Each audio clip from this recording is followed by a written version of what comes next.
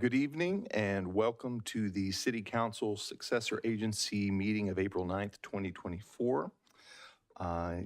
We do have a quorum for this workshop beginning at 5:30 p.m. And could I have a roll call, please? Vice Mayor Meyer. Here. Councilmember Mendoza. Here. Councilmember Orlemans. Here. Councilmember Pearson. Present. Mayor Bryant. Here. Okay, if you could join with me in the Pledge of Allegiance. I pledge allegiance to the flag of the United States of America, and to the republic which stands, one nation, under God, indivisible, with liberty and justice for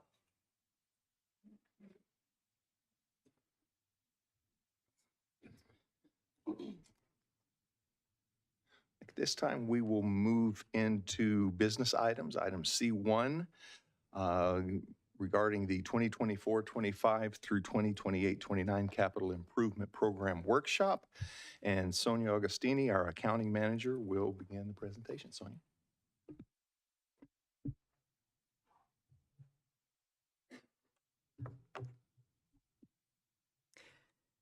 Good evening, Honorable Mayor and members of the City Council. I want to thank you for holding tonight's annual Capital Improvement Program Workshop. The purpose of the workshop is to provide the Council with the opportunity to review the draft 2024-25 to 2028-29 Capital Improvement Program, or CIP, and to provide your direction regarding the CIP. Tonight's workshop provides both the Council and the public the opportunity to offer their input on the proposed CIP, and any City Council direction will then be incorporated into the final draft of the CIP document, which is scheduled to be brought forward for Council's consideration of adoption at the May 28th City Council meeting. The development and production of the Capital Improvement Program is one of the milestones of the city's regular budgeting process. The CIP is prepared annually for Council's consideration and approval, and approved CIP funding and expenditures are then incorporated into the city's operating budget. In January of this year, the City Council approved the creation of the 2023-24 to 2025-26 Budget Ad Hoc Committee to provide oversight and guidance to the budgeting process by providing policy-level direction related to both the city's capital and operating budgets. On March 4th, City Finance staff met with the Budget Ad Hoc Committee and reviewed a preliminary draft of the annual CIP. Staff has incorporated feedback from that ad hoc meeting into the draft CIP document being presented this evening. In tonight's presentation, staff will provide a brief overview of key points related to the CIP process and its finances. We will also highlight some prior year CIP accomplishments, and we'll discuss various current and upcoming CIP projects that are included in the document. At the end of our presentation tonight, we have dedicated time for Council's discussion, input, and any questions that you may have of staff related to the program. The purpose of the CIP is to provide an up-to-date, detailed outline of the city's infrastructure and capital planning needs, along with proposed funding for various projects for the next 5 years.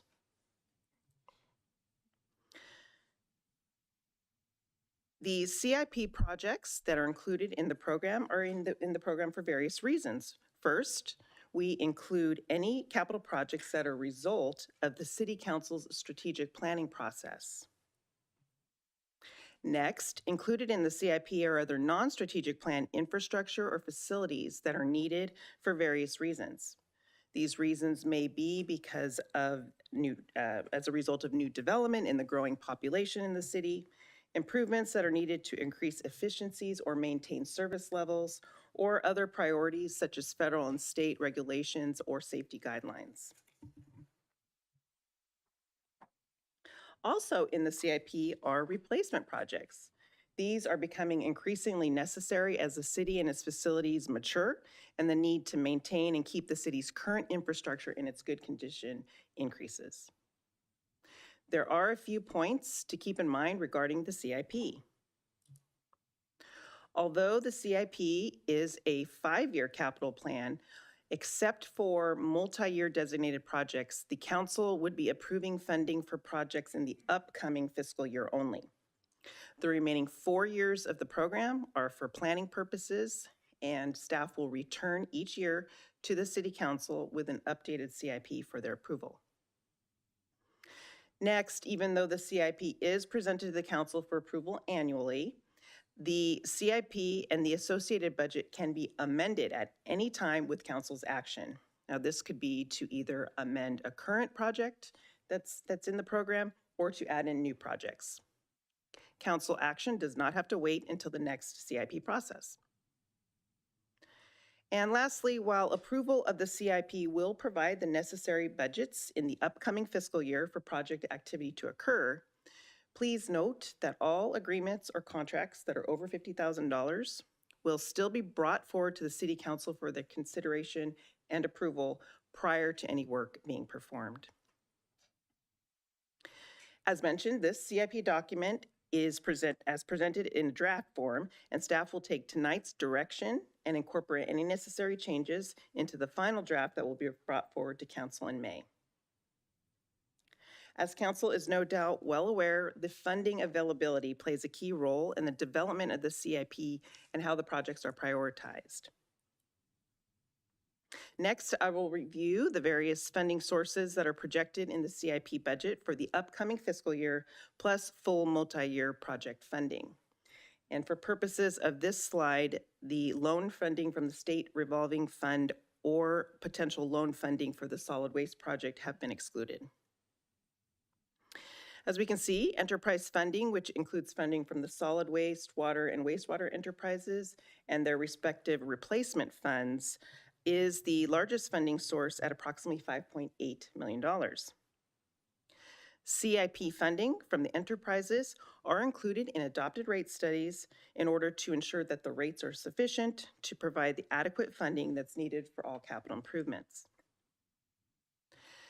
The next largest source of funding is development impact fees at just under $5 million in funding. Development impact fees are received as new development permits are issued, and those funds can only be used to fund public facilities and infrastructure that are needed as a result of increased development. The general fund is the third largest project funding source with $3.1 million in funding currently projected in the plan for next fiscal year. Please note that of this amount, $2 million is planned to be offset by reserves that are set aside at the end of the current fiscal year 23-24. Replacement funds are also a key funding source with $2.2 million in funding projected. These are the non-enterprise replacement funds such as facilities replacement. The remaining sources of funds consist of other funding sources such as the Road Maintenance and Rehabilitation Account Fund and federal, state, and agency funding, which consists of various grants. The city regularly pursues grant funding opportunities whenever possible to help fund capital projects. A listing of all the funding sources by source can be found in the draft CIP document beginning on page 33 if you'd like to see any more details regarding the various funding sources. In summary, the draft 5-year plan consists of 51 city projects totaling approximately $387 million. In the current draft of the CIP, there are only 5 newly proposed city projects with total budgets of $7.4 million. Of this amount, 4 projects totaling $5.4 million are proposed to begin next fiscal year. The remaining total in the program is made up of other projects that have been carried forward from last year's CIP. During the CIP budgeting process each year, an analysis is completed of the upcoming development that is expected in the city. This step is important that we do this annually, as the development activity in the city does determine certain revenue assumptions, as well as our future service level needs. These various assumptions are utilized in the preparation of not only the CIP, but the 10-year general fund fiscal model, and of course, the 2-year operating budget. On slide 6 here is the current 5-year development activity projection. Staff completed a thorough review of the city's planned developments and estimates how many permits are likely to be issued on an annual basis. Once the analysis is complete, a conservative 5-year projection of residential units and non-residential square footage is made. The current projection includes a 5-year total of 425 single-family units and 425 multifamily units. We are also projecting a combined 375,000 square feet of commercial, office, and industrial development. Now, please note, these projections are based on more recent information available, and projections will be revised annually to account for updated development timelines or any new projects that have been identified. This fiscal year to date, the city has issued 46 new single-family building permits, which for the year, single-family is expected to meet or slightly exceed the budgeted amount of 50 units.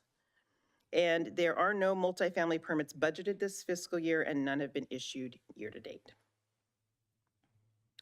As you know, the city's CIP program is quite successful, and the city is able to complete several projects every year.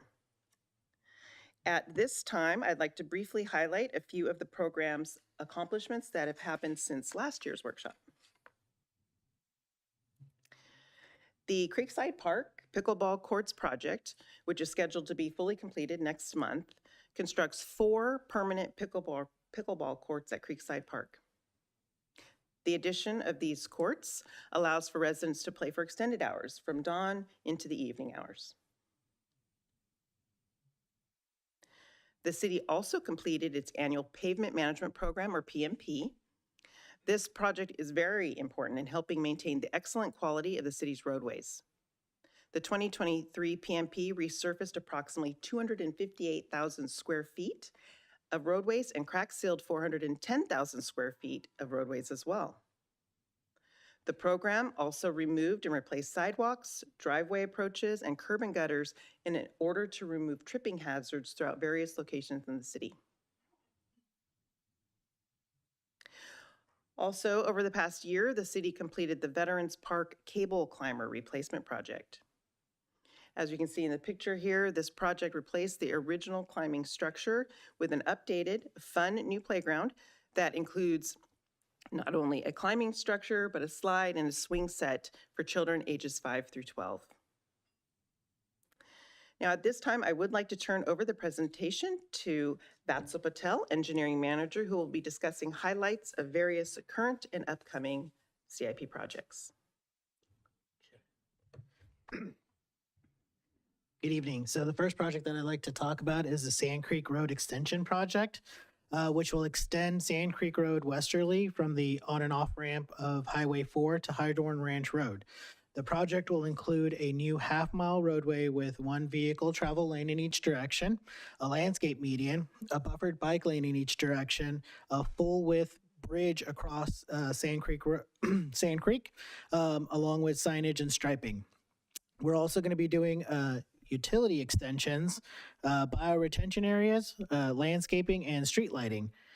This is a great connection to the city of Antioch, as well as future developments that occur. The project is currently under construction and is anticipated to be complete in fall 2024.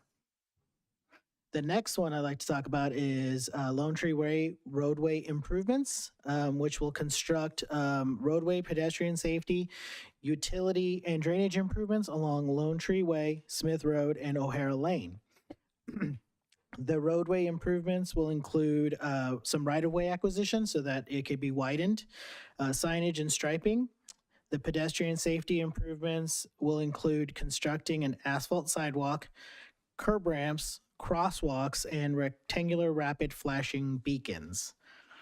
The drainage improvements will include installing some storm drain utilities, catch basins, and bioretention areas. The project aims to improve circulation for the new Montañez Elementary School. The project is currently out to bid, and construction is anticipated to begin in June, with completion at the end of July. Following that, we have the downtown alley rehabilitation for Midway and Parkway alleys, which will install new utilities along the alleys. The improvements allow for and accommodate future development within the downtown area. It would also replace aging infrastructure, bringing it to current standards for those along the alley. The design is also currently underway, and construction is anticipated to begin this summer and completed the following summer, 2025. Moving on to the Innovation Center at Brentwood Infrastructure Project, which will construct infrastructure improvements to support the developments, future developments. The improvements will also include roadway extensions along Jeffrey Way and Amber Lane to Empire, and widening Lone Tree Plaza Drive between High Dorn Ranch Road and Canada Valley Road.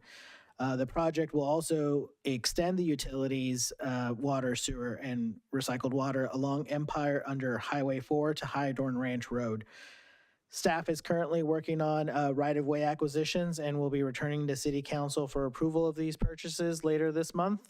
The design is nearly complete and construction is expected to begin shortly thereafter, the right-of-way acquisitions, and expected to be completed within the next fiscal year, or within the next fiscal year. As Sonia mentioned, the pavement management program, we're also working on this current pavement management program project, which consists of rehabilitation of the existing roadways, sidewalk, curb, and gutter. The rehabilitation will comprise of two different methods, which is the grind and overlay, and then the slurry sealing, depending on the existing condition of the roadway. These options are traditional preventative treatment measures to keep roadways operating and avoid costly reconstruction. Along with the rehabilitation, we will also be constructing or upgrading existing curb ramps, striping and crosswalk improvements, as well as signage. The project will also repair sidewalk, curb, and gutter and bring it to city standards and reduce the tripping hazards, as Sonia mentioned previously. It includes grind and overlay of 5 selected streets, as well as slurry sealing over 13,000 square feet of roadway in a localized area. The replacement of sidewalk, curb, and gutter will occur citywide.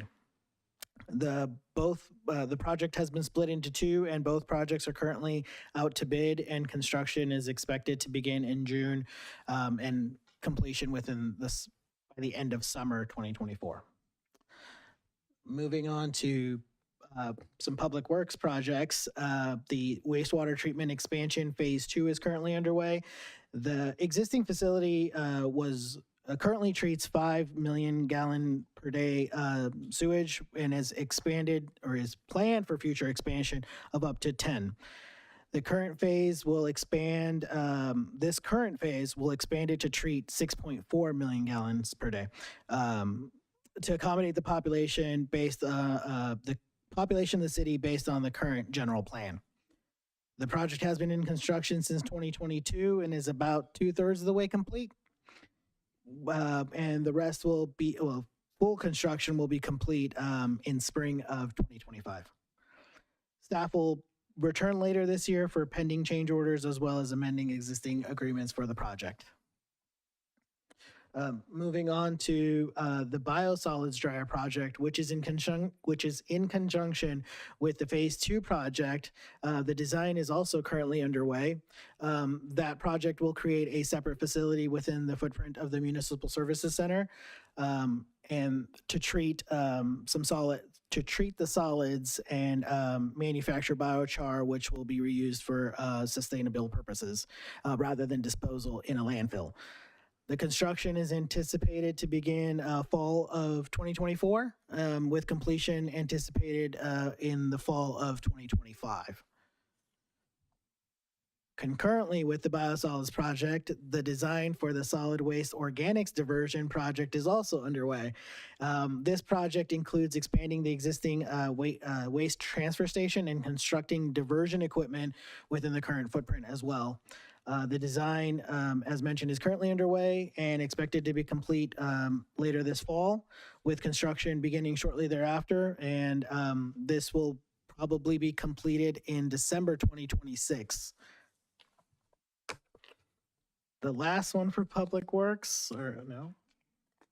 The next one is the water and wastewater lab replacement, just wastewater lab. The existing lab was constructed in 2002 and is outdated and overgrown its current space. So this project will construct a new 2,500 to 3,000 square foot facility detached from the existing building that it's currently located in. And staff will be bringing an item to City Council in May for the award of the design services contract. Design will probably start shortly thereafter and be completed in December of 2024, with construction beginning in spring 2025.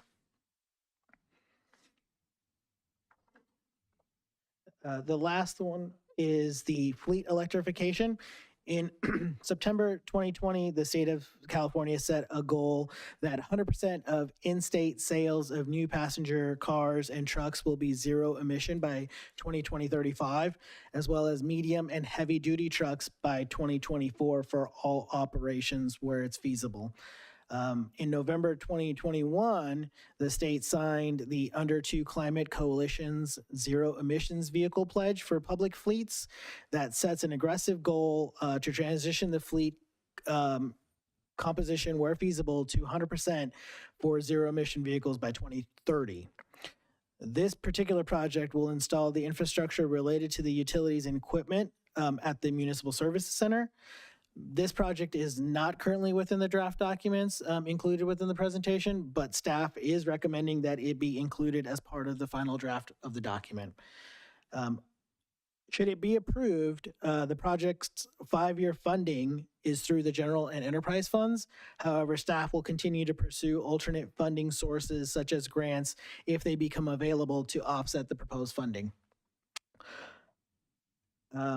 Additionally, if approved, staff will begin preparing a request for qualifications for the engineering design services at the beginning of the fiscal year, and construction will is probably likely to begin the spring of 2025. So thank you. Now I will turn it over to Aaron Wandin, Park Maintenance Manager, to discuss their upcoming projects. Thank you, Vatzel and Sonia. Good evening, Mayor and City Council.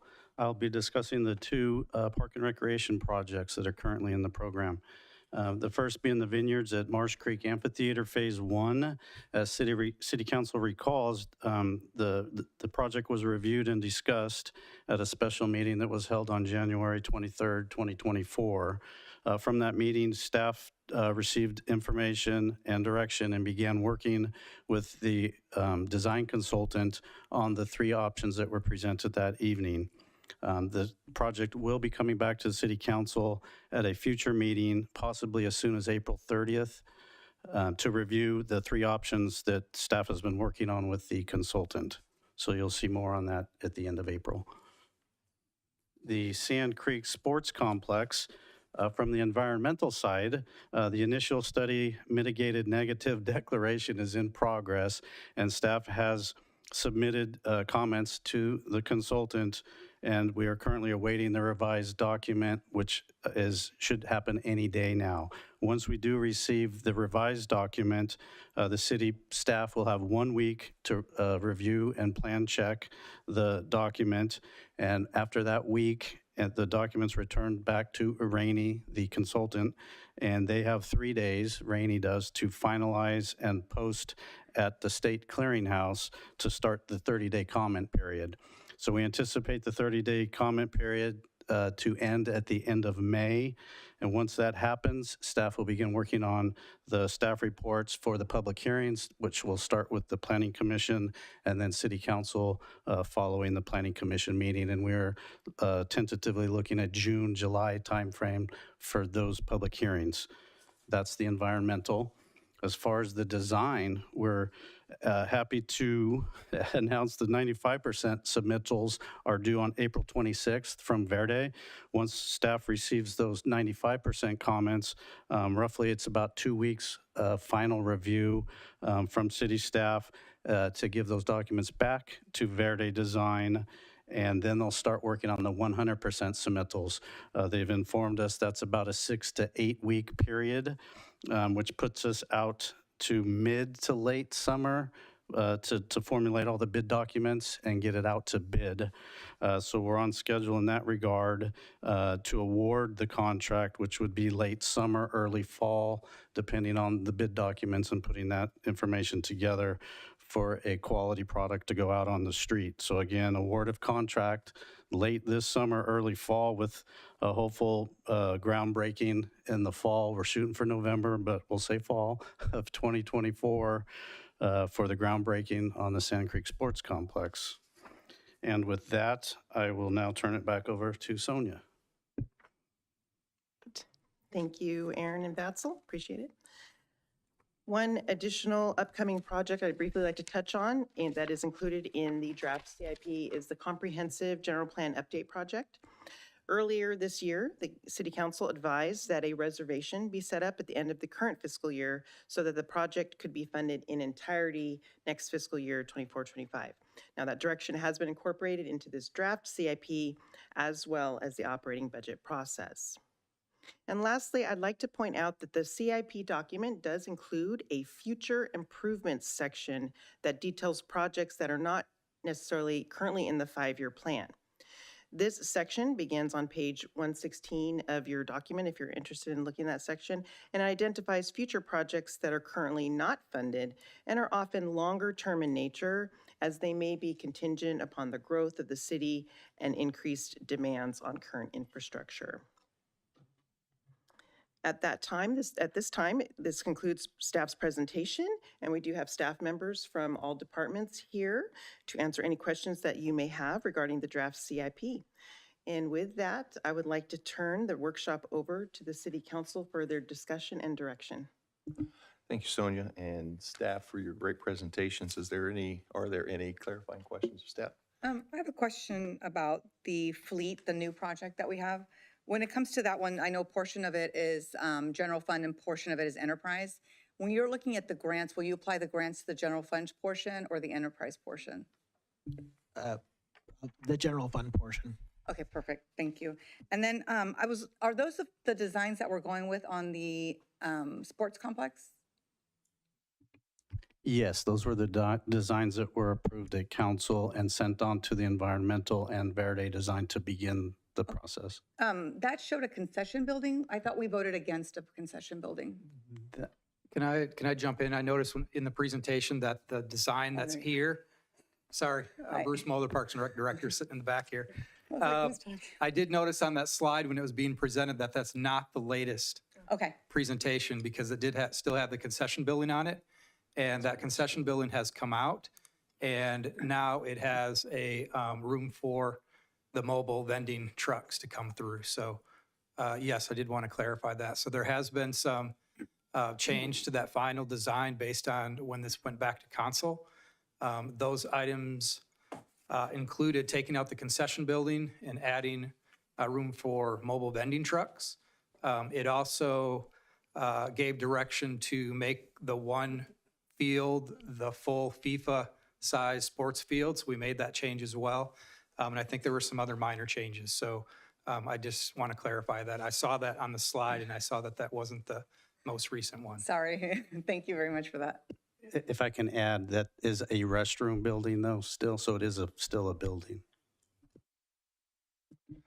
I did have a question regarding the fleet electrification.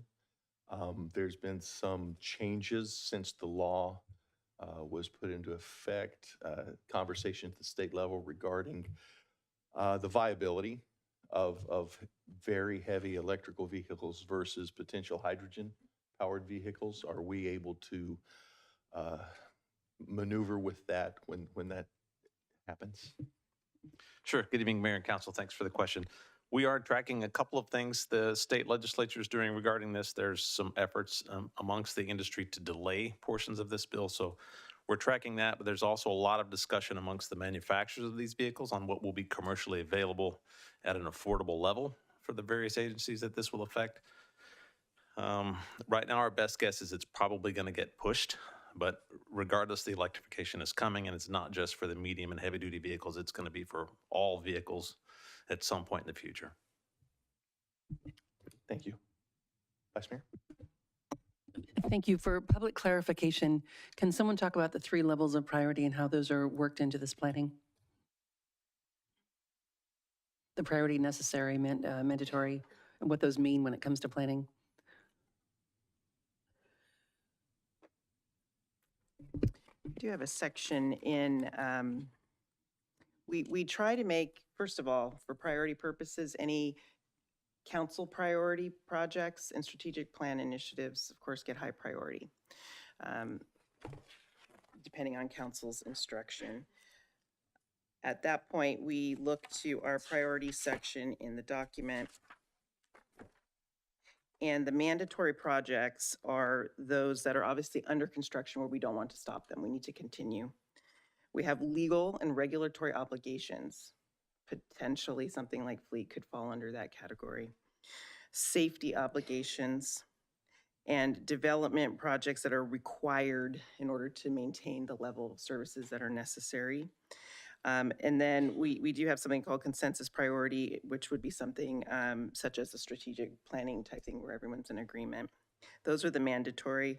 And then next down is necessary. Then we go down to desirable. So we have different levels. So I can go further if you'd like. But I was kind of looking for a general overview. Thank you. Regarding the fleet, we get a lot of requests in our consent for funds to replace vehicles. It seems to be kind of a constant thing. And I know some of them are kind of on the verge of really necessarily needing to be replaced. There might be a mileage cap or a year's cap, and it doesn't quite meet it, but sometimes we'll go ahead and replace them with new vehicles. Can you talk a little bit about whether we could hold off on some of those a little bit longer? If there's any benefit to the budget to be able to do that, to stretch that out a little bit, or even how that would relate to the electronic legislation that's coming, if there's a way to hold that until we have to make a purchase, for example? Yeah, sure. Happy to talk about that. First off, to clarify, the way the regulation works is we're required to purchase a percentage of the vehicles. A percentage of the purchases that we make going forward have to be electric. So we don't necessarily have to replace all the vehicles in our fleet. It's just any purchases that we do make have to be electric. So anything that we buy now and have in the fleet can stay in the fleet until it's time to be replaced. So that's part of it. But to clarify, we do have standards for years of service or mileage and or both, because some of our equipment gets used differently. For example, police cars put a lot of miles on, so they have a lot of mileage and generally low years of age. We look at several factors when we decide what gets replaced. Our mechanics and our fleet staff goes through and compares maintenance records. Any vehicles that have been problematic or have a history of needing more repairs than others, we'll move up that replacement schedule. Part of it is we also like to be fairly aggressive on replacing them because we get a higher value for those vehicles at auction. The longer we keep them and the more run down they get, the less money we get from them at auction. And the third reason is we're really staffed and set up to handle newer vehicles. If we were to keep the fleet vehicles longer, we would eventually need more mechanics and more space and equipment to work on them. So there would be higher costs all the way around for that. Thank you for that. Are there any further clarifying questions? Just one last question, and I think this is Bruce. The public art that is supposed to be coming that moved from Balfour to Sand Creek, I mean, that was, I think, way before I was here. What's the status on that? Because it happened, but it's not happening. Yes, so we're still working with, it's Radiance Convergence is the specific art piece that you're talking about. That's the one that's planned for the median on Sand Creek, kind of by the streets of Brentwood. We're still in the process of working on it. We're working with the artist. There was several items through COVID that slowed that process down, but we are still planning on bringing that forward. Tian may have the schedule, but I think That one, we hope to get in front of council before the end of the year. Okay, thank you. Does it have to come back since it was already approved? It's already been approved. We may bring it back just because it hasn't really been seen in front of Okay. current council, Okay, all thank the you. current council members. If there are no further clarifying questions of staff, at this time, we will open public comments. Margaret? At this time, the public present in the chambers and on Zoom are permitted to address the city council on this agenda item. If you're participating via Zoom, please raise your hand to speak under public comment. If you're in person, please file a speaker card. We'll take public comments from those in the chambers first, then those participating via Zoom. Remarks are limited to 5 minutes per person. Your microphone will be muted if you speak on items that do not pertain to this agenda item or after the timer has expired. And we did receive one written public comment for the workshop, and that's been posted on the city's website as shown on the screen.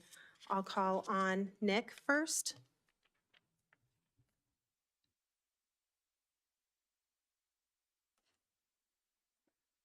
Mayor Bryan and council members and staff of City of Brentwood, I'd like to ask the council to, this is a project, this is a future improvement project.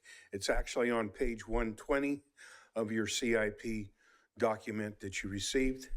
It is the Balfour and Fairview Wall that the city has asked an engineering company to observe it and look at it, and the study has been presented.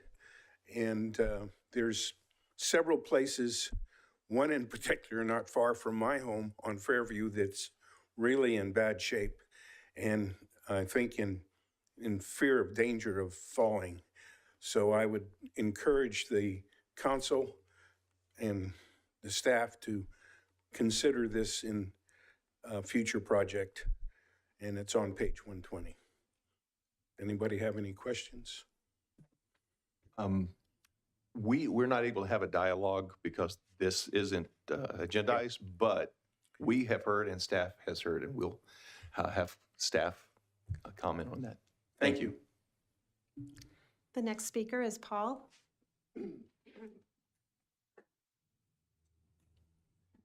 Mayor, City Council, I would just like to represent Somerset 1, and we'd like to see what we can do to forward funding for this project. We understand it's not necessarily on the agenda for funding now, but we want to see what we can do to get this project funded and moving in the direction on a health and safety matter. Thank you. And I have no speakers via Zoom. Okay, thank you. At this time, we will close public comments. Is it appropriate now at this time for staff to respond to some of these concerns? Yes, staff is prepared to give a little update on this sound wall project. So, Aaron? Thank you, Tim. And once again, good evening, Mayor and City Council and members that showed up tonight. Certainly appreciated and well heard. Yes, this came to us in October. Actually, it's been coming for about 6 months or more now, where we've been hearing from the residents concerns about the integrity of their sound wall. This is the wall that runs along the west side of Fairview from Central southward to Balfour. And then again on Balfour, the north side of Balfour, roughly in between the two pedestrian bridges for the golf course. So it's the Somerset 1 wall. It's roughly 6 feet tall, 3,500 linear feet in length for total wall. So due to the issues we were hearing from the residents, the city enlisted a third-party engineer to do an assessment on the wall. We received, that was in October, so we received the results just in January. So we have the results, and we gave them to the HOA for distribution among the members within the HOA, as well as city staff, other departments, Parks and Recreation, Engineering, and ultimately Finance as well, to review the report. And have further discussions with Wood Rogers was the engineering firm that did the assessment. The assessment came back with a lot of aesthetic issues and some structural issues. There wasn't an exact urgency from the consultant other than a verbal commitment that possibly in 5 years, the walls should start showing some serious safety issues.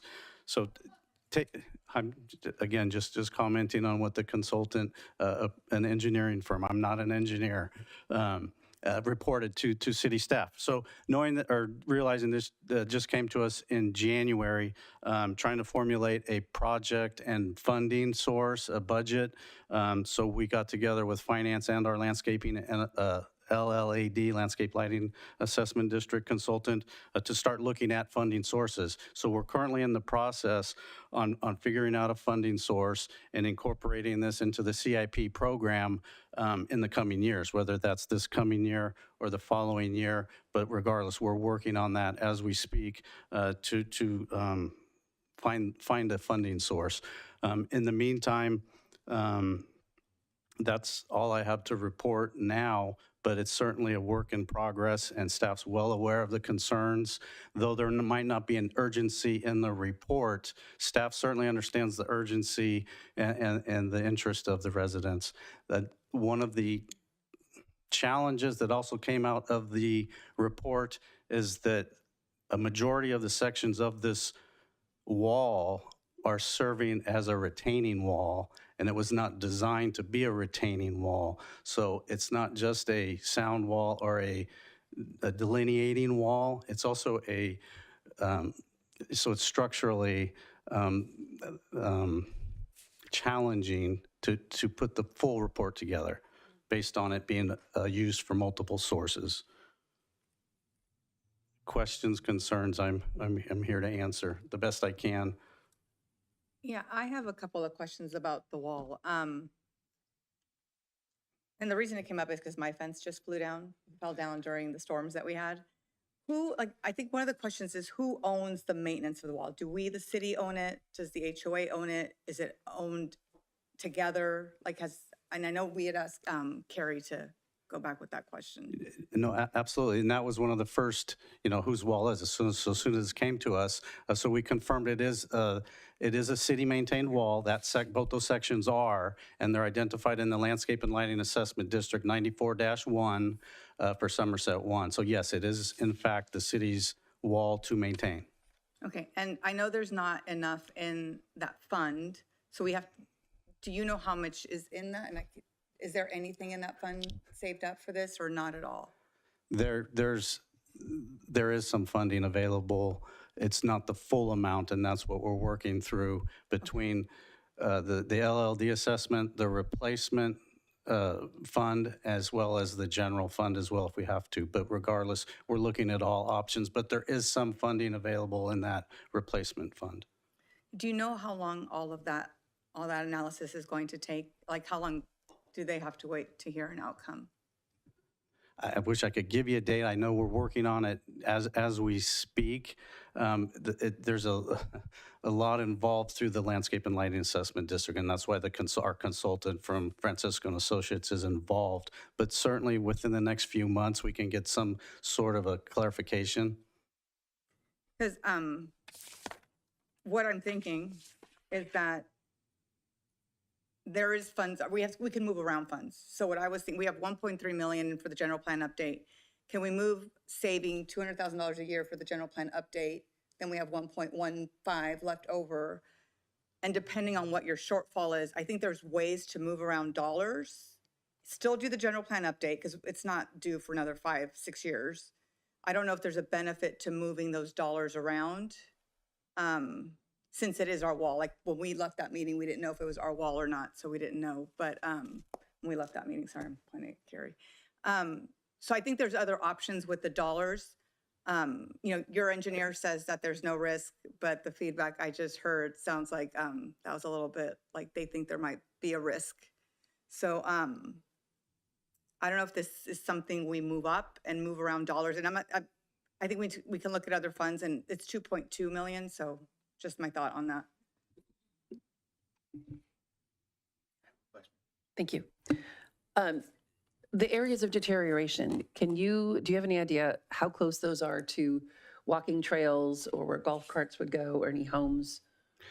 Yeah, absolutely. There's roughly a 10 to 15 foot bed, landscape bed, and then some 5 to 6 foot turf area as well between the wall and the sidewalk along Fairview. It meanders, so that's give or take a few feet, but there is landscape and grass turf bed between the sidewalk and the wall.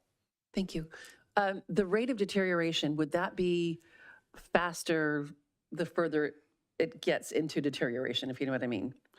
Absolutely. And 94-1, LLAD 94-1, that indicates 1994 is roughly when that area was built. So you're looking at a 30, 40-year-old wall of pretty thick concrete. But with the pace it's deteriorating, I mean, I think that 5-year is at least the max number.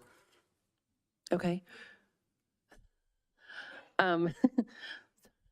I got distracted, sorry about that. The fact that it was not built to be a retaining wall, that it was more to be delineating, you're saying specifically, right? Or Property line, aesthetic? yes. Okay. What would have been the difference, I should say, in the structure of the wall, and where would we be if that wall was made for its current purpose? I would enlist the aid of engineering, but I do know anything that's 3 foot or more requires an engineered wall. This wall built back in the early 90s, I don't believe anybody's here to even research or let you know what the standards were at that point in time. So what might have been a retaining wall then certainly might not be to this date. Okay. So it's a tough one. And then the idea Councilmember Mendoza mentioned about moving around, is this something that can be done in parts by degree of deterioration, or does it have to all be done at one time? Best practice? No, all up for debate, and Okay. that's where we will need to look, once we get more clarification on funding and direction, and now it's looking into phasing it, prioritizing it. We're just not there yet, but that is part of this next process. And then obviously with these comments coming tonight, working with finance to, make some adjustments financially. Yeah. Okay, thank you. Ordinance? So when I initially heard about the wall during the ad hoc committee workshop, we were still trying to determine levels of responsibility. I know you're saying the wall's ours, but if part of it is a retaining wall, the responsibility of repairing that wall may belong to someone else. And that's part of the reason we were saying we had to hold off to figure out which part we were responsible for. Have we done all that research and determined that we're responsible for the entire thing? No, great question, because that's exactly part of this next process. When I mentioned, yes, the city's responsible for the maintenance, that's in response to the LLAD engineer's report that identifies it as a sound wall or a wall. So determining retaining wall versus non-retaining wall is part of this next process as well. So by holding off, I mean, and I'm not saying waiting 5 years, I'm saying holding off to figure out which parts the city's responsible for, which part HOA may be responsible for, before we make a determination and start moving funds around to pay for a project we're not sure how much we're responsible for. No, exactly. And when I mentioned a few months earlier, I think we're still on that. We can have this all determined within the next few months. Our LLAD consultants researching the LLAD engineer's report and all that entails with that. So we're going to start getting those answers soon and be able to formulate more of an accurate or more of a response. I'm sorry. And when we started off the entire meeting, we talked, you were talking about we could come back and revisit any portion of this CIP at any time we feel it's necessary. So this wouldn't have to wait till next year's CIP. We could get in the middle of this in 3 months when we have the answers to all these questions. Exactly, and that's what Sonia had mentioned earlier, is at any given time we can add, based on priorities, council can add this at any given time. Okay, thanks. Good afternoon. Thank you for the presentation and for answering all the questions. Would Rogers ever give us anything that may make these residents and all the other residents in the Somersets feel a little bit more secure, that can be mitigating. So instead of fixing it in part, but maybe put something up that will help it stay up better, or did they give us any suggestions? No, there was three suggestions. One was a repair in the 1.1 million range, but that didn't have any guarantee on longevity. But then there was two options for replace. So nothing that would itemize or minimize in a sectional way, so to speak. Okay. And then I have a question. I think it's going to be more for Tim, or if anyone else can answer. Is there a way that we can find out? Because one of the things that as I'm sitting here, I'm wondering, why didn't we know this was our wall? And it's not an attack on any staff or to you, because I know this wall was constructed in 1994 before many people who were are sitting in this room. But do we need to do an inventory of like all the walls in Brentwood so we don't wait until they're like almost falling over on residents to get to this point? Or like, how could we keep an inventory of what we do so we can maintain it as we go along versus fixing it after it's an issue? Your point is valid. We should know what's ours and what's not. Part of the problem is just the history, the long-term nature of when that wall was constructed. And typically when, and maybe Alan can articulate this better, but when city councils approve maps and staff has looked at it, you know, like the central wall, I think, is on the HOA side, but the Fairview and Balfour side is on the city side. So that's usually more consistent than it was. Again, it was just how it was approved at the time. We have a good sense of what the walls we're maintaining. It's just a sense of, you know, making sure there's enough money in these LLADs to help fund those improvements. And as alluded to, this is one of our older ones that was capped and isn't increasing at the same level as some of the other LLDs in town. So there's going to be less revenue going forward to really address this solely from that funding source. So getting to the bottom of whose full responsibility it is, because that retaining wall changes the dynamics of it just being a city-maintained wall. So we don't want to air all of this publicly, but we want to be able to sit down with the HOA board, walk through the science of it, and help everybody understand it and come to some terms and agreements together. I don't know if they understand LLAD, like why this is different, I think, than others, because I think the new ones, you guys are pretty detailed, not you, I keep saying you guys, I'm sorry. You are pretty detailed in what we think we're gonna need strategically in the future. So on your tax bill, you see that LLAD that we all pay for to maintain it. Because your one is from 94, it probably wasn't set up to cover it. So that's why we have to figure out where those other funds are going to be for and all of that good stuff. So I think that's probably part of the confusion, like why is other stuff maintained and this one's a little bit wild, but I also think it's just, it was so long ago that someone didn't think about the wall when it was done. Well, I do want to thank our speakers and everyone that came and spoke on this as well. Fortunately, council has a few processes that we can use through this process to bring things of more urgency forward more quickly. And so anytime that you have concerns, thank you for bringing them to council. We appreciate it very much. And we have heard, and I surely wouldn't want a wall behind my house falling over. So I don't expect anybody else in town would either. So thank you for that. I do want to thank staff for your reports. Are there any other discussion regarding?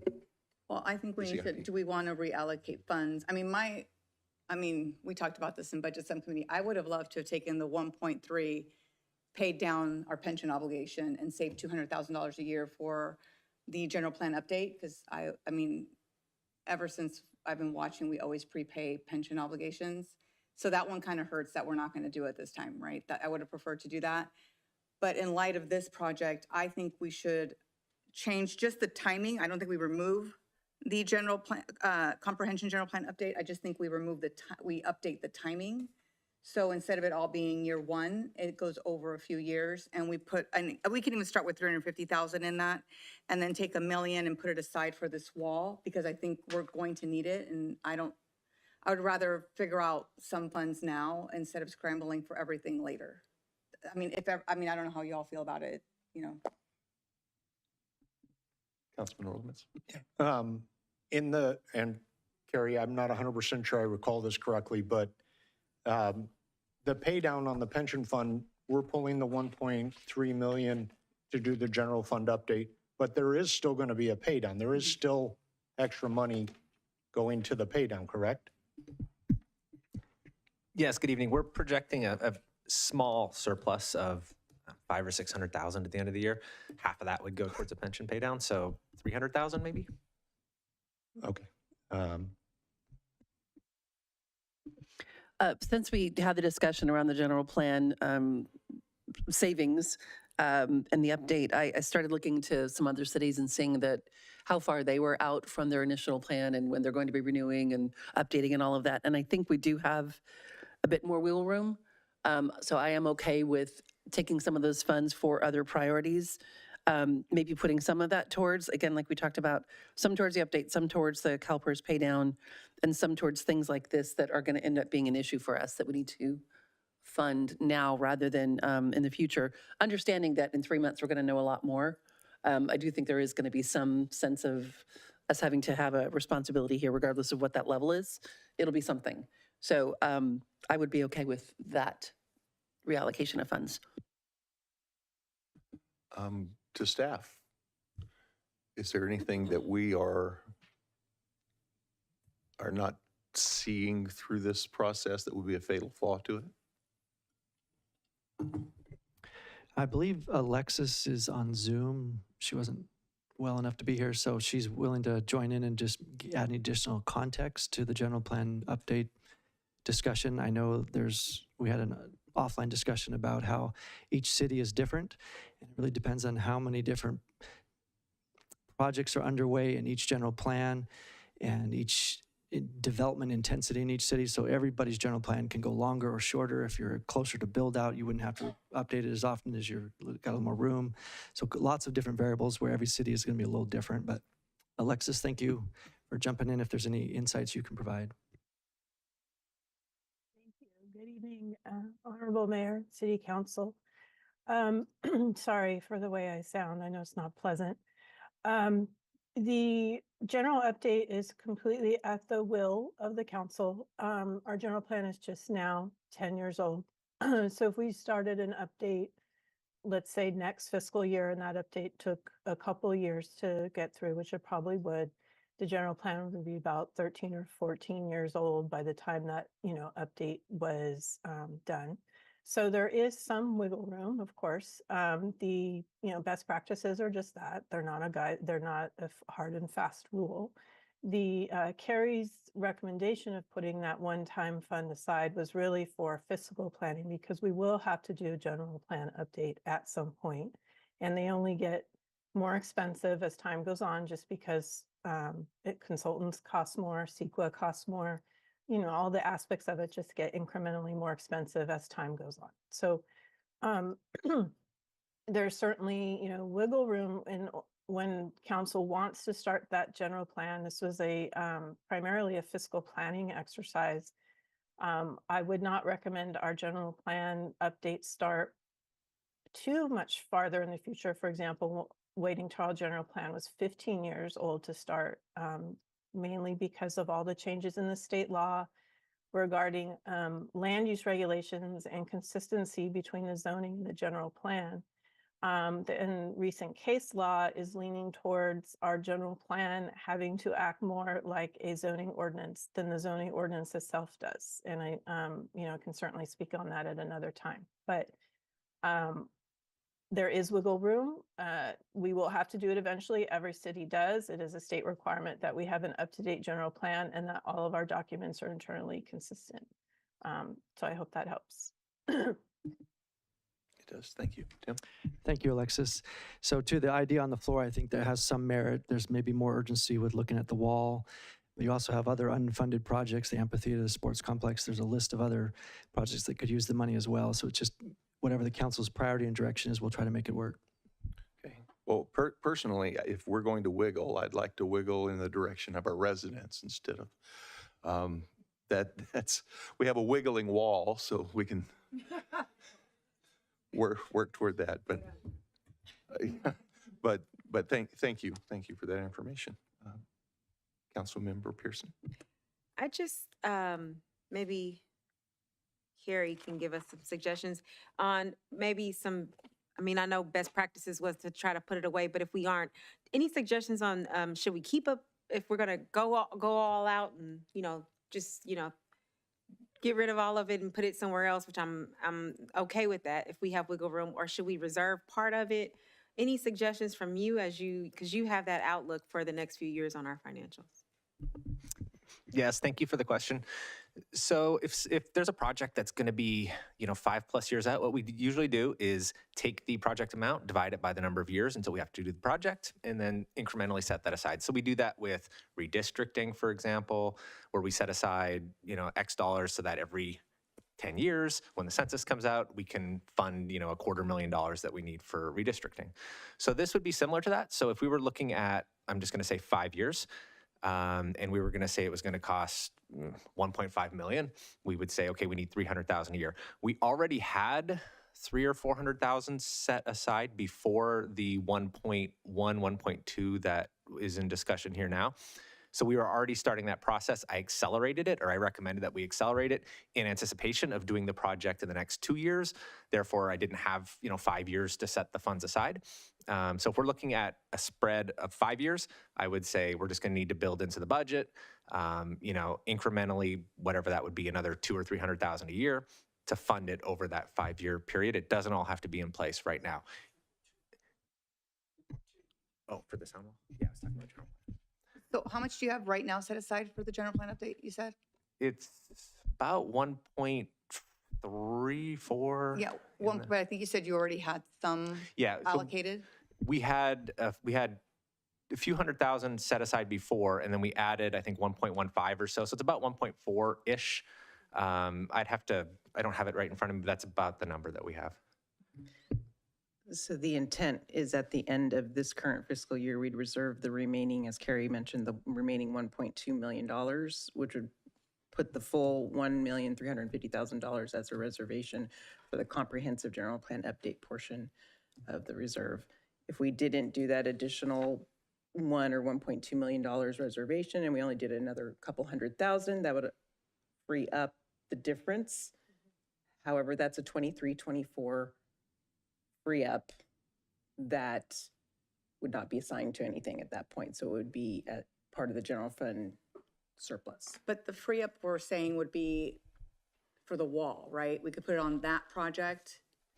And because we're probably going to need it, but if by some grace of something we don't need it, then it can go somewhere else. Yeah, I would actually just recommend that council, or I'd suggest that council direct us to reserve that for a future project allocation and not pick the one right now. Okay. And then when we're ready to allocate the funds, you have it for whichever project is needed, just to avoid, let's say we are able to fund more of it from replacement and now we've overcommitted on the general fund side.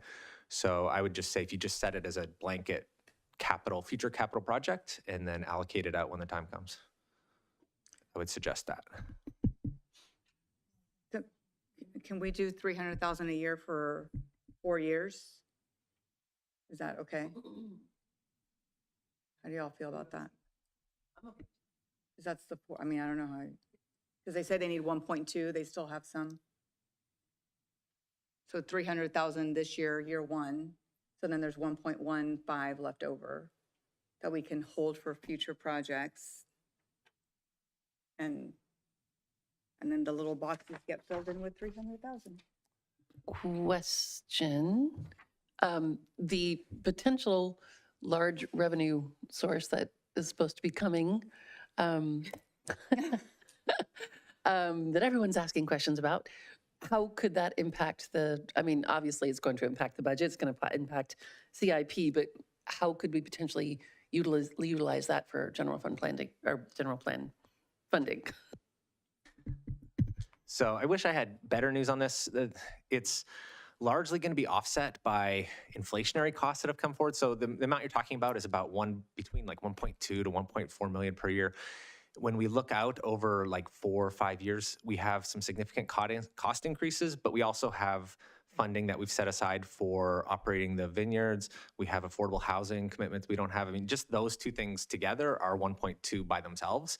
So it's kind of softening the blow in some other areas of some costs that we know are coming down in the next few years. Sorry, it's not better news. Thanks, Carrie. Yeah. Councilman Orlovitz? So, and I know it seemed, so if we took the $300,000, I'm sorry, the $1.3 million is sitting there, pull the $1 million out and put it in a discretionary fund, that still leaves the 300 we've had in there from before, an extra couple $100,000 from that 1.2 or 1.3 million is, so the fund is already a quarter of the way funded? Well, I think she said we had 1.2 we still have to fund, right? That's correct. We were already planning to set aside, we would have set aside, it was approximately a couple $100,000 a year. We're planning to put the full 1.2 million. One thing we could do is come back with a plan that if there's consensus that the council would like to move out the initial funding of the comprehensive general plan update in the CIP final draft, which could certainly be changed if we didn't get it right, but we come back with it moved out. And then staff looks at the potential funding reserves we need to do in the next couple years, and then potentially how much additional reserve we could put away for a, as Carrie mentioned, a future capital project reserve, which would capture those amounts. And we would present them to you. We could certainly present it to you at the operating budget workshop as well. And then on that same night, we have both the operating budget workshop as well as the CIP adoption, which we can easily change anything on the dais if needed. So we could come back and if what I'm hearing is a consensus that that's what you'd like to do, we can certainly implement those things when we come back to the council. That sounds like a good plan to me. Mm-hmm.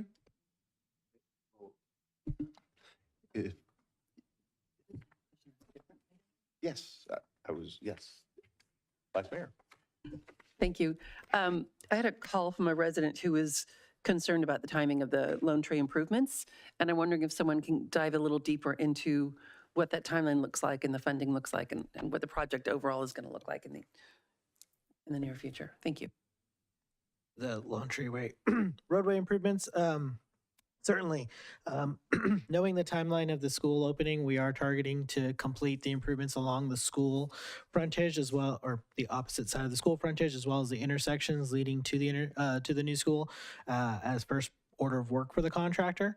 And then we will kind of segment it onto O'Hara and Lone Tree as we get done with the first priority.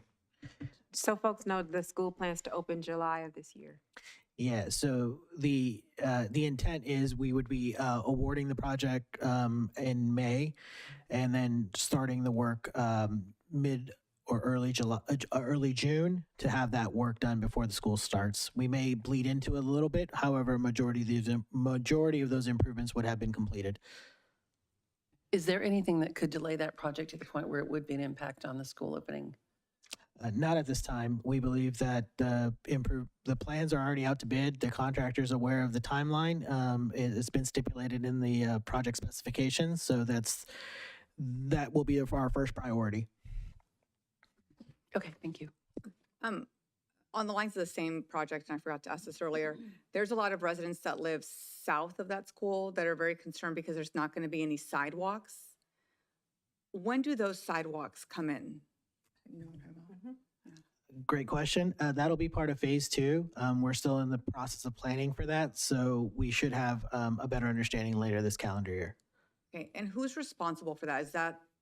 It's not the school, is it? Or no, that would be us. Okay. So since we're talking about that, one of the questions that keep coming up for me is I know that there's going to be a light at the end of Smith where Smith and Lone Tree meet, but the distance between Smith and O'Hare is so short. do we have the full studies out on, the engineering studies on that short distance of a stop in the middle, at the very end of Lone Tree, just to get to a few paces down further? That's still being developed, and that'll be further evaluated as we go through the design process for that intersection. So we'll look into ways to kind of mitigate those issues. Do we have any further information, if you're able to say, regarding the railroad issues on Lone Tree that have been historically very challenging? Is there an update there, or is there no update right now as to potential movement there? We do not have an update at this time. Okay, thank you. And the only other ask is when you do phase 2 on the Lone Tree, is there any, I know there's a very active parents club. Is there any way we can share the information with the parents club? Because I think they're the ones with the most concern about it right now. Certainly, we can reach out to the school and then get in touch with them. Okay, thank you. Okay, is there any further discussion from council on the CIP presentation? If not, do I have a motion on this item? Before I make my motion, I just want to say thank you, and I want to say to Alexis, I hope you get well soon. I make a motion to adjourn. Second. Adjourn. Carrie? Thank you. I'm sorry to interrupt, just one ask. We presented the fleet EV project that's not in the book, and if council would like us to include it in the book, we would just like to hear that so we make the right decision when we come back. So do you need that by motion? Just direction is okay. fine. So if you need it by motion, then I'll make a motion to include the fleet electrification that was not included to be included into the book. And I'll second that as well. We have a first and a second. Does staff understand all recommendations? Okay, thank you. We have a first and a second. All in favor, aye. Aye. It is moved. Now I need a motion for adjournment. It was a motion. And I seconded to adjourn. To adjourn, okay. So if we are already a motion to adjourn, okay. We are adjourned. Thank you, everyone. Yes, Kate. You didn't actually get the vote in on that one. You got the vote in on the last item, but not the, so go ahead and do a quick vote on that. All in favor, aye. Aye. We are now adjourned.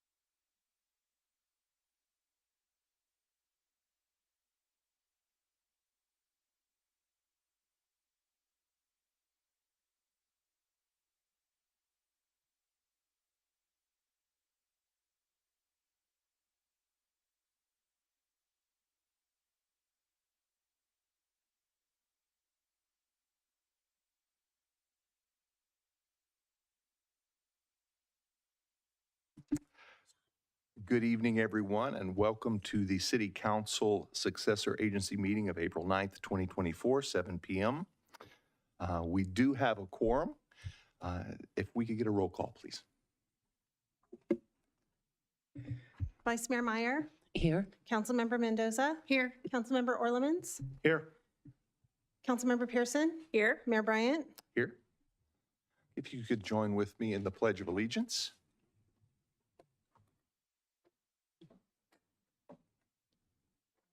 I pledge allegiance to the flag of the United States of America and to the republic for which it stands, one nation, under God, indivisible, with liberty and justice for all.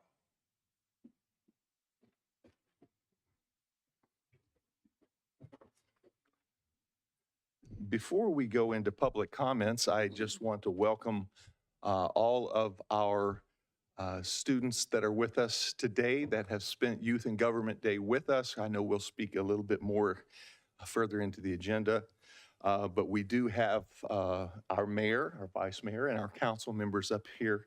And I will be assisting the mayor tonight, and all of our council members will also be assisting their proteges. At this time, we will open public comments. The public comment period for tonight's items will be 5 minutes each, and we will also set presentations, proclamations at 10 minutes.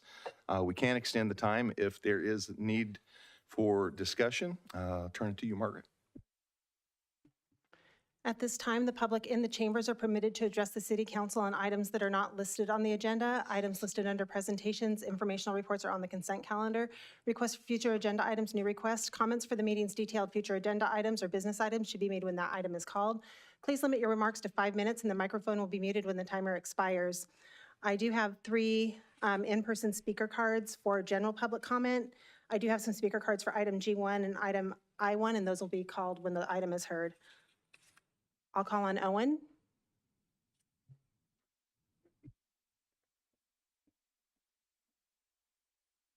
Good evening. Great to see a lot of you and some new faces up there too. Some of you folks. So just kind of giving a brief general update. This is the week before our multicultural fair. It's going to be our 2nd annual one. For those of you who came last year, I think Susanna and Jovita and Pat Nisha, I think you guys came last year. So it's great to see you guys. Hopefully you guys can make it this year. So it's going to be hopefully on Saturday in City Park from 2 to 5 p.m. Dependent on weather. We're seeing whether we need to reschedule that or not. It's looking more in favor as the days gets closer to Saturday. So hopefully it ends up working out. But if the weather looks good, 2 to 5 p.m., April 13th, this Saturday. We're going to have 3 food trucks there this year. Street Steam Buns. They do like bao buns, an empanada food truck. And then Hella Mas Street Taco is going to be out there. So we're happy to have them join us. And then I think we're going to have 3 groups that are going to do performances. Grupo LA, the Brentwood POW Mariachi Band was supposed to join us, but they can't make it that day, unfortunately. We're also having this year something that's new is some local vendors that we're letting sell their like cultural related items out there. One of them has a visual impairment and he runs his business here in Brentwood. They're kind of new and he sells like Hispanic foods and stuff like that. And then another business that's coming out is Portal Arsenal. They go out to the Makers Boulevard. They're out in Walnut Creek. So she's coming out and selling all her more Hispanic goods. And we have a couple more vendors too. So we're super excited for that. We're anticipating it. Hopefully the weather works out in our favor. And then another event we do have coming up, May 11th, we're having a cornhole tournament in City Park. That might be the day we have to reschedule our multicultural fair for. So we'll see what happens. But yeah, there'll be more information to come on that in the future. It's great to see you guys. Have a great night. The next speaker is Paul.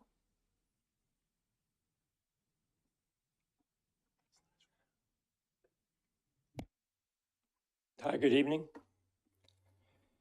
The press ran an article on March 29th highlighting the council's displeasure with Assembly Bill 2011, which gives the state power to override local housing decisions.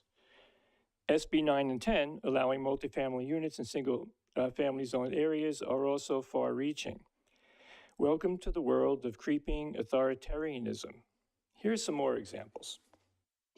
EVs must replace gas-powered cars. This dictate is fantasy. Oil is the most highly concentrated and plentiful energy source we have. Lithium is one of the rarest. Refined oil components are essential to all aspects of modern civilization. Mandatory drug use. Students are required to take a suite of drugs to attend school. The COVID drug is the most dangerous and deadly drug ever released, especially for young people. Over $100 billion was made by the pharma companies who continue to lobby for regular boosters, which destroy the natural immune system and invite more disease and hence more drug usage. We're seeing advertisements like this by Pfizer featuring a criminal who is pushing for their drug to be used widely and regularly. I don't think these kinds of advertisements should be in our schools. Illegal immigration has been enabled. Over $500 billion has been spent to support this initiative. Over 500,000 children have been trafficked into the country in the last 3.5 years and face a desperate future. Terrorist infiltration is also a major unreported problem in this time of escalating global tensions and war. The open border is a pure, self-serving, authoritarian-driven initiative that no one voted for.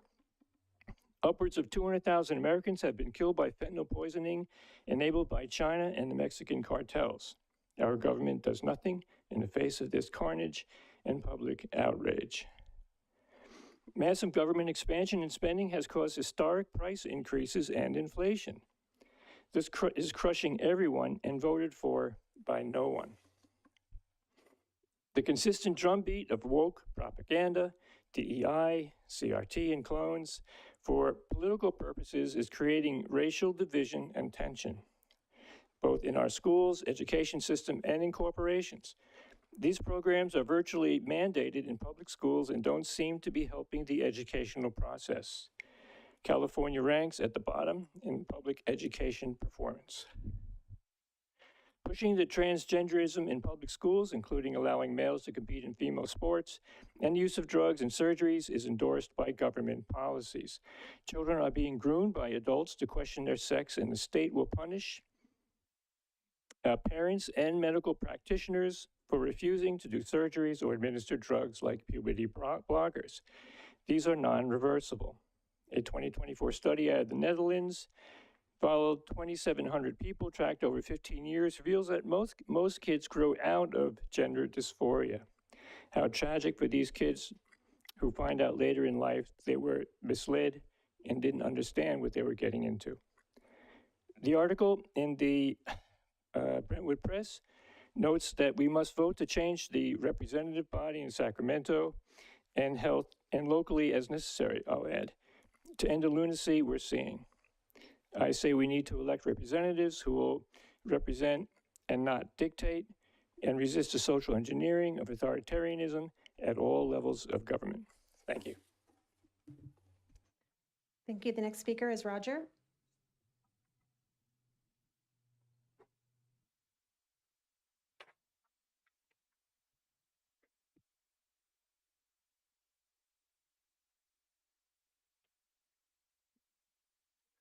Hello all. I would like to speak to you tonight about public safety. On Nextdoor, in the newspapers, on the news every night, all we hear about is crime, crime, crime. Okay? People who own small businesses are being put out of business because of thefts. Large corporations are leaving because of thefts that they can't keep up with. And I want to talk to you about a project that the city I used to live in came up with in 1967. They called it Sky Night. Okay, from 10 o'clock at night till 5:30 in the morning, they ran a small Robinson Bell helicopter through the city of Lakewood. And this helicopter had a pilot and an observer and a floodlight that you would not believe, okay? They were able to see cars on the streets moving in and out of the city. They kind of had an idea who didn't belong in the city because the city was all asleep at that time. It wasn't like the modern cities of today. Now, I know that we have license plate readers on the entries of our city for the police department to put up and stuff, but there's so much crime going on at night, it's crazy. People's automobiles are broken into right and left. People's work trucks and work vans are being broken into every night in the city. Those are people's livelihoods that they are losing because of the crime rate. You have a small department, I understand that, and those, I cannot say enough good things about these people. I mean, they put their lives on the line for our safety every day, but we need to give them some more tools.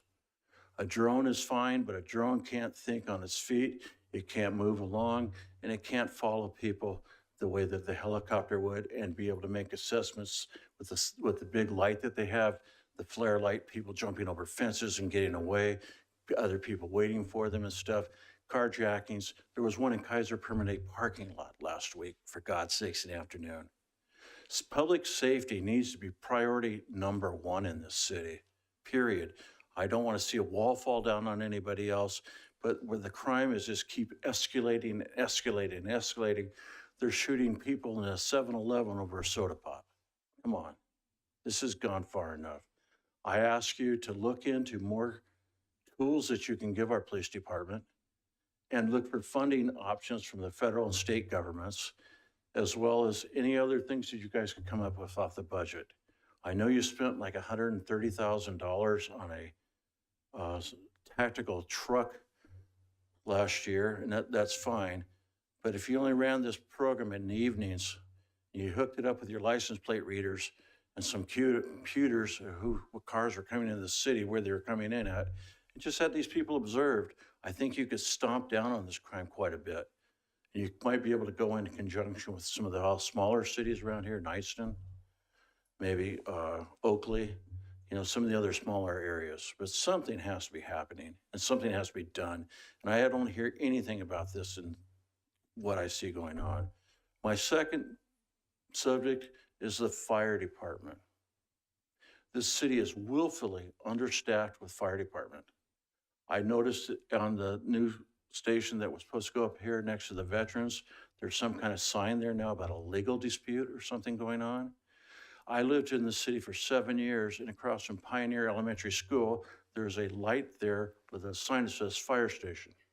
Now, I know you guys flip-flop property from that property to the other side of Pioneer to put a fire academy in there and a fire station in the city who isn't coming.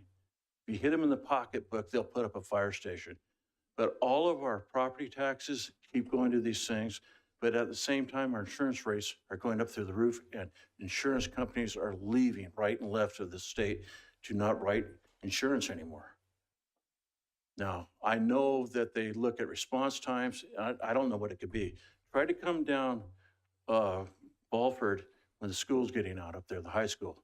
It's 5 minutes, 6 minutes. Nobody moves for the fire trucks, even if you get a police car in front of them. So you need to bring up more standards of what you're supposed to have. Thank you. Thank you. The next speaker is Carolina.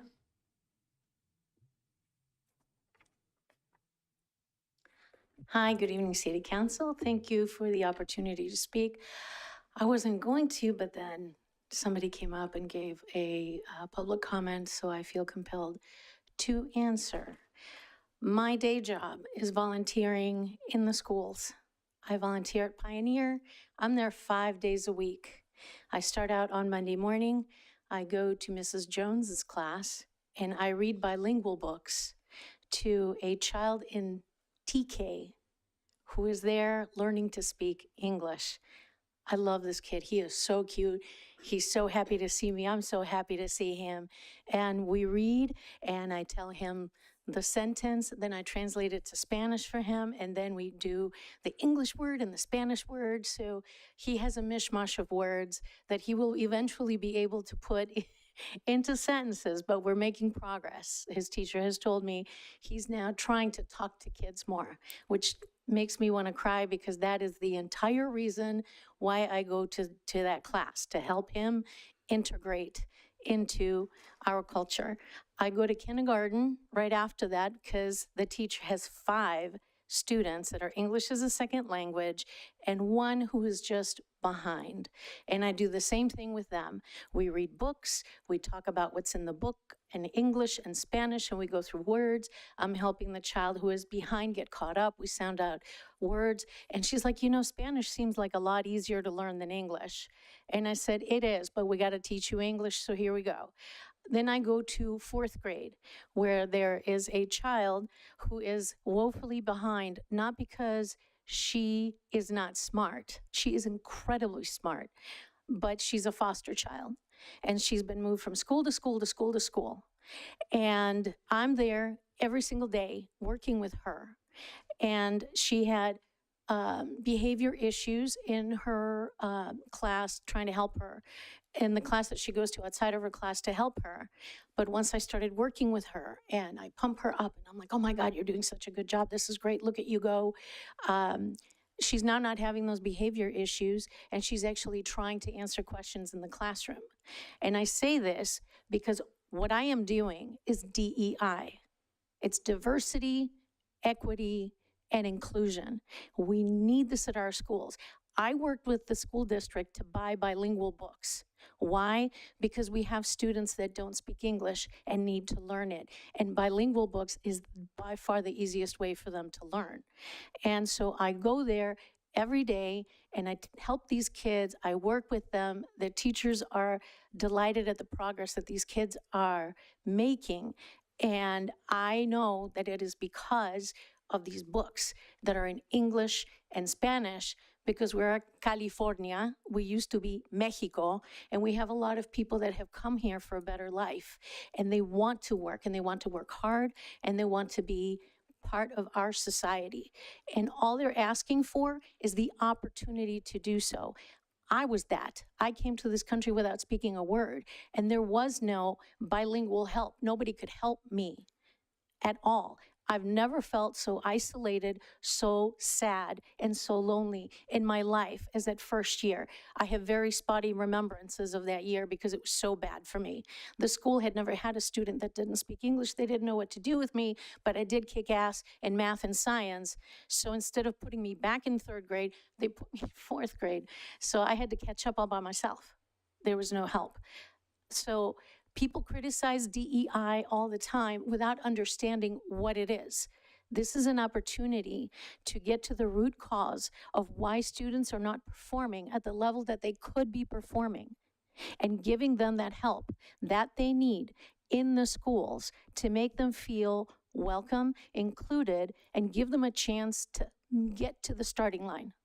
So I will always be doing what I do and speaking up about DEI. Thank you. Thank you. The next speaker is Denise.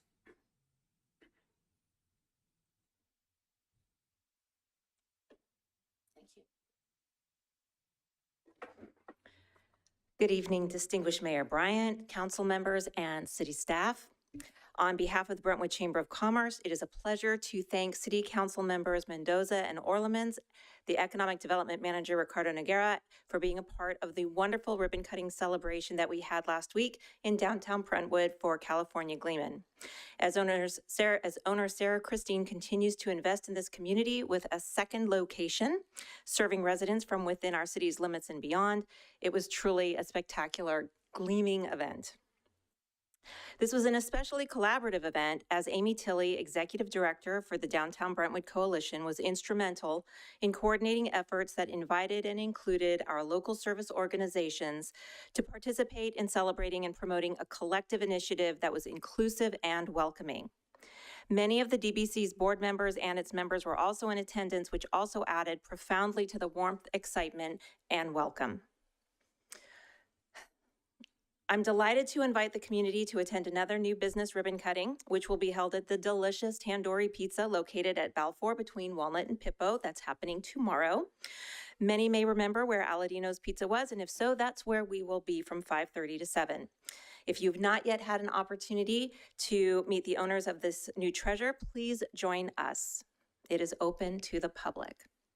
Lastly, this month, the Chamber will support, through the Economic Development Grant Program, the 5th Annual Brentwood Job Fair and Expo, which will be held on April 30th from 4 to 7 p.m.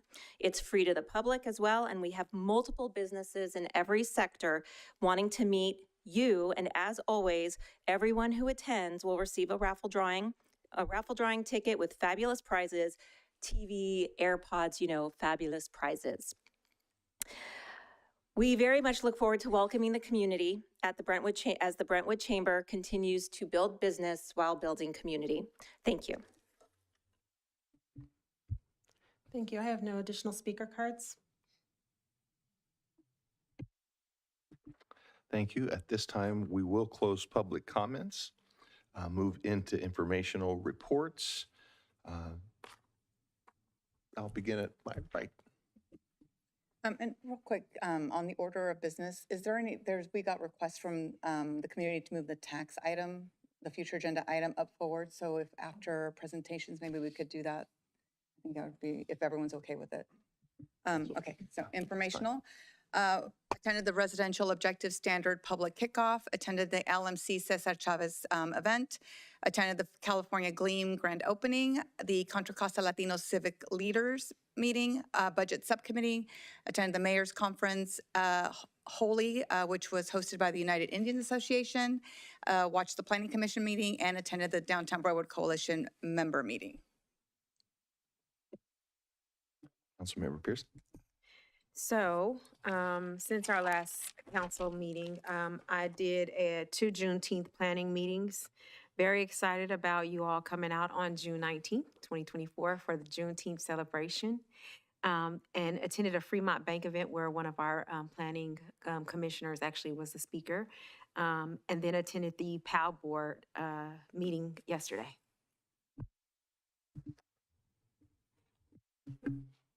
Good evening, everyone. Thanks for being here tonight.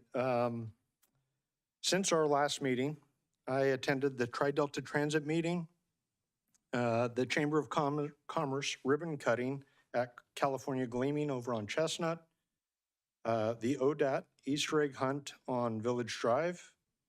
Brentwood PD did a swearing in or welcoming of 3 new community service officers where I was able to attend that. I attended the Finance Budget Committee meeting, the Rotary Fundraising Poker Tournament, which was kind of interesting, and we had a good time. Watched the Planning Commission meeting, attended the Downtown Brentwood Coalition meeting. Today, the Youth in Government was amazing. We got to meet all these youngsters and get all that energy all afternoon long over lunch and trying to explain what we do here. It was a good time, and I attended the farmer's market. Vice Mayor. Thank you. Since we last met, I attended an interview by the consultant doing an overview of the Brentwood Senior Center, attended the Contra Costa County Consolidation Plan for 2025 to 2023, which is basically community feedback about the allotment of social service dollars. A Community Day of Service Planning meeting, just a reminder, that's coming up soon for April 27th, and a lot of these volunteer opportunities are live at this point at the website. Watched the Planning Commission meeting, attended the Flowers by Bee grand opening and Easter egg hunt downtown, and also the Hare Encounters 3-year anniversary celebration to recognize adventure therapy also downtown. Attended the East Contra Costa Historical Society opening day, the United Indian Association Holy Spring event, watched the Resident Objective Design Standard Community Workshop, of course attended Youth in Government. Hello, Nia. And then attended a Cali meeting, a California Alliance on Local Electeds, to further conversation on the flaws about the RENA process and the consequences of not meeting our midpoint goals in that. Thank you.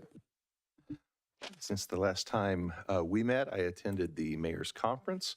The speakers that were speaking to the mayors were speaking regarding some of the concerns on cost increases and program financial increases for their water district. Brentwood is not a part of those districts because we do our own water systems here. And so I was just very glad that we have in this area more control over our financial future than others that are reliant upon outside agencies. I also attended the Parks and Recreation swearing in of our new Parks and Recreation commissioners. And I attended the Art Commission swearing in and helped swear in our new art commissioners. I gave a tour and met with a group from Odyssey of the Mind. They were young students, third graders, that had won state, first in state, in Odyssey of the Mind. And they are brilliant young people who are very excited to let you know how smart they are, and they're smart. Also, I attended the Youth and Government Lunch today, and at this point, I would like to introduce our council members. Mayor Sean, if you could introduce yourself. As Mayor Bryan said, hi, I am Sean Gassé, senior at Heritage, and I'm very thankful that I attended the program today and being able to meet all these amazing people who are on the board today. And that's really just about it. I hope that today's just going to be a good council meeting. Me too. Hi, I'm Nia. I go to Heritage, and this has been a great experience. Susanna has been really sweet to me, really nice. She's a little crazy though, I can tell. She's a little cuckoo, but it's okay. I love her. I'm really glad I got to experience this. I feel like this will help me a lot when making decisions in my own community in the future. My name is Tyler Desmond. I'm a senior over at Heritage High School. I spent the day in the Youth and Government program with the best city council member right here. To say that. And I'm very appreciative that I was able to do it and explore this as possibly an option for a career. Thank you. Hi, I'm Richard Zhang. I'm a senior at Liberty, and I've had the most wonderful day getting to meet our council members. And it's been very interesting learning about local government. Thank you.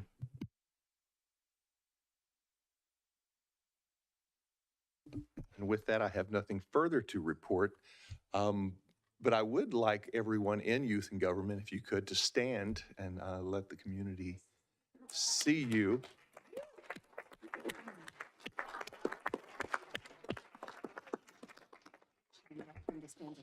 Yes, if you could come stand in front and let everyone in the community see you. You mean the vice mayor? Yeah.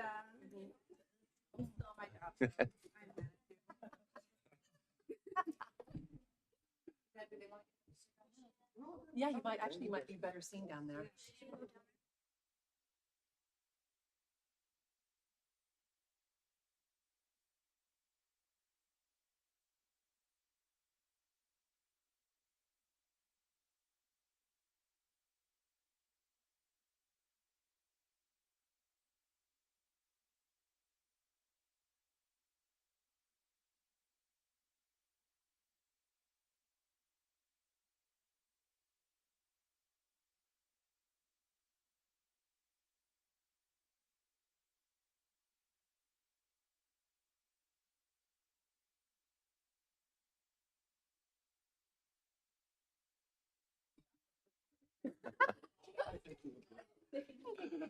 You sounded fantastic.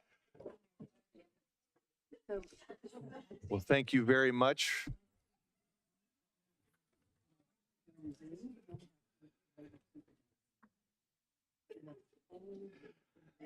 At this time, we will move into consent calendar. I would like to pull item E2. Are there any other items on the consent calendar that you'd like to pull? And if not, do I have a motion on the? I make a motion to approve the consent calendar absent the removal of item E2. We have a first and a second. All in favor, aye. Aye. Opposed? It is unanimous. Item moves.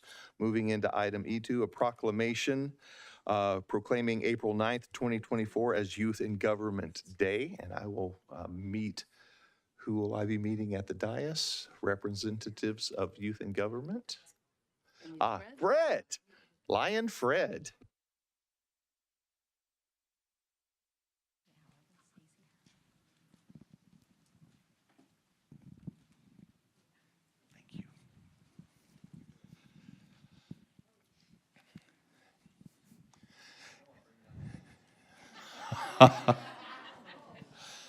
It is such a pleasure to participate in the Youth in Government program.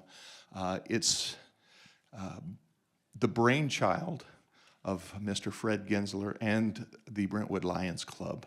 Fred, I'd like for you to just let our residents know what this is all about. Okay, sure. Thank you, Mr. Mayor. Appreciate it. For those of you not in the loop, most of you here did participate in Youth in Government, but just plainly, the Brentwood Lions, we saw something lacking within our educational system, and that is teaching students civics, about civic government. Now, that's not just you guys, that's me as well when I was your age, and everybody else in this room. So we chose to give you just a little more education with the help of city council, staff, department heads. Everyone in this room really put an effort to help you and teach you about maybe one of the alternatives you hadn't thought about, and that is civil service. So with that, I thank you so much, Mr. Mayor. Thank you, Fred. It is my great pleasure to present this proclamation today.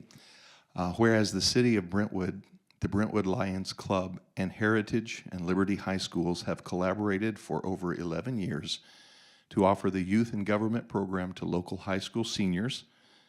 And whereas it is important for the youth of the Brentwood community to be exposed to the function and necessity of city government and its individual departments, and whereas participants in the Youth in Government program experience democracy in action, and whereas students are encouraged to take an interest in their community and develop the future leaders of the community, and whereas the city of Brentwood deems it important to recognize and honor those participating in the 2024 Youth in Government program, now therefore be it proclaimed that the City Council of the City of Brentwood does hereby recognize April 9th, 2024 as Youth in Government Day.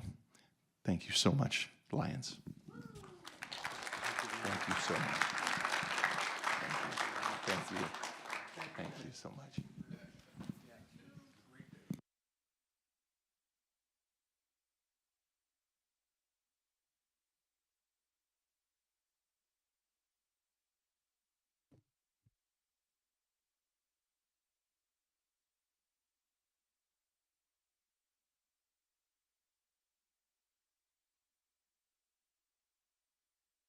At this time, I move approval of item E2.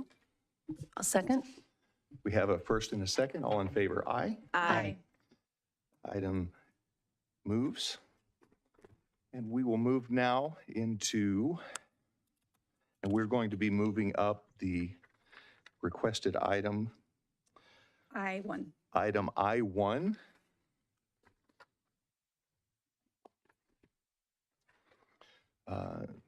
This item is for Councilmember Mendoza to consider a request from Councilmember Mendoza related to a report from staff on potential sales tax measure. Councilmember Mendoza. Yeah, I'm kind of a cut to the chase person, and this has come up a few times from our city manager. He's presented us with a sales tax increase.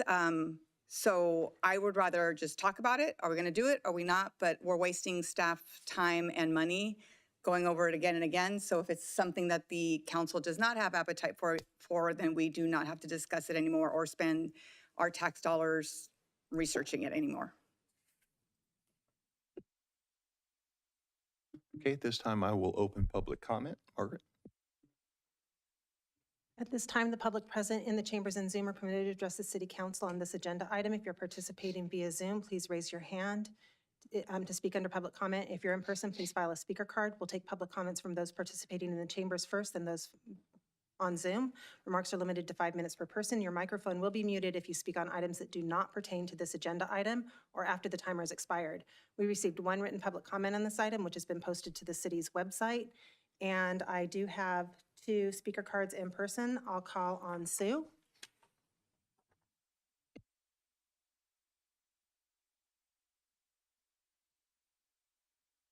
Brentwood, and I'm talking about the sales tax and other taxes increase. This was based on the meeting on January 23rd, at which time the finance group in the city, I'm not sure what their titles are, but presented a comprehensive overview of the status of things financially. And things look pretty good the way they are. There was a nice reserve and a stabilization fund, and all things were accounted for, you know, in the budget, such as road maintenance and parks and police, et cetera. But part of the presentation was the longer-term revenue options. And, you know, the question was, in my mind, and I think other people, is, you know, it's always nice to have more than you need. But how much is that is the big question. And then that leads to, what are you going to do with it and where are you going to get it? So the options provided at that presentation were some tax increases, one of which was sales tax. And again, you know, if that's going to fund it, what is it for? And what are we getting for it? So, you know, it sounded to me like it was kind of nice to have money, not necessarily necessary. And while I agree that nice to have money is nice to have, you know, asking the residents to pay for it is not the right place to go. Taxes have not been successful on the ballot here anyway in Brentwood. So to go through that, have it on the ballot and a vote for it and get it turned down again probably isn't worth the time and money that it would take to do it. I think the city, you know, really needs to be creative and look elsewhere. There's been so much talk about bring businesses to Brentwood, bring businesses to development of PA1, you know, and other efforts by the Economic Development Group. Well, can we get a status on where that all is? Is there interest in businesses coming here? You know, who knows? PA1 may end up to be developed with houses the way things are going. So, you know, I think it would be really good to get a status on exactly what, other than going to the residents for money, what else? Business is a great place to get it, and what are we doing? So, you know, we don't need to deprive ourselves of things, for sure, but we think it seems that we're well funded for what we need and what we want and a little bit extra. So I think we just need to be very prudent on this issue. Thank you. Thank you. The next speaker is Carolina.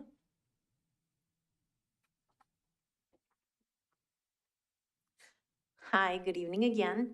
I would like to remind everyone on the council that we had three fire measures bonds that failed spectacularly. And this was for fire, which we desperately needed. And the taxpayers in Brentwood said, no, thank you. The only thing that has passed is Measure B for the schools. Because if you walked through the schools, you saw that the schools were aging rapidly due to use on a daily basis, being packed to the gills with students. The people who live in Brentwood work really hard, very far away for their money. They are not spending their money here during the day, which causes part of the problem. And we need to expeditiously find companies to come here so that we can bring people back into Brentwood. If we did that, then there would be no need to raise taxes because people would be spending more here. I don't think raising taxes is a good idea. Unless you're in such a dire situation that you can really sell it to the residents. But selling it to the residents is like sometime down the future, we're going to need revenue, is a surefire way for it to fail spectacularly at the polls.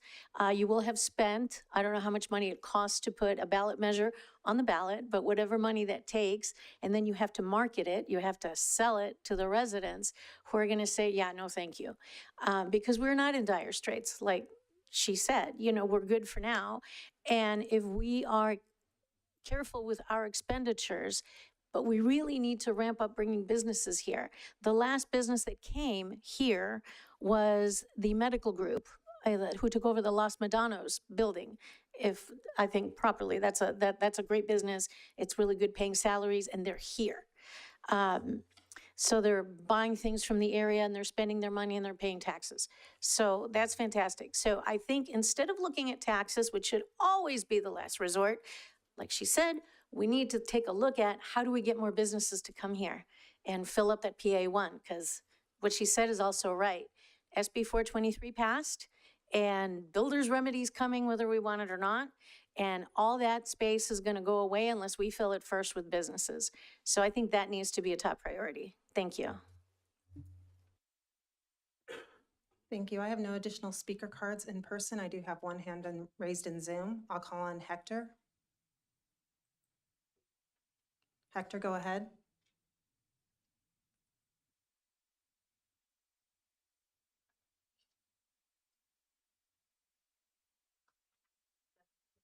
It doesn't appear that Hector was answering. I'll move on to the next speaker. Oops. Hold on. Cinziana, go ahead. Good evening. Thank you for the opportunity to speak. This item is just simply ridiculous. And not because Councilmember Mendoza brought it up. It's because city staff keeps bringing it up. So I'm very grateful that at least one person in city council is the voice of our residents and asks for details and helping residents understand why do we need an increase in sales tax, especially in these times when everyone's suffering. Regardless how much money you make these days, in today's economy, our money means almost nothing. What we used to buy 2, 3, 5 years ago, it's significantly diminished. And I don't want to really state the obvious that it impacts the people who do not have enough money to make ends meet. So raising a sales tax is just simply a ridiculous request from city staff. On top of that, it is a sign of how our city staff is completely disconnected and does not understand the needs of our community. And the buck stops with our city manager who keeps promoting this item. A sales tax increase is simply a no-no for our city. If I were a city manager and have the opportunity to develop the innovation center, that would be front and center for my staff. Forget about everything else that's going on in the city. People who live here have been asking, and the parents of the young people you have today in the chamber, they've been asking for years, over 30 years, I want to say, bring good jobs to Brentwood, not for themselves, but for their children, the children you have next to you and in the council chamber today. It didn't happen. There was no political will. There was no will and understanding from the city staff to really promote economic development. As previous speaker said, people who work here pay taxes here, they shop here, they improve our business and the economic environment. So let's focus on that. All I can say, again, this is another manifestation of the incompetence of our city staff. If this is not a clear sign of our city manager who just looks for his own interest, because all I can think of, since the money and the budget looks great for our city, is that they want raises for themselves. I just stopped because that is really what they want. I can't think of any other reason why they promote the sales tax revenue. So please, please, please, City Council, represent your residents and just put this to rest once for all, because we do not need a sales tax increase at this point in time. It will only further destroy our city and our economic state. And I want to end by congratulating the youngsters in the room for taking time to observe what government is all about.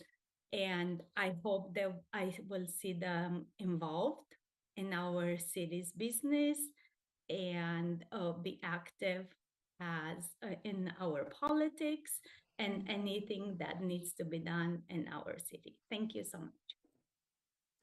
The next speaker is Marisol. Marisol, go ahead. Hi, thank you. As a resident, I just wanted to thank Councilmember Mendoza for bringing this up. The history is so important, and I was so glad that that first speaker kind of gave some background on what this is from, that it's been brought up plenty of times that city staff wanted this, and so I'm so grateful that it's back up. And that please, we don't need a sales tax. So whatever we can do, that the council can do to please let the city staff know that a sales tax is not the way that the residents wish to go. But also really quick, I think it's a great opportunity also to maybe speak to city staff on how they're wording agendas, because words matter and the way things are put out matter. Because of the way they put out the city, your agenda this evening and the way they worded it, it made it seem as though Councilmember Mendoza maybe wanted the increase, which is inaccurate, extremely inaccurate. And you get a local blogger who's already wishing to, seems to want some sort of clickbait and takes that and manipulates the words, because again, history matters, watching these meetings matter. And I really hope that people in our community and residents of Brentwood watch these meetings, watch all these things that are happening, because what you see on social media is not necessarily accurate. They're opinions and not facts. And the only way that we can get to having a fruitful discussion tonight and in our community is to make sure that we tell all the youth that are here and everyone else, please watch the meetings, watch how they interact, and watch what is being asked by everybody. It's super important. And don't listen to what's on social media by bloggers. We want the truth, we want facts. So please, city staff, it's important that you have accurate wording when requests like these are given out. So thank you, and have a nice evening. Thank you. I have no additional hands raised in Zoom. Thank you. At this time, we'll close public comments, move into council discussion. Yeah, I don't think we need to spend staff time and money on this anymore, and it's come up a few times. It came up in the January 23rd. It came up in our city manager weekly update telling us about other jurisdictions had passed taxes. I get it. Someday we might need it, but we don't need it right now. We have Costco coming. We have a forecast on that benefit from the Costco revenue. We have the Organic Waste Treatment Center. We don't even know what we're going to do with that money. And I think it was a few $1 million a year that we would be getting from that. We have 30% reserve on the books. We have a stabilization fund. We were in the black this time. And it's not as much as before, but we were. What also we're seeing is a result of us slowing down development, housing growth, which is what our residents have kept saying that they want. They wanted to slow down growth. So when you get off, and I always call it like the developer crack, because you get all of these developer fees the minute you build a house, and people are used to getting that quick hit. We don't have that quick hit. So our finances are they're not what they used to be. It's not like raining money like it used to be back in the 2000s and late 90s. But unless there's a good reason why we would need it, I just hope that staff just stops it. So I guess my question is, Tim, if we were to have a sales tax, what do you envision using the money for?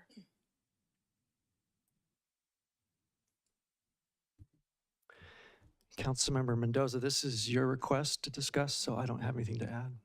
But my request revolves around your continued ask of or information to us about a sales tax. So that's kind of, okay, so there is nothing, that's fine. So anyway, I have no appetite for it at this moment. I don't see that there's a financial need for it this moment. I think our city pays some of the highest taxes out here. We also have the LLADs, which are incremental to your property tax that you pay for the county, so that's extra money. So yeah, I'm not about it right now at this time, and I would just like this dead dog to just lie and be done with. Vice Mayor? I want to say, I think we have heard from the public that there's not an appetite for a tax measure. We've seen it online, we've heard it here, we've seen public comments. But I also, so in that way, I'm not in support of a sales tax measure at this time. I agree that it's not necessary, but I do want to comment on the agenda item being a little bit misleading. And I think that there's a tendency for some people to maybe misread what they're seeing and publish it in a way that is more controversial, maybe going to get more interest in it, like was said by the caller. So I would like to request that maybe something like this, I think the agenda name could have been Councilmember Mendoza is requesting clarification on the repeated mention of a sales tax measure from staff. Something that simple, then it wouldn't have been taken from that into something where it looked like Councilmember Mendoza was looking for sales tax. I think that we just need to be very, very cognizant of the way we are wording, because anything that we're doing is inviting someone else to potentially misread it and misrepresent it. Thank you. Councilmember Pearson? So I have two perspectives on this thing. One, don't want sales tax, and this is like the second time I've said it. And I know it's the second time I said it, and I want to thank the speaker, Sue, for going back and giving the historical narrative. I'm a little confused why this is back here. The reason why is in January. She's correct. It did come up, but I have to say this, and I have couple of things to say. One is we asked city staff to give us all sides, even things we don't like. So at that time, I felt like the sales tax was put on there to give us other options. And we all decided at that time we didn't want it. And so maybe it should not have come back in any further correspondence after that. But if we're going to ask city staff to give us all sides, which this comes up all the time when we talk about legal, and it says, or we talk about anything on the agenda items, we say, well, give us the good and the bad. Don't just color it the way you want it to look or give. So I feel like the sales tax conversation in January was to give us both sides. That granted, I do feel like when I saw the future agenda item request, that it was not exactly what I remember the request being. So that too. But I really want to get to this point of it. I feel like we were talking about something we've already talked about. There is this clear elephant in the room that I won't go into right now. There is a tension here on this stand, and I think we need to deal with that. Until we deal with that, we are going to keep seeing this stuff come up and up and up. And the thing is, things aren't being said the way they were said. Things are not being received the way they should be received. And I just really would like to, because I don't want to keep going over the same stuff over and over again. Nobody that I know of in Brentwood wants sales tax. We just can move on past that. But I have on the flip side, and I'm saying this to say that even if someone brings it up, even if Tim brings it up in his emails, they can't give us city staff cannot have a sales tax unless council agrees to it. Then it has to go to the voters. So there's a lot of process before it can be that. So I don't want that misconception that watch out for city staff so they don't sneak the sales tax on you. They cannot sneak it on you. But the constant bringing it up, we've said it already, we don't want it. So it just seems like don't bring it up anymore. That being said, on the flip side of this, as it was brought up, I have seen times on the agenda where I said it one way and then it gets on the agenda a different way. I don't know if it's a nefarious intent or not, but I think maybe the best practice is to just re-review the video and call us and email us and ask us if it's what we exactly want to be said, or send it to us before it goes on the agenda. And that's all I'll say on it. Okay, Councilman Orleman? I only took a couple of notes on this one, but I think in January, we were 100% clear. We don't want a sales tax, a 5-0 vote. We don't want it. We've listened to everything you've said. I truly appreciate everybody who spoke tonight, the historical background behind it, all the information that you've given us, along with what Councilmember Pearson said. I think that we asked staff over and over and over again to provide us with all of our options. And I only saw it as an option. It was just one more option that was out there. But that was pretty much it. It was just an option that we were going to move on. And we decided we were going to listen to what our constituents want. We were not going to be interested in a tax hike. So please keep giving us everything we're asking for and give us all of our options. But that's it. Okay, if there's no further discussion, do I have a motion on this item? Yeah, that's all I wanted to do. I just don't want to hear about it again. So that's it. I'm done. I withdraw my item. Thank you. Okay. At this time, we will move into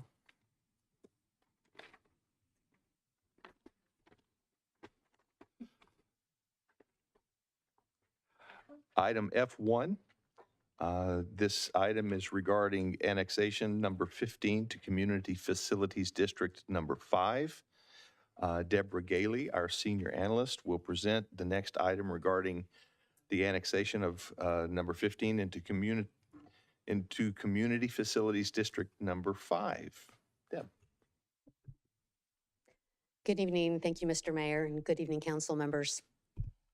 Community facility districts fund public services that are necessary as new development is approved and the city's population increases.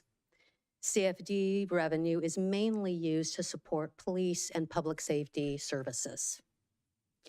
Tonight's public hearing completes the annexation of property into Community Facilities District number 5. And Margaret, can I show my screen? Thank you.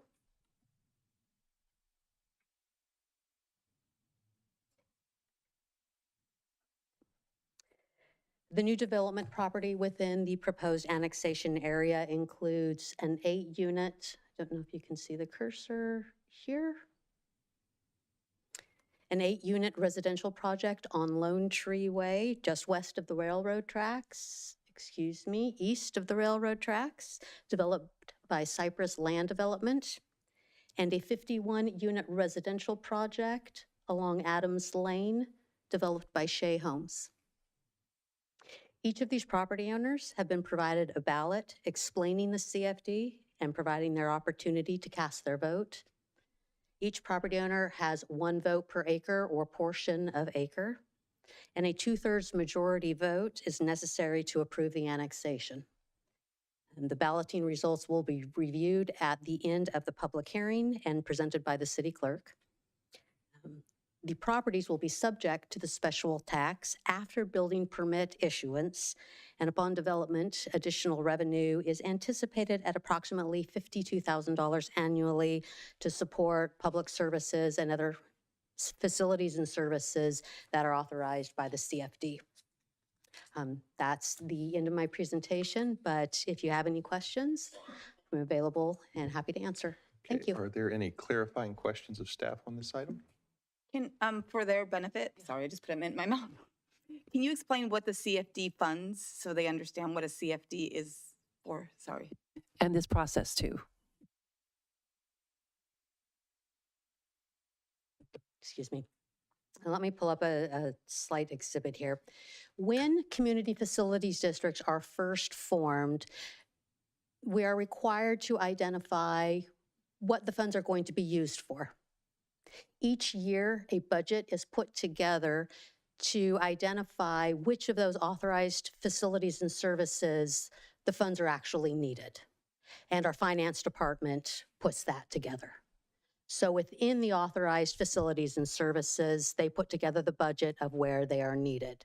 And I can show you an exhibit of what the authorized facility services are, and possibly our finance director can let you know how they are currently utilized. Across the top, and this is quite small,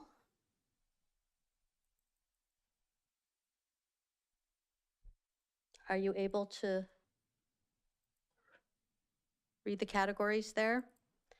So the facilities and services range from open space, police and public safety, public protection and safety, flood and storm drainage, joint use school sites when we enter into agreements with the Liberty or the Brentwood Unified School District, gymnasiums, soccer fields, things of that sort. Library funding, roadway maintenance, utility undergrounding, other public safety, and these are the facilities sections. So there is a range, and as I mentioned, annually a budget is put together, so within these authorized facilities and services of where the funds are actually needed. Does that answer your question? Yes, but can you also talk a little bit about the voting process, what's happening right now? Sure. So because this is a special tax, of course, the property owners are required to vote on it. This is a property owner election rather than a registered voter election because these are vacant properties. There are no registered voters on these properties. So each property owner is sent a ballot along with a waiver and consent form that outlines the process, the CFD, the rate and method of apportionment of the CFD, the authorized facilities and services, and it shortens the time frame on the mailed ballot election with that waiver and consent. So instead of the typical 90 to 180 days when you have an election, we can narrow it down to 30 to 60 days. So the property owners are mailed all of the paperwork, and then they are given the opportunity to cast their vote and return to us in advance of the public hearing or prior to the close of the public hearing.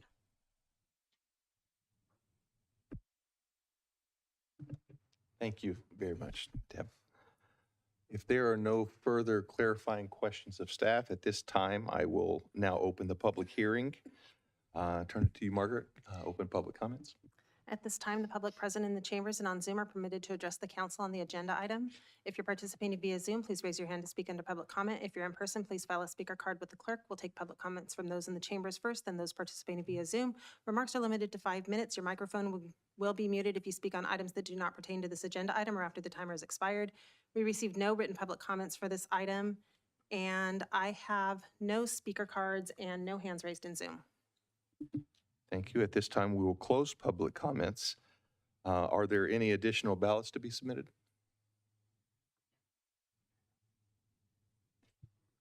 No, there are not. Okay. Seeing that there are no additional ballots at this time, I need a motion to close the public hearing. I make a motion to close the public hearing. Second. Okay, we have a first and a second. All in favor, aye. Aye. It is unanimous. So is there any further council discussion on this item this time? Okay. Seeing none, do I have a motion on this item?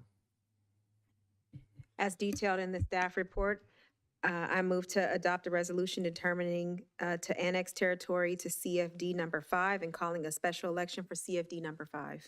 I'll second that. Okay, we have a first and a second. All in favor, aye. Aye. Opposed? It is unanimous. This time I'm going to ask the city clerk to tabulate the ballots and read the results. Margaret? All ballots were returned with a 100% affirmative vote.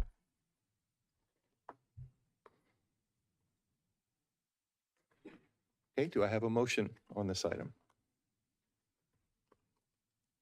As detailed in the staff report, I move to adopt a resolution determining the results of the special election for the annexation of territory to CFD number 5. And I'll second. We have a first and a second. All in favor, aye. Aye. Opposed? It is unanimous. Thank you. At this time, we'll move into item G1.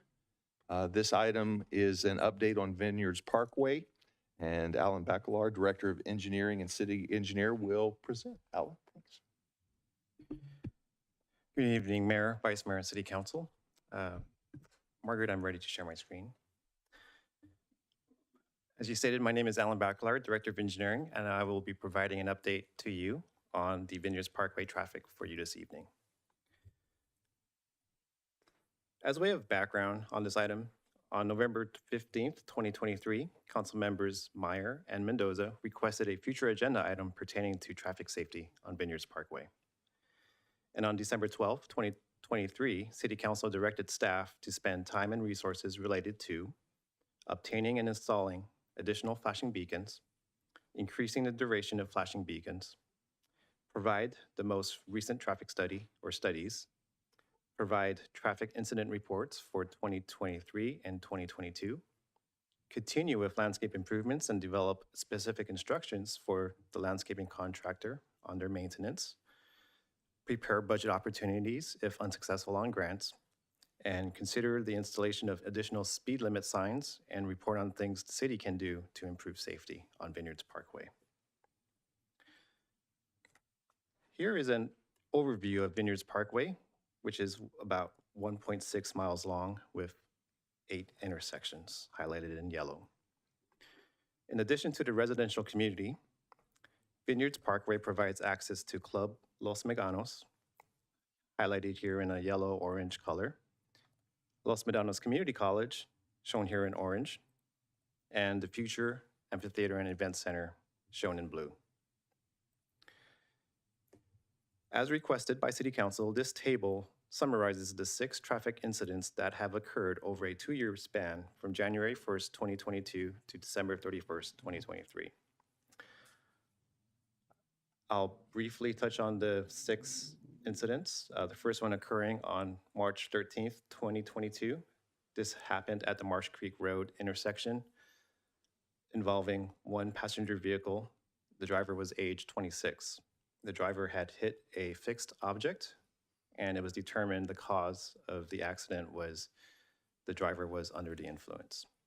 And there were no injuries with that first incident. Second incident we have on record was on March 30th, 2022, John Muir Parkway intersection. This involved one passenger vehicle driven by a 20-year-old driver and a bus. This was a head-on collision.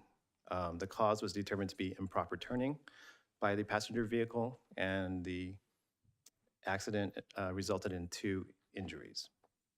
The third incident was on September 4th, 2022, at the Miwok intersection. One passenger vehicle, the driver was age 17. The damage was that the vehicle had hit a fixed object. The cause was determined to be that the driver was under the influence and speed was a factor on this one, with resulting in 1 injury. The following year, on March 29th, 2023, at the Solera intersection, this involved 2 passenger vehicles, drivers ages 29 and 54. This was a rear-end collision. It was determined that one of the drivers had been drinking and we believe had missed the Solera, missed making their turn onto Solera and had decided to reverse to try to get back to Solera, resulting in a collision with another vehicle. Fortunately, there were no injuries with this incident. The 5th incident was on June 8th, 2023. This is approximately 500 feet west of Miwok Avenue on Vineyards Parkway, involving one passenger vehicle, driver age 19. The driver had hit a fixed object and was determined that the driver was going at an unsafe speed. Fortunately, again, there were no injuries with this one. The most recent incident occurred on October 27th, 2023 at Solera Avenue, at the intersection of Solera Street and Trilogy Parkway. The parties involved was one passenger vehicle, the driver age 65, and one pedestrian, age 74. The damage caused was the pedestrian was hit. The determination, according to the police report, was that the driver did not see the pedestrian. This one resulted in an unfortunate fatality. Here is a graphical illustration of the 6 incidents and where they occurred, going from number 1, 2, 3, 4, 5, and 6. Here again is Solera Avenue, well, Solera Street intersection.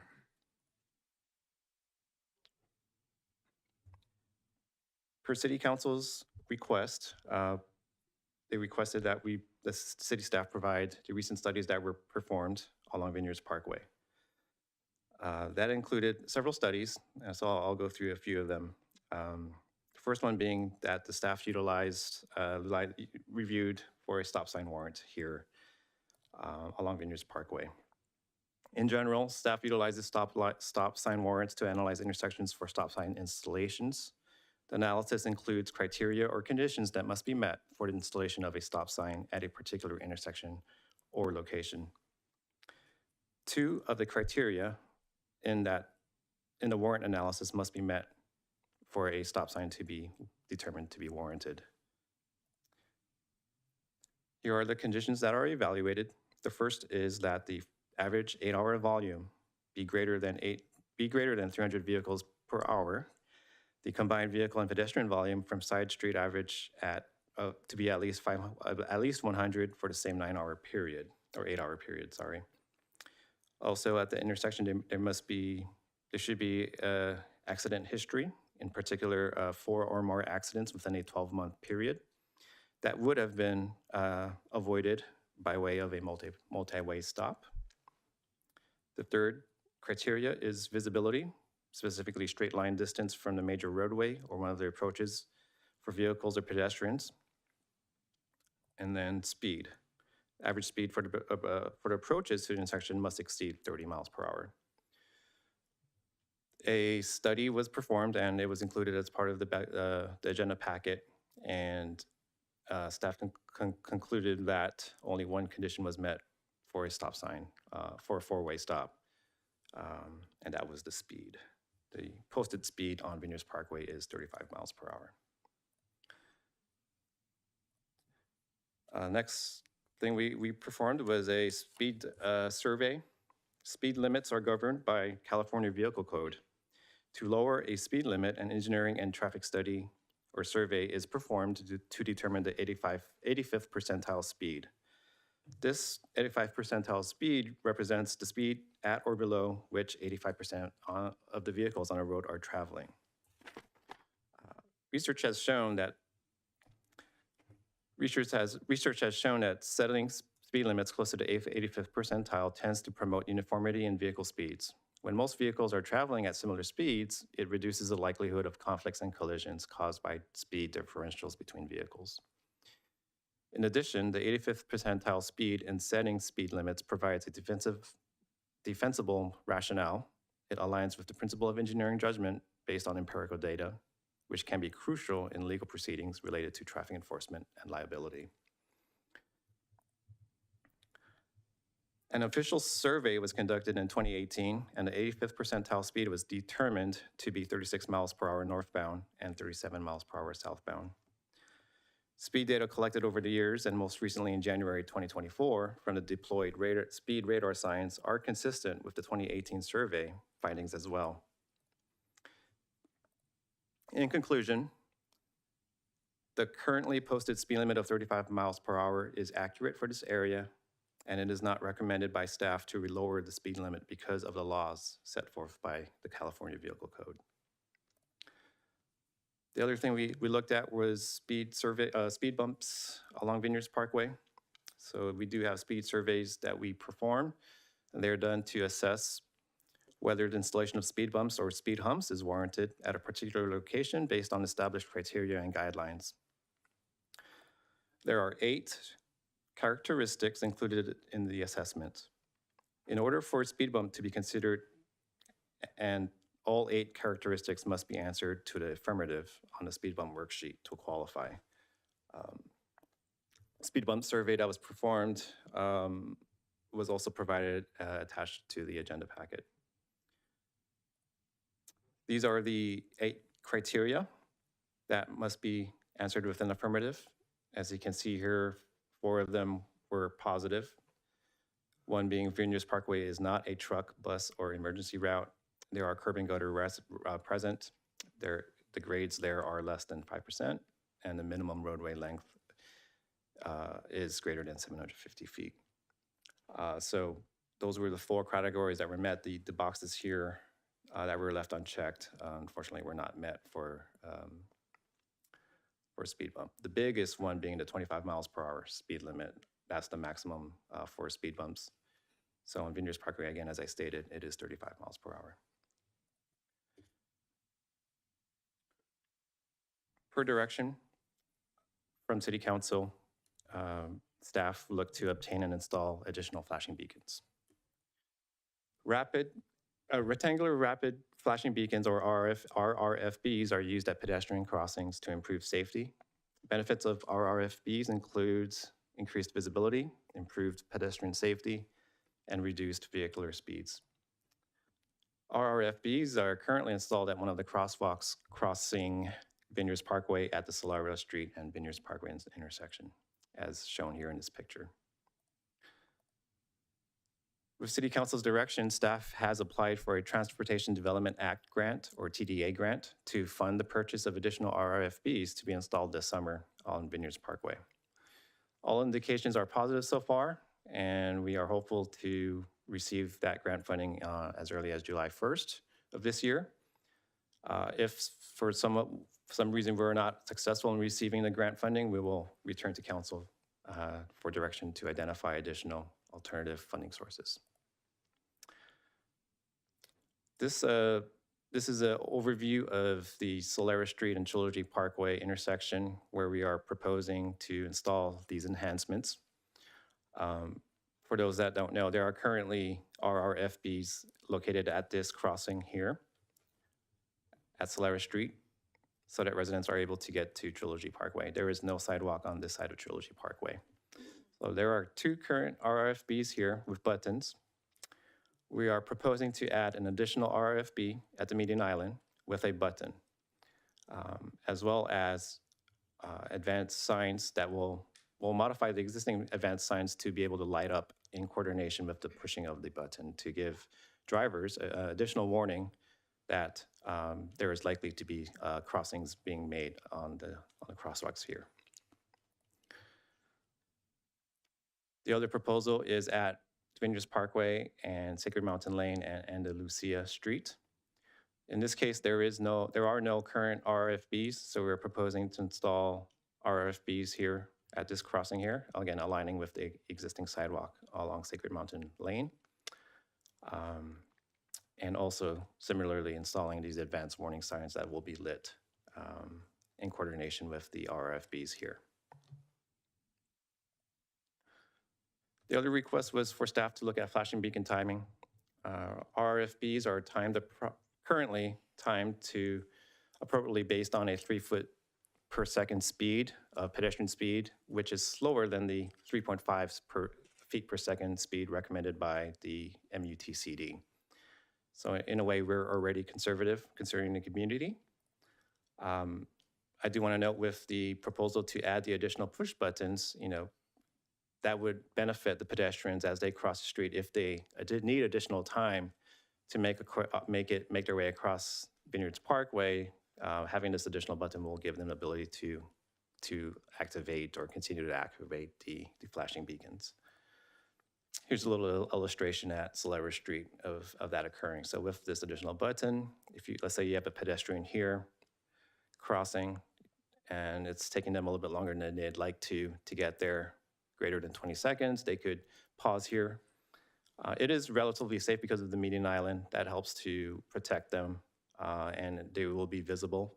And then they could simply scoot over a little bit and press this button again to get additional flashing time to make their way across to the other side of the street. The other questions or directions City Council gave was for us to look at landscape maintenance. So currently, landscape maintenance along Vineyards Parkway is handled through the Landscape Lighting Assessment District, which is managed by the city. TerraCare is the city's contractor responsible for maintenance along Vineyards Parkway. city will continue to manage and measure the contractor's maintenance efforts, ensuring that the recommended stopping and sight distance is provided at all intersections. Also have the Parks and Rec Director if there's any further questions about landscape maintenance. Additional signage was also requested to be looked at. Generally, the city follows the California Department of Transportation, or Caltrans, manual for uniform traffic control devices, or CAMUTCD. The MUTCD aims to improve safety and mobility for all travelers in California by providing guidance to transportation practitioners that strives to balance safety and convenience for everyone in traffic. That includes drivers, pedestrians, and bicyclists. Staff regularly reviews proposed and existing traffic signs throughout Brentwood to make sure they are consistent with the MUTCD and does not recommend additional signage at this time other than the enhancements that was previously discussed in this presentation. With that, that includes staff presentation. I'm here to answer any questions. We have additional staff here as well. Clarifying questions, Councilmember Pearson? Yes, thank you for that. I appreciate all the staff that took the time to go into this, making sure that all of our questions were answered. So I appreciate that. One of my questions, I do like the addition of all the RRFBs. The ones on the median, will they be accessible to people who may be in wheelchairs, walkers, or any other devices that they need? Yes, definitely. That's a great question, Councilmember Pearson. Because the crosswalk is at grade on the road, and we'll make sure to have the poles such that and situated such that the someone on a wheelchair will be able to access it. Yes. Thank you. And then I think you said because we got some public responses via email after the time they got included, and some of the photos showed the shrubs a little bit higher. So that stuff is going to be maintained to be down lower to make it more visible from some of the turns. I think it was on Solara. That is correct. I'm aware that the TerraCare, the contractor, is pretty active. I think they're out there almost daily, making sure that the shrubs are kept low enough. I know the pictures did not reflect that, but sometimes depending on what angle you're at, it may look different. But we'll continue to monitor it, and at all times, if there's any concerns, feel free to contact the city, and we will be sure to head out there and make sure everything's kept correctly and safely. Councilman Orlemans? Just to add on top of that one, the shrubs in the picture that we received in the email seemed a little bit higher. The ones in the picture here at Solara on Vineyards almost look like rock or ground level.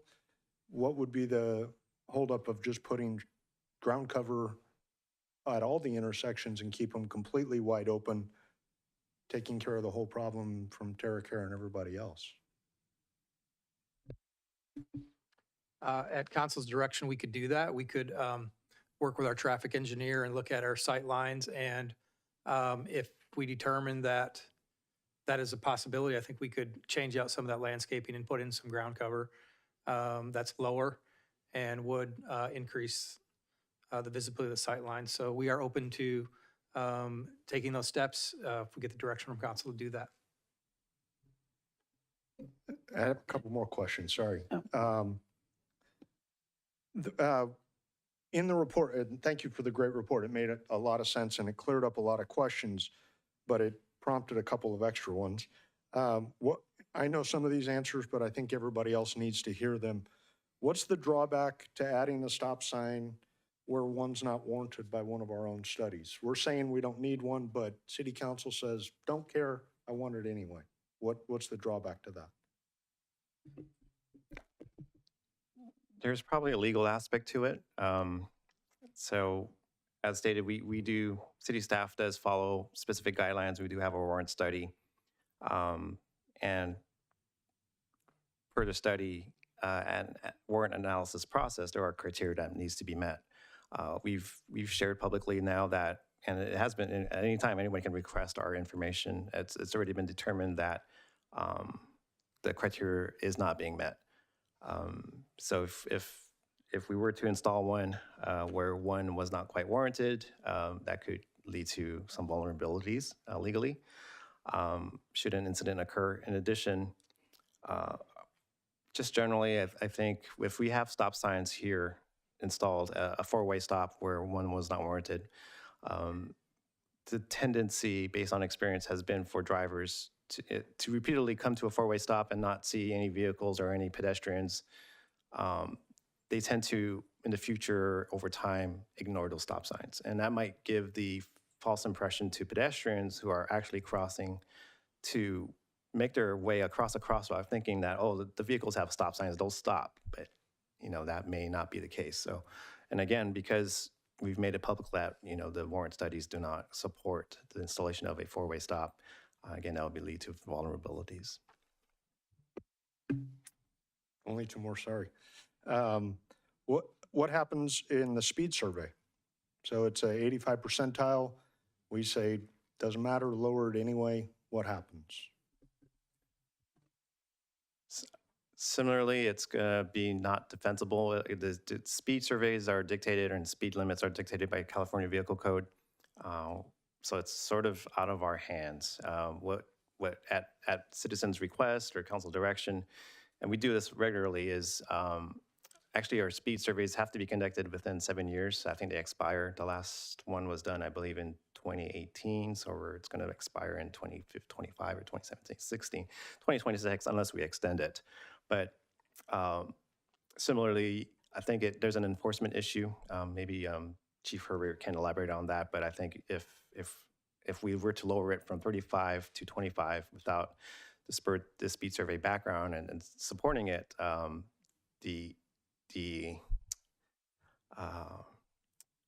wouldn't say suspect, but the person driving at the excess speed may be able to pull on the fact that, oh, the speed surveys show the 85 percentile to be at 45. So that could, again, lead to some vulnerabilities and a lack of ability for the city to enforce the speed limit. And the last one. Did we ever look at moving the mailboxes on any of these from one side of the street to the other, or can we? I would say, great questions, Councilmember Orlemans. The mailbox relocation, that would be an HOA option. That would be outside of the city's ability. But that's definitely an option open to the HOA if they want to relocate or rethink their mailbox situations. Of course, that would require close coordination with the post office. But that is certainly an option, but not one that I'm able to recommend at my seat. Thank you. You're done, right? I'm done. Thank you. Thanks, Alan. I think it was really helpful to see the answers to all of the different questions that we had and the mitigation suggestions and all the rest of it. But I did have some follow-up. The traffic report being from 2018, we're getting by with it right now because there hasn't been a huge amount of change, but once the amphitheater is opened, I mean, I think we need to be a little bit more proactive about our planning for that. The traffic report would, of course, come after that, but we need to look at what mitigations we can put in place before it becomes a problem. So I'd like to know if we have some plans in place for how that's going to work. Great question, Councilmember Meyer. With the amphitheater, similarly, separately, we're going through a subsequent EIR process, and part of that was a warrant study and a traffic study was done to analyze the effects of the amphitheater. I am not, because it is not, the report itself has not been finalized or it has not been made public, I'm not sure I'm able to share the results of that study just yet. But rest assured, with that study, and the project description itself includes the installation of a traffic signal at the amphitheater entrance on the north side. So that's at the intersection with Old Vine Place. So there is a signal with the project being contemplated already, but no other signals at this time or mitigations, I think, are planned to be done ahead of the amphitheater being implemented. More information I expect will come with that process. The public will have additional chances to review the amphitheater project and comment on the findings of the EIR and the studies itself. So maybe through that process, we could always, at council's direction,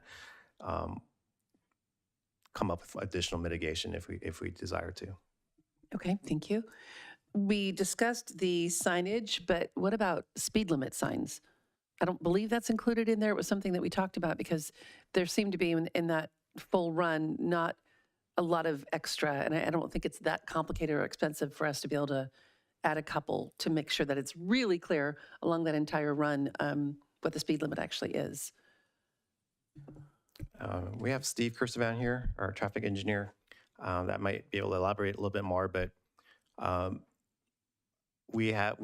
my understanding of the signage that's out there currently, they're consistent with what we normally have out there required. I think, and Steve can confirm, but I think we did make one adjustment to one of the existing streets speed limit signs to make it more visible. But yeah, go ahead, Steve. Good evening, Mayor and Council. Steve Kersevan, traffic engineer for the city of Brentwood. There are currently 12 signs, 6 per direction. And since we first met, we've also added 2 radar signs that indicate your speed with a digital readout. We can add as many signs as you like. We can add additional ones. We can also look at painting the speed limit on the pavement. So adjacent to the sign, we would actually paint 35, which is something that we have started doing on a regular basis through our PMP program whenever we, not so much in residential areas, but 30 mile per hour and above streets, arterials and the likes, we are automatically doing that. So that's something we could look at. One of the issues on this particular corridor, and I know we've heard about landscaping over and over again, is that those signs, we have to place them rather carefully so that they're not covered by trees, bushes, or whatever else. And I know at the last meeting, it was brought up to our attention that there was a sign as you came up from Miwok Avenue that was obstructed. Park and Rec staff had it fixed the next day. So then what is the impetus for potentially doing that painting of the speed limits on the street? I can do an assessment. I've driven it. I can drive it again. And it's not extremely complicated. There's no magic number that if you have 4 signs, everybody speeds, but if you have 8 signs, they don't. At the end of the day, I would be surprised if people don't know what the speed limit is. If you want more bang for the buck, my recommendation would be let us paint the number 35 on the street. Thank you. Okay, so does that end up being like a future agenda item to assess that, or does it need to be assessed? I mean, we're having the conversation now, Steve, so. I would say, Councilmember Meyer, with City Council's direction, if that is the desire of council, we could okay, implement that. I don't think the cost is that significant. right, okay, thank you. And then as far as the number, that's just something that would be potentially like around the beginning of a curb or something like that. Where does the placement get? How's that assessment? I'll look at it. I rather than a curve, for visibility standpoint, I would want it in kind of a straightaway so that it's visible.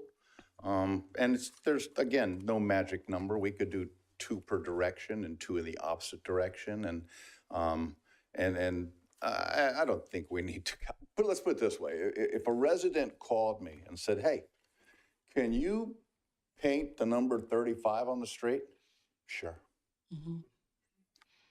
It just feels like just one more added layer of protection, and I think that's a pretty, like a non-event. I think it's something that we could very easily incorporate into whatever motion happens this evening. Absolutely. Thank you for that. I'm double checking my notes here. I think I'm good. Thank you. Hi, thank you. How much are the flashing signs? Because I know we're asking for a grant, but I didn't, unless I missed that number, I didn't see that number. Steve, I forgot the number.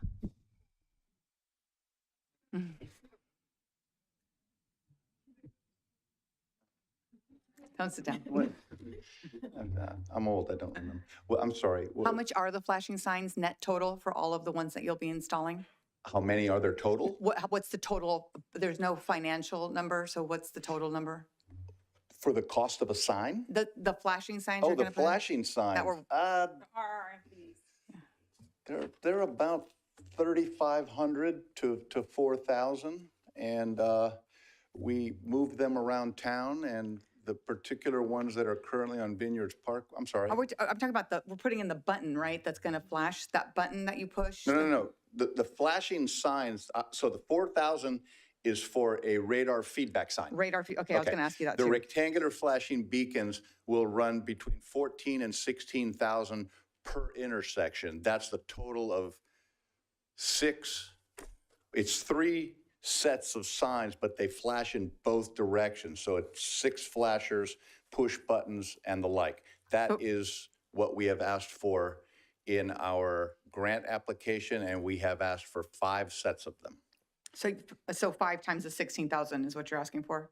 We asked for 5 times 16, 80,000. Yeah, okay, good. Then my next question is, if you look back at 2017, I believe all of the houses to the north of Vineyard did not exist. So how do you calculate for the incremental traffic with new residents when in 2018 they weren't there?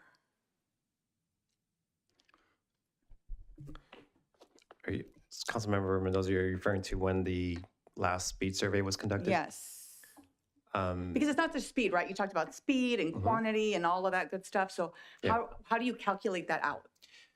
So when we do the speed surveys, and Steve can correct me if I'm wrong, but it's based on actual data at that moment. So Steve or a consultant that he hires would go out there and actually perform the survey. So they would count cars to determine if see how not only count cars, but for volume purposes, but also to see what speeds they're traveling at. So it's not really kind of contemplating out as the neighborhood's building out, what would it be? It's really at that moment when the speed survey was conducted, what were the speeds being recorded? So that's the survey now or the survey in 2018? That was in 2018. The data that we received from the radar guns, not the radar guns, sorry, the speed limits radar signs that were put out in January of earlier this year, those also record data as far as the number of vehicles and also the speeds they're traveling at. And they were very consistent with the numbers that we came up with in 2018. The same number of cars? I believe so. Steve has noted a decrease in actual volume. I think part of it was maybe the State Route 4 bypass being built. But Steve, you want to elaborate on that? Did we do that before or after class was back in session at LMC? I have studies going back to 2018 pretty much every other year. I don't necessarily go out with a radar gun because that's a limited data. That's a couple of hours. We do put traffic counters down to count traffic, and that gives me speed, volume, and time of day. I use that data. I get it to the police department because it tells them which time of day should they be out there where the most volume is either present or speeding, and PD is very visible. To answer your other question, one of the ways that we get an idea of what's coming is when they build a subdivision of that size, we get a traffic study. The traffic study gives us generation numbers, so we know how many cars are coming. The speed survey that was done in 18 isn't really dependent on volume. It's just dependent on data of how fast that volume is going. The reason we don't want to touch that is, first of all, it is good for 7 years. So it's going to be good till 2025. The vehicle code used to say you can extend it by 3 additional years. What they found when they started running out of that 3-year extension is when traffic engineers or whoever went out to gather the new data, all the speed limits were going up. So now, did I say something wrong?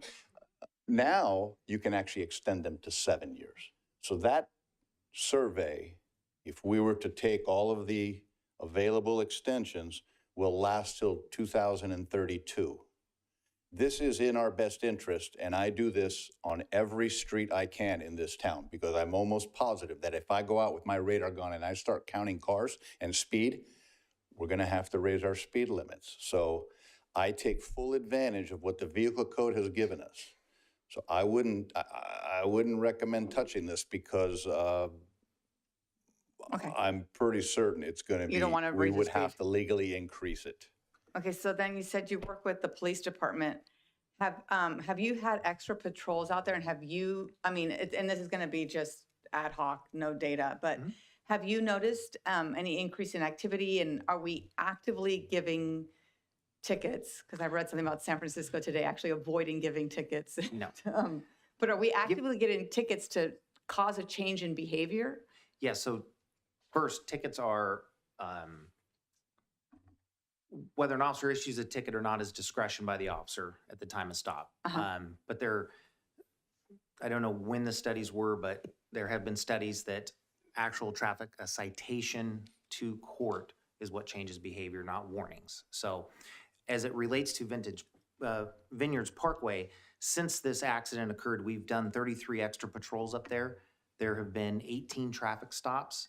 From the feedback I received from our traffic division that was up there doing the extra enforcement, the traffic speeds are consistent between 35 and 38 miles per hour.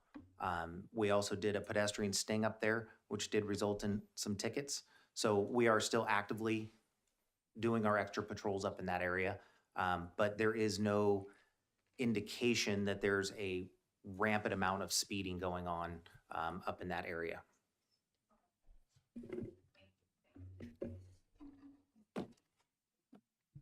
Are there any further clarifying questions of staff at this time? Okay. Thank you, Steve. Seeing that there are none at this time, we'll open public comments. Margaret? At this time, the public present in the chambers and on Zoom are permitted to address the city council on this agenda item. If you're participating via Zoom, please raise your hand to speak under public comments. If you're in person, please file a speaker card with the city clerk. We'll take public comments from those participating in the chambers first, then those participating via Zoom. Remarks are limited to 5 minutes per person. Your microphone will be muted if you speak on items that do not pertain to this agenda item or after the timer has expired. And we received 2 written public comments for this item that were posted on the city's website. I'll call on Joe.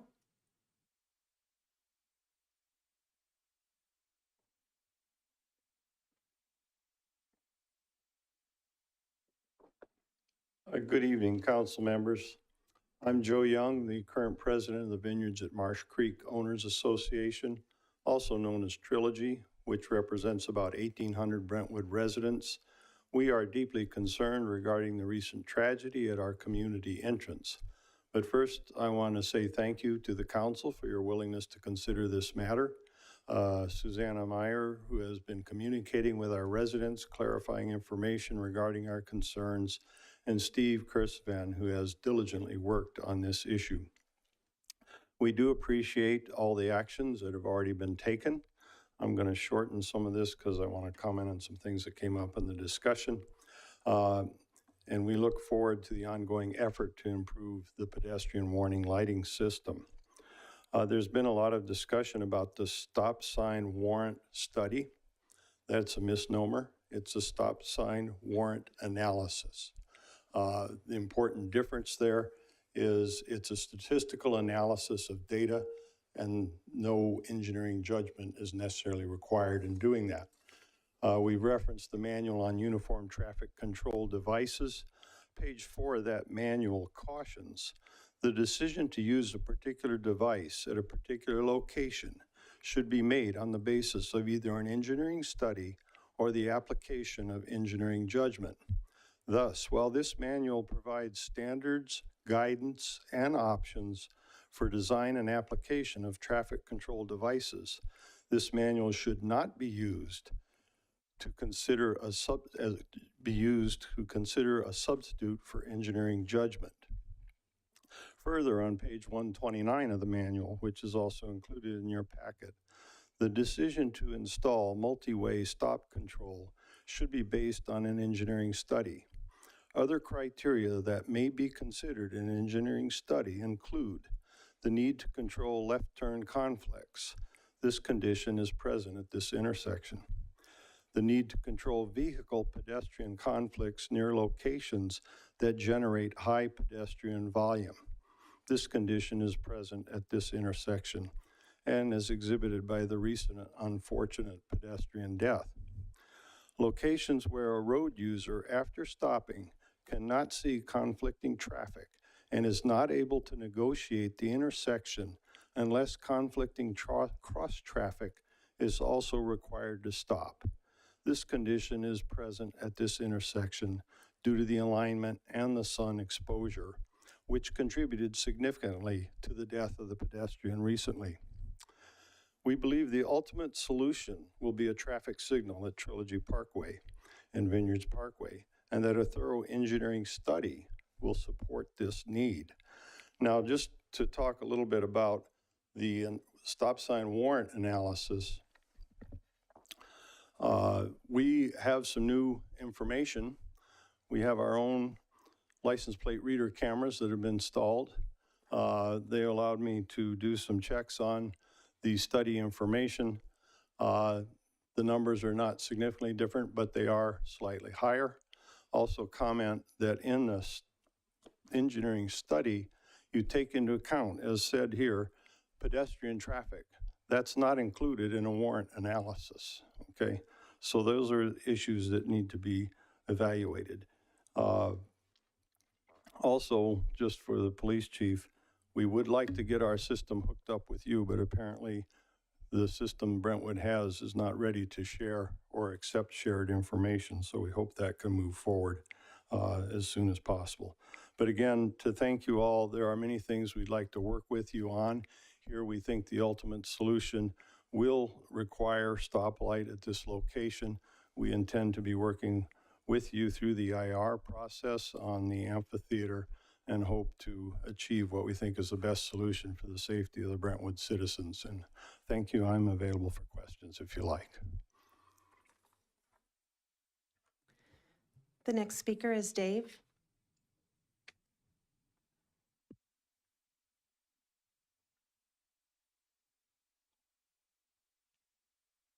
My name is Dave Gilbert. I'm a resident in Brentwood and in Trilogy.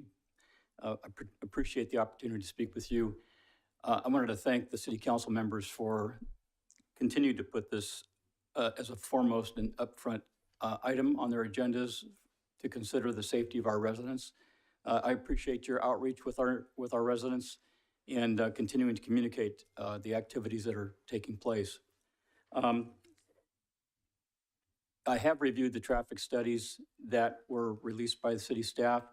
I believe that the study does not accurately address the line of sight issue, which is included in the stop sign warrant study.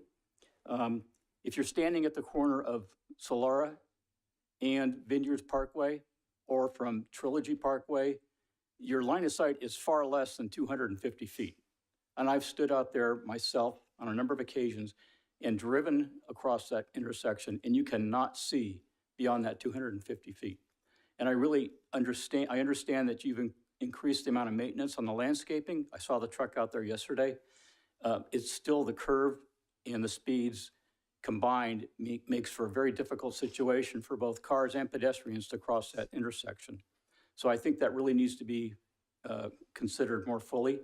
And if in that analysis, you check the box yes, that is an issue, then you satisfy 2 of those warrants for a 4-way stop sign. So I think that fully that needs to be addressed again. And I don't know when the last time they looked at that intersection, but I think it needs to be looked at again. Additionally, and I think the study does a good job of addressing vehicles, the speed and number of vehicles that are coming through there. But unfortunately, what it doesn't do is take into account near misses that I believe are happening on a regular occasion. And there's no way to report that. But I've heard from a number of residents there who have issues trying to make that crossing from Trilogy Parkway across Vineyards Parkway. And believe me, if you're hesitating there for a second, you could be in trouble. The other item is, and I think Joe addressed this, was the angle of the sun during the winter and fall months is extremely low and it's blinding.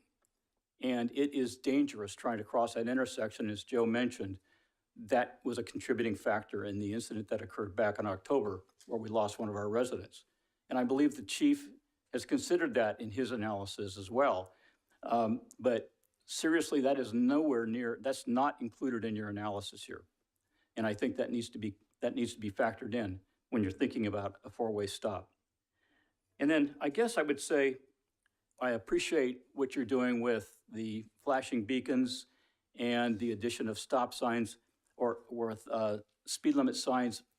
I really think that you need to consider the stop sign or stop light as we've been pressing over the last 6 months. It's been roughly 6 months since this tragedy occurred.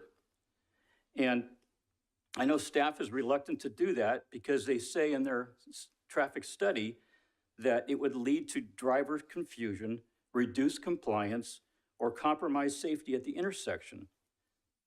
There's no stop signs on that street for roughly 1.5 miles between John Muir Parkway and Miwok Village and intersection with Vineyards Parkway. There's no other stop signs. There's nothing slowing anybody down other than the speed limit signs and the flashing beacons. So I would argue that I think given the confusion of people trying to cross that street, the blind intersection, and the blinding conditions created with the sun during certain times of the year, that you are actually creating the very conditions that you think you're trying to prevent. So I would really request that the city consider putting a stop sign or a stoplight in there. Thank you.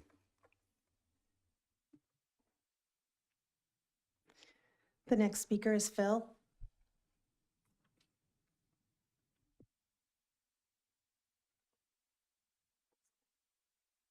Hello, my name is Phil Henry, and I too am a Trilogy resident. And I'm here to ask the council to use your authority to place stop signs at this intersection we're talking about. The warrant issue that was mentioned by staff there, there were the speed and the visibility. I too walk across that to get my mail, that intersection every day. And no matter how hard I look left and right, I can't see far enough to get all the way across that intersection. And of the 4 warrants, there's a 5th one as far as I'm concerned. I'm 81 years old. I need a break, get across that intersection. About half the time I end up at that median waiting for some car to go through. And most of the time they kind of ignore those flashing yellow lights. So I really think the council ought to go ahead and take its authority and press forward with stop signs. Thank you. Thank you. The next speaker is Denise.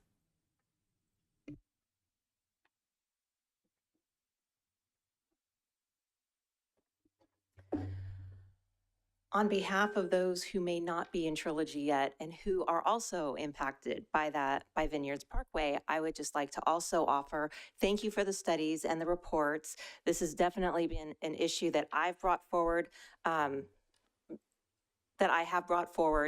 And one other area is Vintage Place. That is the summit of Vineyard Parkway.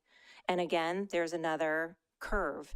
And I would much rather see where the 4 ways are, that those get the attention and whatnot, but maybe just remove the crosswalk at Vintage Place because people do not slow down, and 35 miles an hour is not what we're seeing. And even if it was what we're seeing, if you're walking across the street and it's 35 miles an hour, it doesn't matter if it's 35 or 55 because it's going to be ugly, unfortunately.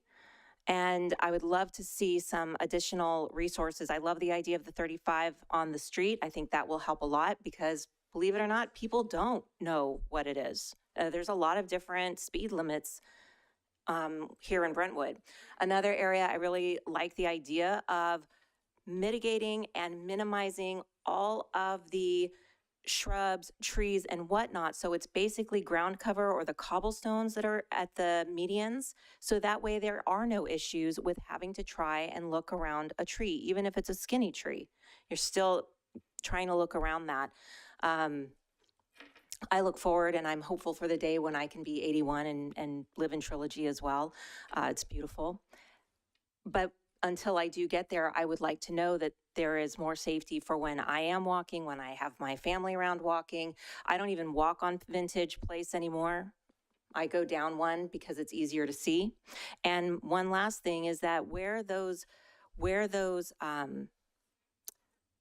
digital speed, where it states what speed you're going at, they're at the incline at the bottom of a hill. So pretty much everybody's a little slower when they're just starting at the bottom of a hill. But if you were to see maybe where that is when we're getting closer to the summit, might have a different number as well. So thank you very much for your time. Thank you very much for the work and for the commitment and the dedication. And thank you to all of our speakers here tonight as well. Thank you. Thank you. I have one additional speaker, Carolina.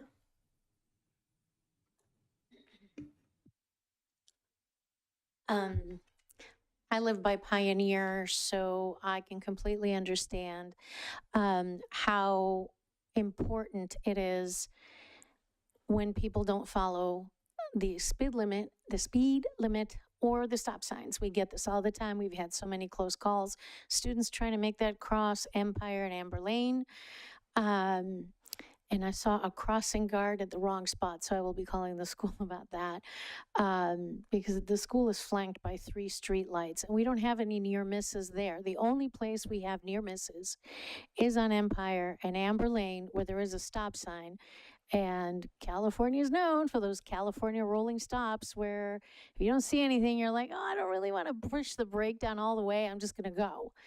The problem comes that people are busy and not paying attention in the morning, and I'm sure out by Trilogy all day long, so they're not paying attention to the speed limit or the traffic signs, and that's why we had, and then add the sun, and we had a casualty.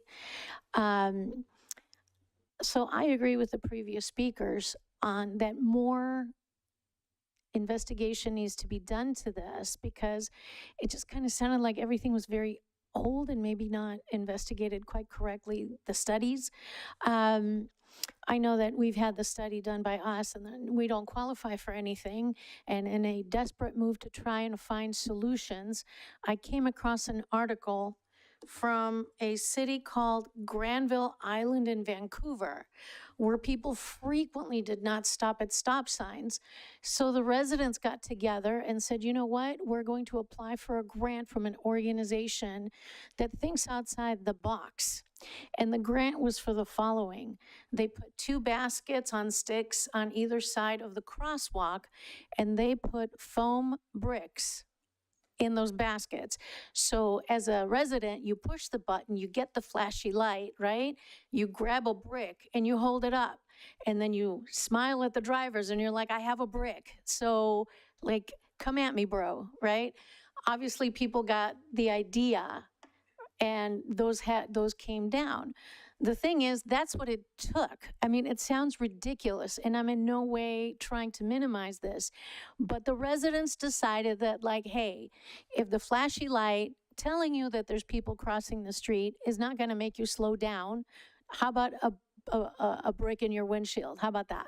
So I'm just saying that this is very important. The people who live in Trilogy should be able to cross the street without fear of getting hit by a car.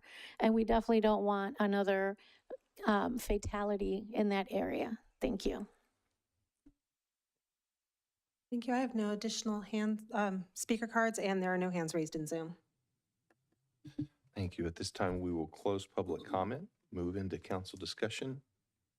Vice Mayor. Thank you. I mean, I have to say, I do think eventually we're going to end up needing a stop sign there.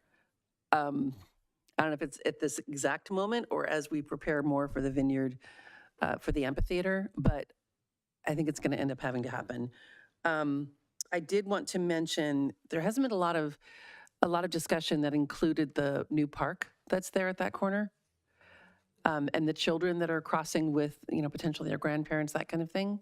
Is there anything in any of our assessments that would include the impacts of having a park and having kids running out into the street, as we know they do, having grandparents chasing after them, that kind of thing? I am not aware of any studies, but however, as I mentioned earlier, this is part of our normal operating procedures. So anytime, and I'm sure we will after this meeting, we'll probably relook at performing another stop sign warrant just because of what we heard tonight. Sounds like a visibility might be one of the topics that might have changed since we last did a stop sign warrant. So, please rest assured, residents as well as city council, that staff's on top of it. We will be sure to follow up, to perform as many analyses as possible to confirm that, the conditions are continued to not be, to make sure if a stop sign is warranted, or speed bumps or other items that we do, or speed surveys, that we are on top of it. We will look at it, and we will look at it as soon as we can. With regards to the park, similarly, the park is relatively new. So again, we will take a look at that. Thank you. Is there any response to anything that we heard from public comments about this, about the stop sign warrant or the assessment or any of those things? Any response to that? There are good points. I wouldn't say that what we do in Brentwood is, when we've looked at other jurisdictions, countywide as well as Bay Area wide, and every jurisdiction we looked at had very similar processes and warrant analyses that had the same criteria that we do here. So we're not doing anything unusual, or we're not missing things that other cities are doing. One thing we did observe is, between different cities, there are different maybe volume thresholds that they have, meaning how many vehicles are on the street. But same thing, accident history, visibility, and speed and volume are the primary factors for stop sign warrants. As I mentioned, speed limit warrants, or speed limit studies are governed by this California Vehicle Code, so it's pretty uniform California-wide. And then the speed bumps, similarly, is very similar to other cities, with the only exception being the volumes, probably. The question came up with regards to using engineering judgment. I want to say the public commenters are right. These are analyses that serve to inform the engineering judgment that Steve makes, that I make. And it is our engineering judgment at this time, at least based on the studies that we performed in the past, that the warrants are not being met. But as I mentioned again, we'll go out there and relook at things. Thank you. The last thing I want to mention is we've talked a lot about visibility, but most of it has been around the landscaping, which I would agree with whomever suggested maybe just getting rid of anything that's past a certain height and go with a lower bush or ground cover. But the other part we haven't talked about is the part that we are not able to control, which is the glare that happens at a certain time of day every day. But we've heard about that from a lot of people. We can't control it, but we should at least mitigate the impacts of it. So I feel like the visibility that we've spoken about a few times, maybe that visibility alone is not a stop sign warrant, but maybe two different completely separate visibility issues, and one of them we aren't able to control at all. Maybe that would support more assessment.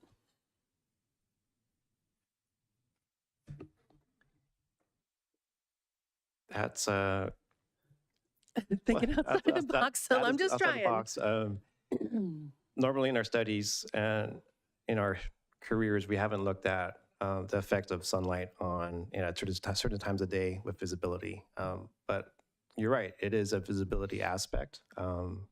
And with our follow-up studies, we'll have to kind of look around, Steve, and see what we can find with regards to mitigations against sun glare or sunlight. What I mean, a stop sign or a stop light would of course be one of the mitigations that I think everybody's looking for. But the fact that the glare is there every day, we can't do a thing about it. You can't deflect it or reflect it or anything else. The only thing you can do is work with it in the safest way possible, and I think that's going to end up being a stop sign. Yeah, I would say, Councilmember Meyer, generally as a driver or a pedestrian, if you're having a difficulty seeing, by nature, you should slow down. I mean, it's not necessarily, you don't necessarily need a stop sign to tell you to slow down and be careful. I personally drive on the freeway on a 580 heading home, and I'm facing the sun. And when I do, I am extra cautious. So I think that should be a driver's instinct and a pedestrian as well. Just whenever there is a sun that is affecting your visibility, you should not speed up. You should not continue at your same speed. You should slow down and be careful. So. And that's something that I wish we could assume. That is what we've said is the cause of the fatality. And so I just want us to maybe look at that as one of the things we should be considering. I want a stop sign. I think that we made a conscious decision as a city to build a retirement community where we know, like Mr. Henry said, they're a little slower, right? So we made a conscious decision. He's right. We can use our authority. You know, I respect your opinion, but they're the ones that live there and live it every single day. And I'm their representative, right? I'm not staff representative, I'm their representative. So if it were up to me tonight, we would just put in a stop sign, which could be within a week because we own our own sign shop.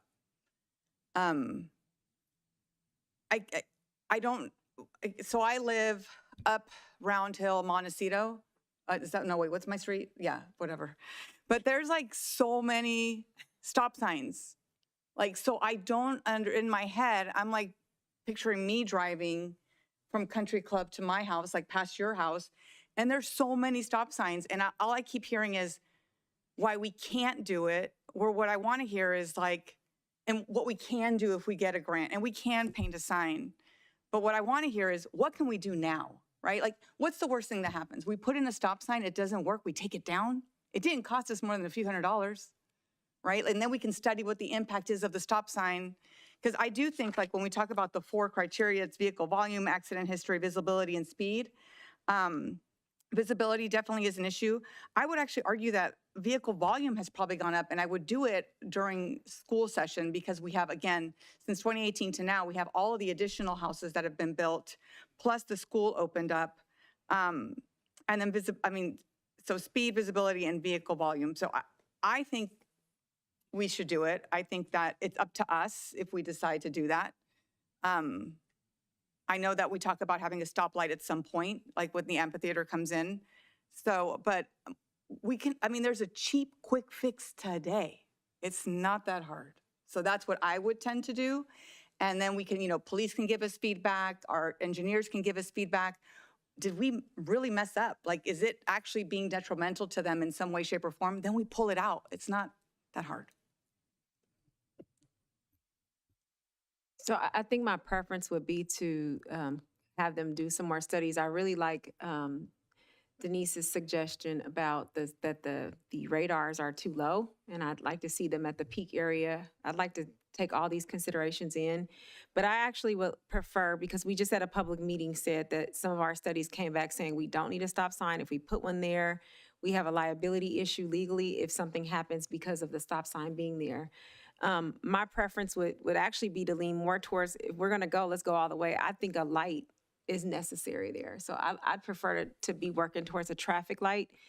In the interim, I love the idea of the painted 35 on the street. I like the idea of the additional RRFBs, although I do have a question about time of day, if you can even see the flashing light or not. And then Tony, thanks for the suggestion, because that's where I was going when I asked my question about landscaping, is to minimize to straight ground cover because it is not visible. I'll tell you, as a former pro tem judge, the majority of my judging was sitting as a traffic judge. One of the things, I'm happy we're not talking about reducing speed anymore. One of the things that happens when you reduce the speed and your traffic engineering study comes back higher than the speed you reduced it at, you actually create more of a problem. The reason why is every single person who speeds, the majority of the time, they bring the traffic engineering study into traffic court and they show you that it doesn't match and they get out with no ticket. We have to throw it out because it doesn't match, right? So if it doesn't match, and they're going higher than your posted speed limit because the traffic engineering study says they can go 35 miles per hour or more, then what happens is we have people on the road who think they can keep violating because their tickets are not going to match. So I've had to throw out tickets for people who I know was going over more than the posted speed limit. So I'm happy we're not reducing the speed limit. I do want to, my potential ask tonight would be, if we can come back and review this in as soon as we can, if we can repeat those studies, and Alan, maybe you can tell how soon we can do some repeated studies, placing and taking in consideration everything everyone said about where those are, actually reviewing after we've put in some additional RRFBs, and seeing if maybe by this summer, June or July, we can come back and have a further review of this. I'd like to see that. I don't want us to dead this issue. And I thank everyone's comments for tonight. And sir, although you walk slower, you look dang good to be 81 years of age. Can we put up the stop sign criteria? I want to understand the legal ramifications if we do it. Councilmember Patricia mentioned legal liabilities. So what exactly does that mean? Like, what are we taking on if we do it? And if someone could put up the stop sign from the slide, the criteria. I just don't understand. So on your screen are the 4 criteria that are evaluated. As I mentioned, all we need is 2 of the required to be met, and that would determine to be a stop sign to be warranted. So currently, and Steve maybe will elaborate a little bit more, but currently speed is the only item that is affirmative. I believe it's because the speed limit is 35 miles per hour. So if you deemed visibility an issue, then we would justify a stop sign. Yeah, and just to elaborate on visibility, it has to do with sight distance. We have standard sight distance requirements from a stopped vehicle or for a pedestrian to see a certain distance prior to making their crossing. It does not, at least, it does not pertain to sunlight or whether it's day or night and those type of things. It's purely, can I see so many feet away from where I'm standing? As I had mentioned, we can always evaluate that at any time. The accident history, my understanding at the intersection, there needs to be at least 4 accidents within a 12-month period at that intersection that would have been otherwise mitigated with a 4-way stop. And then the vehicular volumes in the intersection, they were not being satisfied as well. So when it comes to I think it was Mr. Dave, I didn't get your last name. How many feet, I guess, I just want to do whatever we can to help them. And if you say we need 2 out of 4, I'm going to look for 2 out of 4 to help them.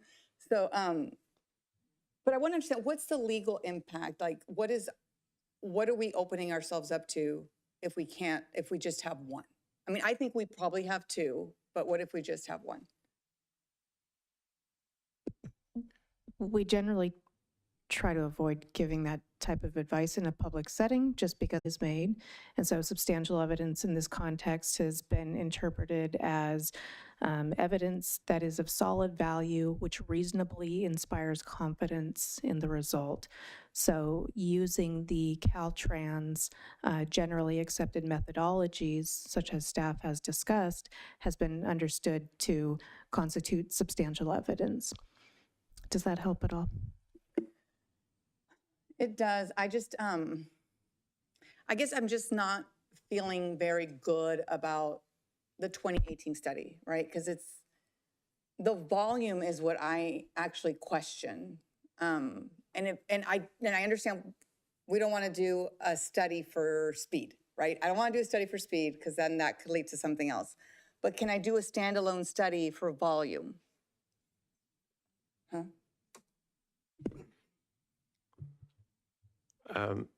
We could always study the volumes, but as far as meeting the warrants, typically we would look at all 4 of the categories. But yes, I think we could look at volumes at any time. And can we re-look at the visibility based on the comments from our Trilogy resident? Yes, that was my intent. Based on what we were hearing tonight, there were some visibility concerns, so I was going to direct Steve to see about going out there and doing another study. So then as soon as you're done with that, you could come back to us and like, yes, you guys have 2 out of the 4 or 3 out of the 4, whatever it is out of the 4, it constitutes having a stop sign. And then I know, yeah, the light sooner or later, but how much is a light, by the way? Real quick, how much do we pay for lights? A 4-way intersection, it's at least $500,000 to be designed and installed. And is there ever any grants for a stoplight? I'm sorry, could you repeat that? Any grants for a stoplight? Because I know you're asking for grants for the, The grants we're looking at, it's nowhere near that amount. yeah. But typically, the grants are more not geared towards actually installations of signals. That's more for enhancements, like we're doing here Okay. with the flashing beacons. So that's how I mean, I feel like I'd like to do a little bit more work around the analytics and seeing if it gets us, because this is their home, right? We're not the ones that have to live up there. They're the ones living up there and living with the ramifications. So I always like to get to a yes for the residents if we can. So if it's possible within our guardrails, that's what I would like to look at. Councilman Orleans? So if it, can we make the motion that while after you do a restudy of that intersection, if two of those criteria are met, you put in the stop signs? It doesn't have to come back to us.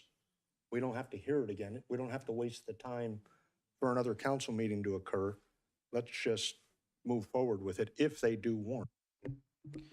That's correct, Councilmember Orlemans. We wouldn't necessarily have to come back to council to report back. If we have a warrant analysis that was done and it does meet the criteria with the two, we would go ahead and move forward with installation. And we could always inform you guys as well. But if it doesn't, we want you to come back and tell us so we have to figure out what else we can do, right? I mean. Yes. Okay. Vice Mayor. I wanted to just point out when we're talking about the grant for the flashing rectangular, can't remember the name of them, but we don't know for sure if we're going to get them. We don't know what kind of a timeline that is for that process, when it's going to come back to us for potential budget adjustment. We don't know any of that. So if we are looking at trying to do something on a more short-term, immediate basis, I would support the stop sign for that. Do you have clarification on exactly what that would cost? The stop signs? Mm-hmm. I believe Director Rickert reported last time that they are about $300 a piece. The actual signs themselves are about $300. There's more than that. We have to put some striping on the pavement. We have to put stop bars. It's a couple $1,000s worth of work to do per sign or per lane, if you would. Yeah, big difference from the stop lights, and would certainly give us an idea of what was working there. I think, are we ready for a motion? Okay. I wanted Unless to you were gonna add speak? something though. Can I add something before your motion? Absolutely. I'd also like when you all do this study, there was something raised by Denise about Vintage Place. Can we also take a look at that area as well? Possibly, there were two suggestions of either a stop sign or removing the crosswalk. Yes, I believe the public commenter talked about the visibility concerns, but also that being at the crest and perhaps radar. Yep. We'll advise Steve to look at relocating one of the signs or finding an additional sign, radar sign. And just before the council makes a motion, I'm sorry to interrupt, just for the clarity of the record and for the public who may be awaiting the release of the environmental document that Alan mentioned, the mitigated negative declaration. So he's exactly right. For the amphitheater project, that will study a number of different aspects of that project, including traffic. Just a friendly reminder that traffic for CEQA purposes, so in that mitigated neg deck, is studied under vehicle miles traveled now, not the old level of service standard. So that document actually might not have much in the way of conversation about these particular topics. Certainly it'll be considered. Alan's exactly right. It'll be fully analyzed as part of that amphitheater project. But if you're reading that document to look for these types of considerations, you're probably not going to find it there. So it's not been missed, it's not been overlooked, it's just going to live in a different document. So I just wanted that to be clear before you all moved on. Okay, well, if there is no further discussion at this time, do I have a motion? I'm going to take a swing at this and we'll see how far we get, but please understand, everyone, that your input is very welcome because there were a lot of points to this discussion. I would like to make a motion to provide the following direction to staff. One of them is that we paint the number 35 everywhere the traffic engineer recommends. I'm wondering if we should actually consider that around the Vintage Place or Vineyards Place as well. And I'm sure he'll tell us at some point if that's something that is valid. Do a reassessment of the stop sign warrant to see if we can find a second justifiable item that will get us there a little bit more easily, to reduce the landscaping from anything higher than, can we say 2 feet? So if there is some sort of a bush or ground cover, that it, I mean, I know, I'm just because of the sake of some sort of decorative something, whether it's ground cover that gets a little bit higher. I just don't want it to go higher than like 2 feet. I think 2 feet's probably, I mean, Bruce, feedback on that is fine, but Yeah, I would defer to the traffic engineer for the visibility of that, but I Okay. think that's a fair. yeah. So to direction. more ground cover than it is necessarily bush or tree or anything else, just to make sure that it stays very low. That we, what else? Take the, yeah, we look at the grant, of course, that we're moving forward with on the flashing beacons, lights, whatever we're calling them, that we also look at the park to see if there's something there that needs to feed into our equation, that we remain as proactive as we possibly can for the Vineyards Amphitheater. Missing? For the stop sign assessment, if we have met the criteria, there's no need to come back to council for an approval on that. We're already approved. And I don't know if was there anything else? And I'll second that. Okay. We have some quick clarifying questions Yes. before you move on. Margaret, I don't know if you might be able to share my screen.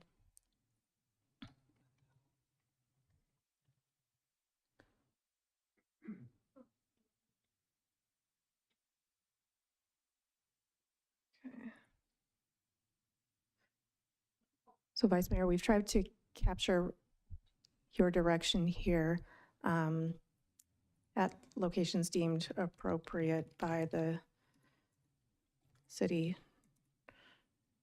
traffic engineer. Can Complete we a reass- also, Mhm. as part of this, because it is part of Vintage Parkway, can we review the idea of, not Vintage, excuse me, Vineyards Place as a potential site to also paint the number? Vineyards. Oh, sorry.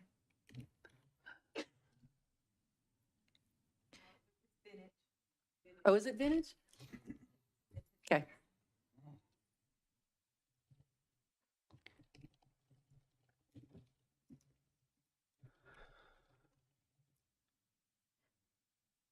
So this is the first item that staff needs clarification on. There's a lot of landscaping out there. Where does the council want it reduced? Do you want to leave that to staff's discretion so they can consult their line of sight standards? We've had a lot of concern around that even after TerraCare has gone in there and done their work. So I think we need to be really clear about the line of sight issues around the curves, all the rest of it. But you're saying greater, but I think don't we need less than 24 inches? Oh, I was saying reduce anything that's 24 Oh, I inches see or what you're saying. higher. Okay. Where needed to meet city line of sight standards? Or at the I don't know if I discretion would of the say- city engineer? Yeah, along Vineyards Parkway, but I don't know if I want to say line of sight standards because I think the standards here would be different. I'm just seeing like around the curves and everything, and maybe that's another staff discretion thing. Yeah, I think what we're talking about is around the intersections. We're not talking about the entire Right. line of all of Vineyards Parkway. We're talking about the discretion of the areas around the sight lines in the intersection. So I Yes. think we can use our staff discretion, whether that's 20 feet, 10 feet, but 30 feet, 50 feet. But depending on, we work with our traffic engineer, Mr. Kersavan, on these items around intersections. So I think we can take a look at this and Okay. That works for me. Thank you. with discretion. Okay, and this was one where we needed, I'm not quite sure what the intention is here. It's just the park hasn't been discussed very much when it comes to anything feeding into mitigation. But because we've got a park right there where there's been problems with the speeding and the accident and the rest of it, I feel like we just need to make sure that's part of the equation, part of the discussion, because there are going to be children running into the street and potentially grandparents running after them. I just want to make sure that everything we're doing is also considering that. Okay, so maybe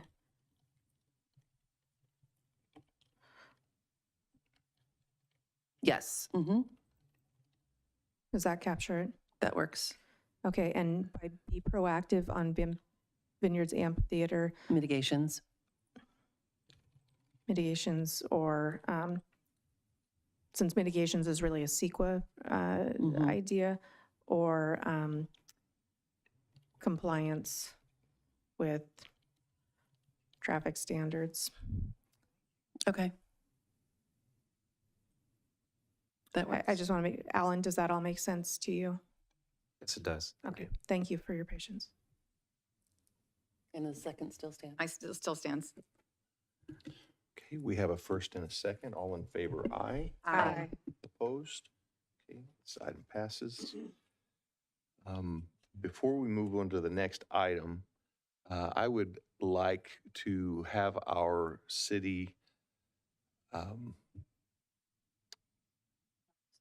student clerk, introduce themselves. Yes. Of course, thank you.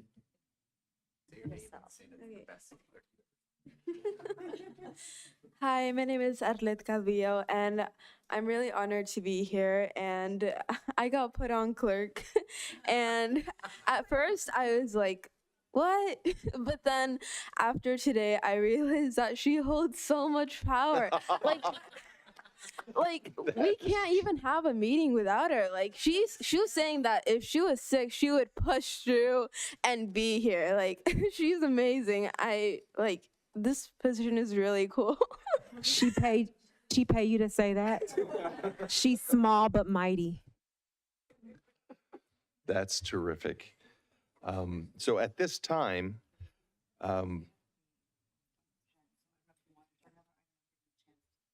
yes, we're going to do that right now.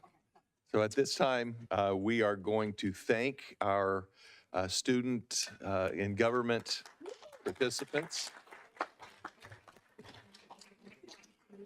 And we will take a 10-minute recess, 5-minute recess. What do you think? 5-minute recess.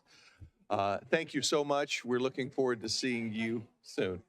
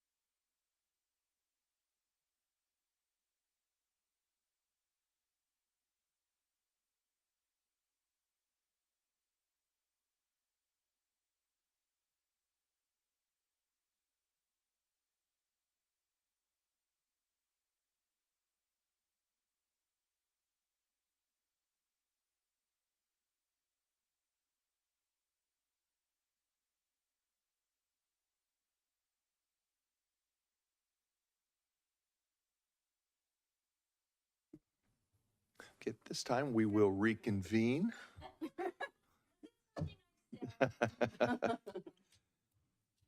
From recess, we will go to item G2. This next item is regarding amendments to the Code of Conduct Policy, and Darren Gale, our Assistant City Manager, will present. Darren?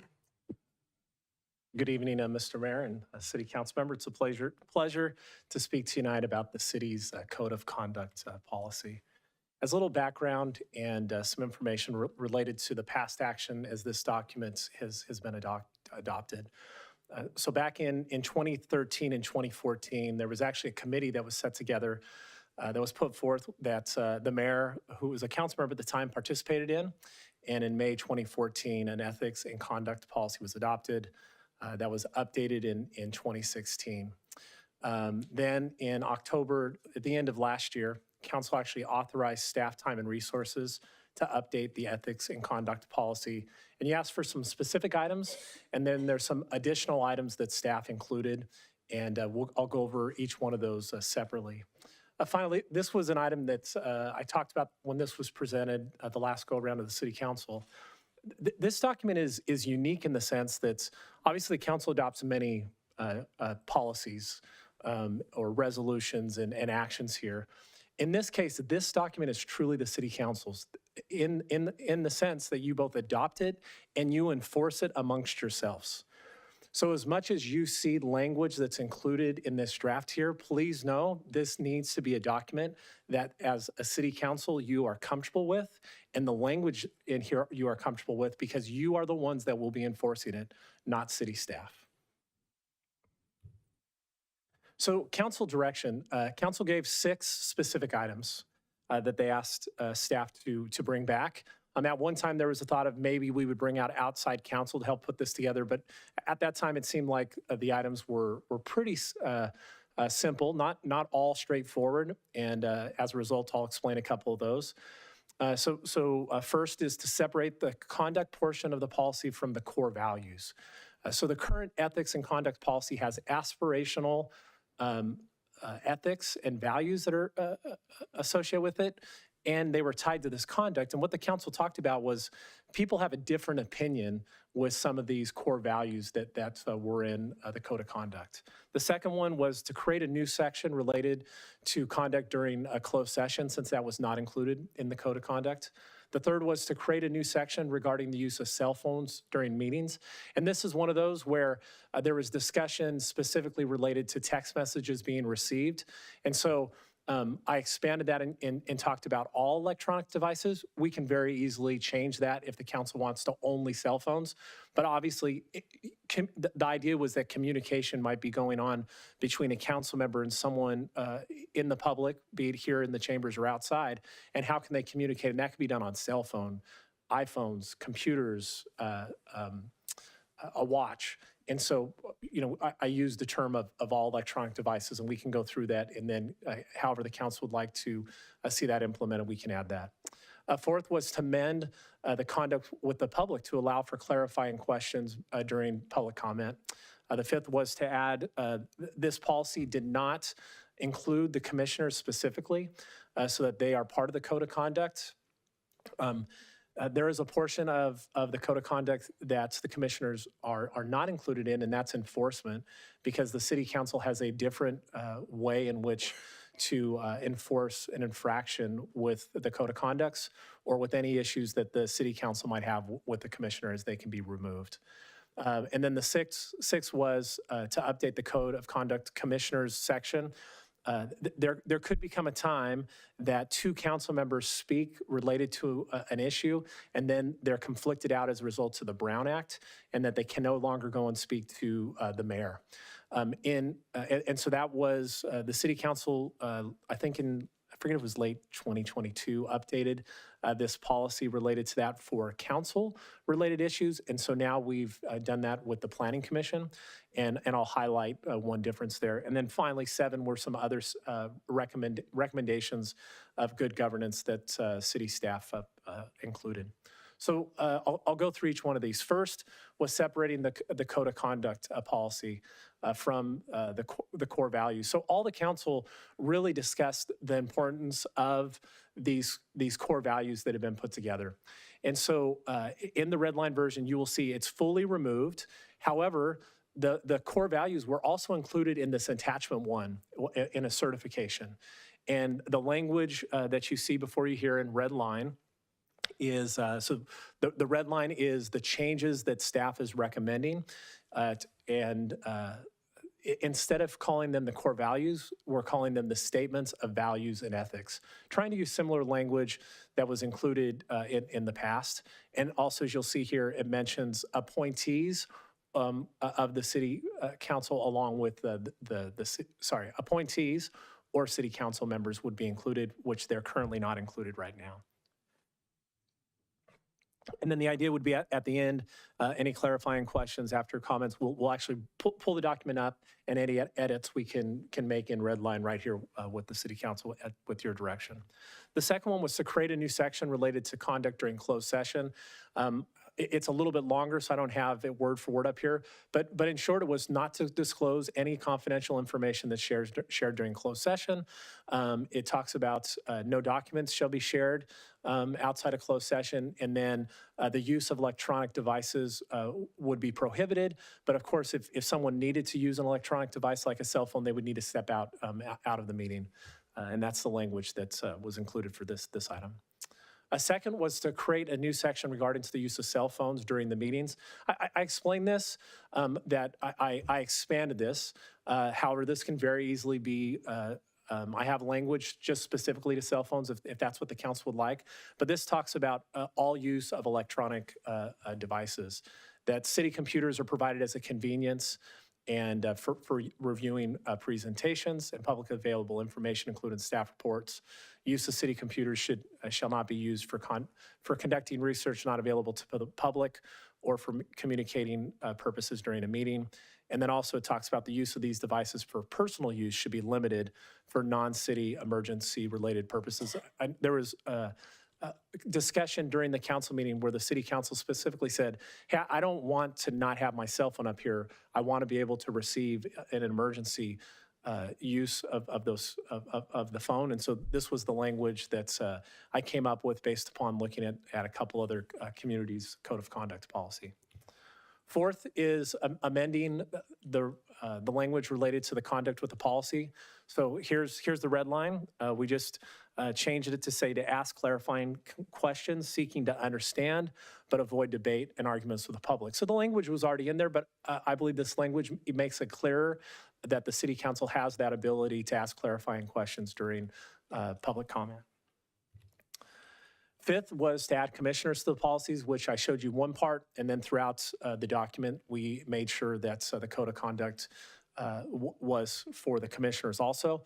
I think the only section that they would not be part of is the violation section, since there's a different process for dealing with the violations of that the city council can follow to remove a planning commissioner.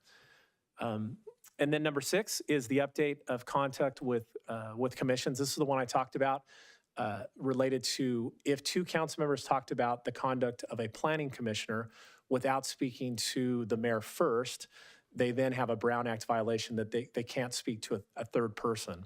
The difference in this case is the way that the policy of your code of conduct currently states. It says you should speak to the mayor first.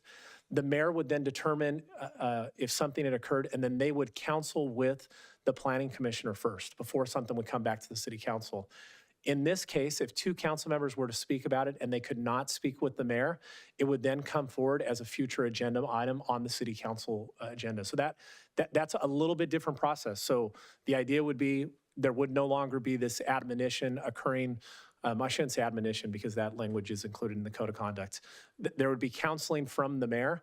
In this case, there would not be if that process was not followed.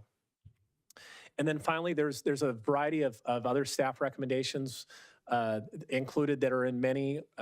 I basically I read many as code of conduct policies and tried to pull a few things. Not a lot of additions. One was related to a council manager form of government. The second one was city letterhead, right? Including that electronic versions also shouldn't be provided for council members to use for your own personal use. There's very specific regulations. updated information related to contact with city staff. Also, I don't, in your core values, there were, as much as 90% of them were aspirational, there were a few that really appeared that they were not subjective. They were objective standards. And I tried to cut that language and paste that directly into the code of conduct policy. As you read your statements of values and ethics that's being proposed, it says, I strive to do X, Y, and Z. So I had to remove that statement and make it as a code of conduct. Implementation and enforcement, there was a couple clarifications made. In all sections, we removed any gender-specific language. I believe we caught all of them. And then there was a variety of other minor edits included throughout the red line as we were reading through it for clarification. So at this time, I can ask I can answer any clarifying questions of the City Council before this is open for public comment. Any clarifying questions, staff? Okay, this time we will open public comment. Margaret?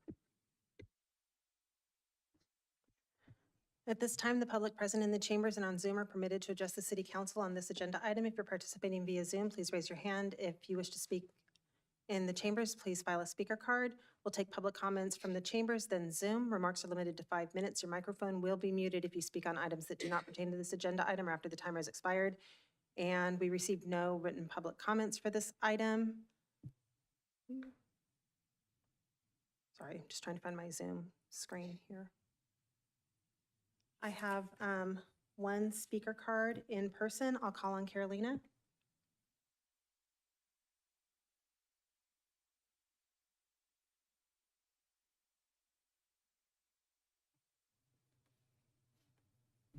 Then I have no speaker.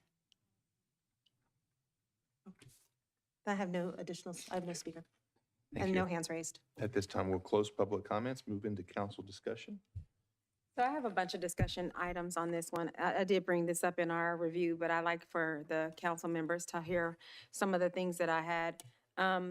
Is it possible to pull up the agenda packet, page 94 on the screen, or are you all able to allow me to share my screen? Let's see. I'll share. Oh, thank you. Somebody pull it up, or is that me? I have the staff report. Thank you. Are I you looking appreciate it. in the staff report? Yep, in the staff report, page 94. So on page 94, one of the concerns that I brought up in our meeting is if you go up to the separate the code of conduct portion of the policy, the core values, and then the certification. On the certification, I was concerned about a legal issue. It says, as an elected official or appointee of the city of Brentwood, California, I herein certify that I've received a copy of the city's code of conduct and have been offered assistance. And it actually says training and offered assistance and understanding.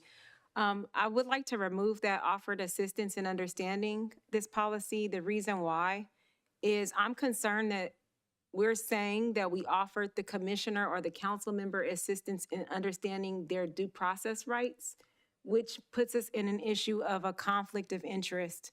When I say we, this usually happens when we have orientation, which would be the city manager, city attorney, and then the department heads. To say that we were offered assistance in understanding the policy means that we're certifying that they understood it. And I'd prefer for them to either seek out their own independent counsel or their own independent understanding so that we don't get ourselves into an area of a conflict of interest legally. So I'd like it just to say, have been offered training and am aware of the provisions of the policy versus have been offered assistance in understanding the policy. I see it being a legal issue. So I brought that one up to our assistant city attorney, interim city attorney. The other issue that I have with this, so that one can come down, is I have issues with 2.11C. Can I ask a question? Mm-hmm. Do you want, if I have a comment about that, do you want us to go through all of them again? Like, I have a question for you. So I have a problem with I pledge. I pledge the flag and I pledge to God, but I'm not pledging to a policy. Like, I would like to take that part out. It makes me feel, it feels very authoritarian and for me. So we can leave it in there, but I'm not going to sign it because it feels just weird. Like, if it's just overreaching it, I think. I So mean, did you're you- elected by the people. You don't have to pledge to do your job. So I agree to abide by the policy or something like that instead? Is that what you're saying? Yeah, I mean, we could do that. Okay. Yeah. All right. My other issue is 2.1111C has contradictory language. And I actually have a big issue with this one. So 2.1111C, if that one can be, thank you. I appreciate that.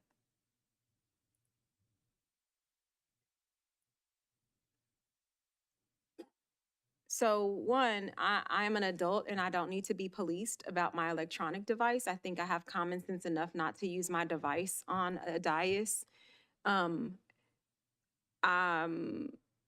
Even when I sat temporarily on the bench, I had the ability to have my device there, and I was not policed there, and I don't expect to be policed in this. And I'm sorry if I sound a little bit irritated, but I am. In this dang near volunteer position. I don't want to be policed by being told not to use my device. I understand it's not to have communications. I haven't seen anybody up here texting or calling someone on the dais. Primarily, my device is here for several reasons. One is when we do our informational reports, which will come up later on, sometimes several of us up here have to go back and look and see our schedules to see what we actually did so we can report that out. Other reasons why is I have a sick husband at home. As of last week, my husband had heart palpitations. That scared me. I want to be able not to wait for him to contact the city clerk for me. I want to find out directly. So I keep my phone here. I also have a disabled child. So for me, it is imperative that my phone remains here and that it remains on. 2.11 is contradictory. The first says, where is it? Not D, I'm sorry, not C, D. It says electronic devices of any kind shall not be used. Then it says, if due to an emergency, a member of city council receives an electronic communication. So if it shall not be used and I'm not using it, how am I going to get the electronic emergency communication? I'm not going to, because my phone should be off if I'm not allowed to use it. This language is completely contradictory. It doesn't make logical sense to me. One says you can't have it, but hey, if you do get something, you've been sneaking to see it because you have it on in order to get a notification. So I just do not want this here. I think if anything, I'd like something that says I will not use my device to communicate with anyone during closed session. My device may be on in order to receive like something like that. And the second part is fine. If due to an emergency, a member could leave. But I don't want it shall be, like it can't be used means it has to be offed. 2.211 is 2.11. And then 2.12, the conducting research. I get what this is intended to do, but it basically says that we can't do Google searches, we can't do anything. And some of the staff reports, I know I've requested for hyperlinks to code sections and to case law and to other things, but there's also terms in here that are not always defined. So sometimes when I'm on the dais, if I don't understand, I can ask a staff person. I could be rude and interrupt someone. I don't want to be that person. I prefer to be able to Google something. What doesn't make sense about this is it says, while I'm up here, I can't do the research. What about on Thursday when the report comes out and I can do research? So what's the difference between me looking at everything between the public still doesn't see what I'm researching? So it just, to me, it's a policing system to make, like, it just doesn't feel good. It feels like, it's like silent, like don't do the research. And the research is helpful. I feel like the things that I've had to say were, and I'm always saying where I got information from. I'm hearing most of the people up here saying, I got this information from this study, or I got this information from that.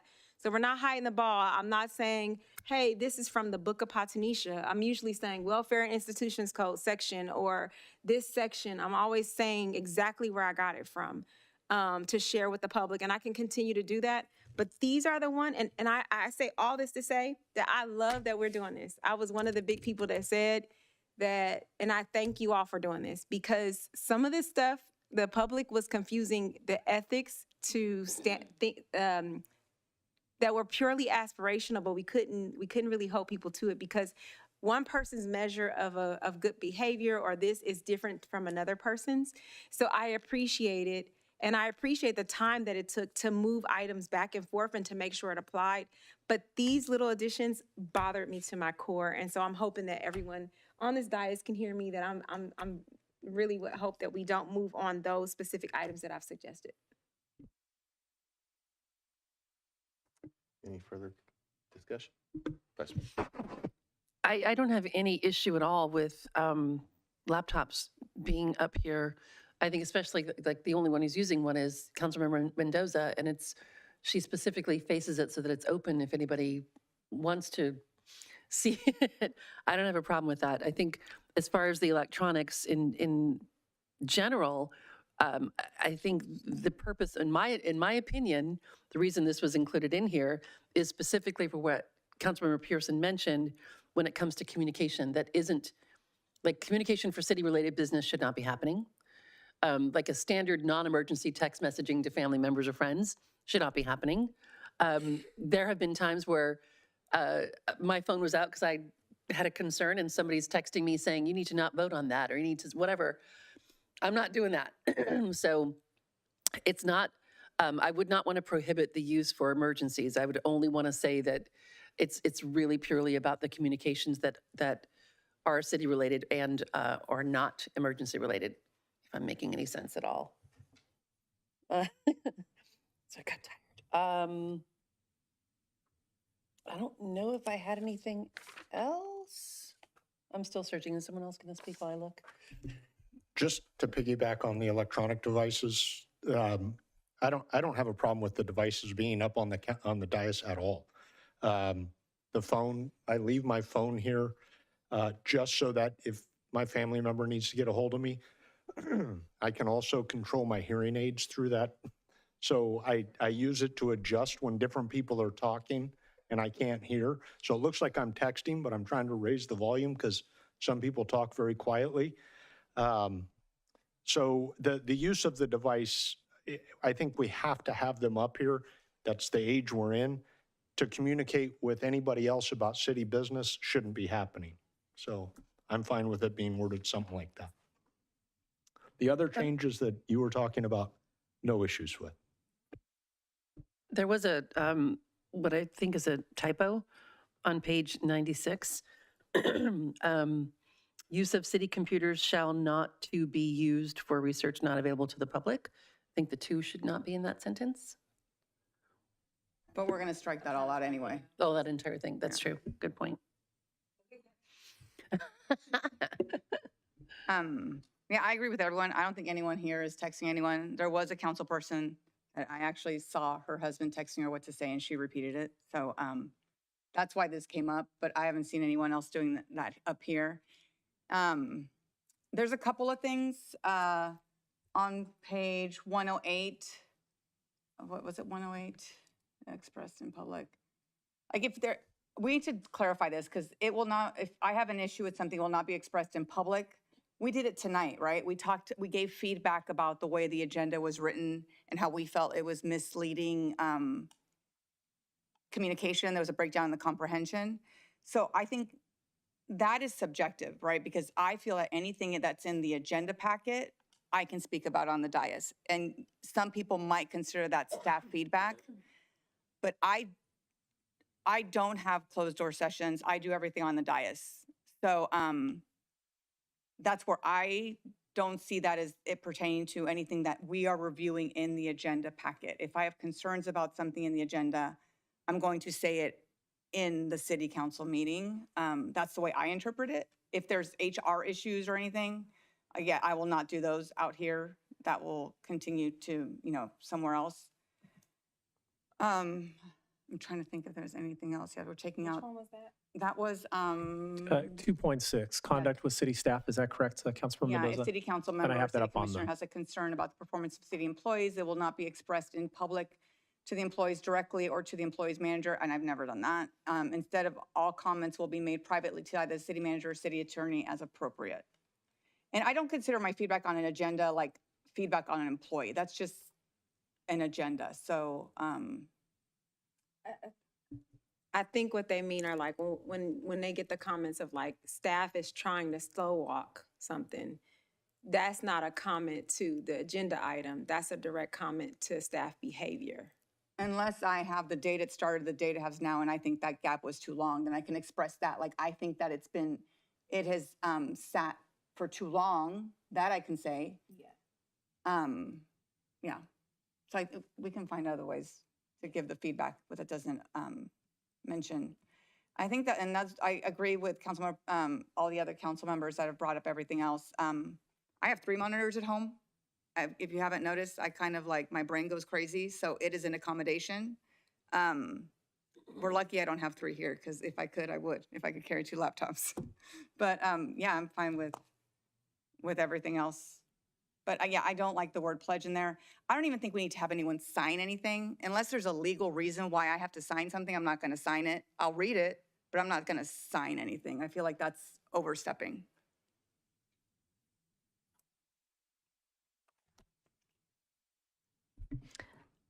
What about a signature to say that it's been received?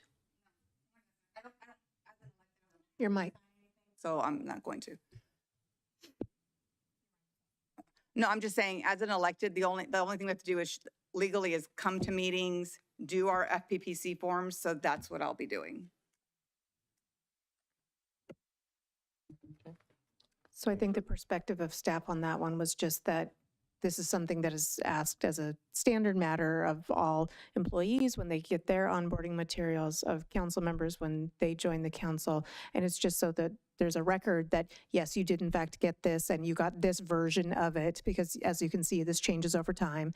And so this gives sort of a date stamp time of, all right, you got this, you acknowledge signing it. That's all it is. Am I legally required to sign it? No, you are Okay, not. then that's all. Okay, any further discussion on this item? Do I have a motion? I'll make a motion.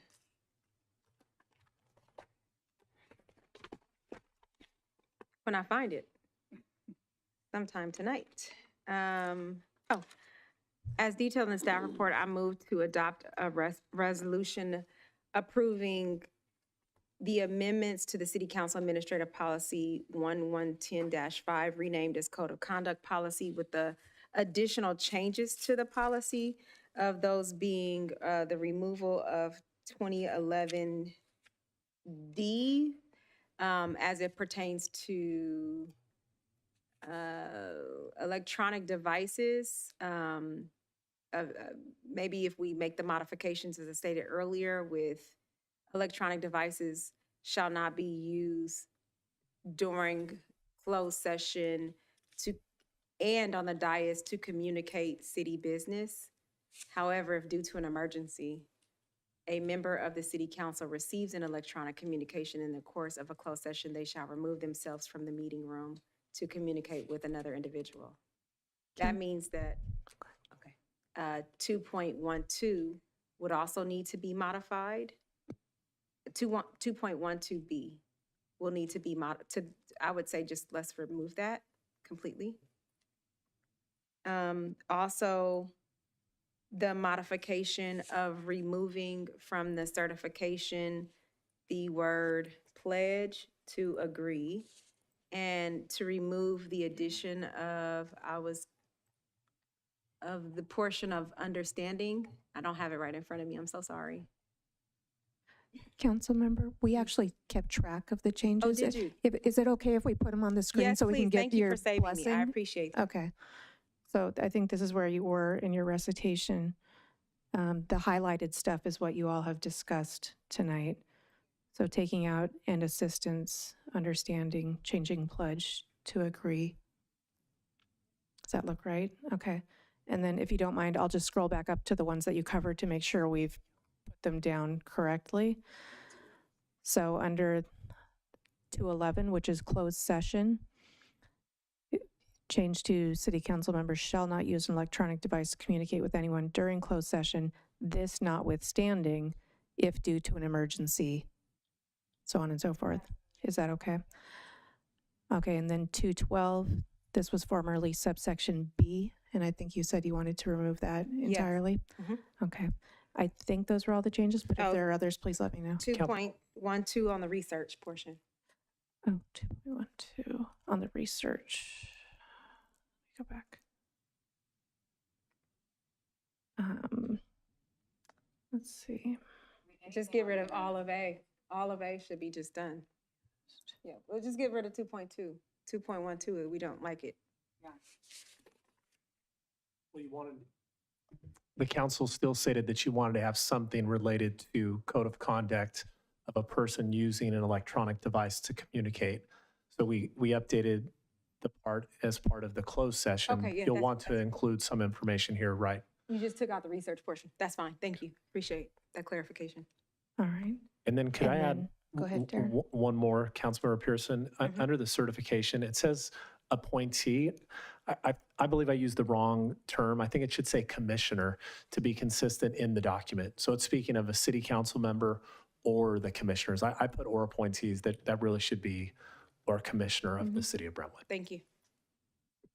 Question about the one you were just looking at prior, the computer, where it said city computer should not be used.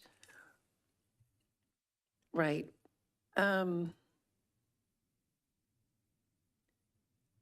I mean, I think we should allow for personal computers or phones to be like exactly what was just said for research, definitions, whatever it is, connecting to codes. And it doesn't reflect that here. So I think what you're left with 2A, which would, or 2.12A, would only pertain to these computers that are installed by the city. Right. And so it's now silent on the use of personal So it's devices. an implication that it would be okay to do that. So, well, there's no prohibition on it. Okay. And with the council's authorization, we would go ahead and like take out subsection A here because there's no longer any B. So we would clean up those kinds of typos if that's all right with the council. Okay. So, and then I think it should say use of city computers or personal devices. I agree. I was Shall about not to be add that. used for communication purposes during a meeting, which would be consistent with Mhm. your direction, I believe.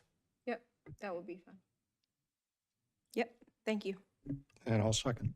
Is it communication about city business or too cold, too hot in the room? Shouldn't be can we take a personal break? communication either. Okay. They should only really be available for emergencies or the Well, I mean, research. that takes away us looking up our, that's research, looking at our calendars. our dates, so, Yeah. Yep, that's fine.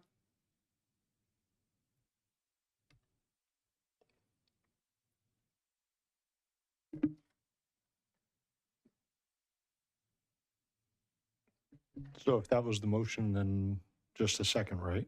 That's my motion. Second. We have a first and a second. Staff, we clear on? Okay. All in favor, aye? Aye. It is unanimous. We'll move into item G3. This next item is regarding amendments to the half-staff flag policy. And Margaret Wimberly, our city clerk, who has all the power, will present. We all know that's not true. Good evening, Mayor and council members. Last June, in conjunction with a request to fly the pride flag for the month of June, council requested staff develop a policy for future commemorative flag requests to be made to the city council.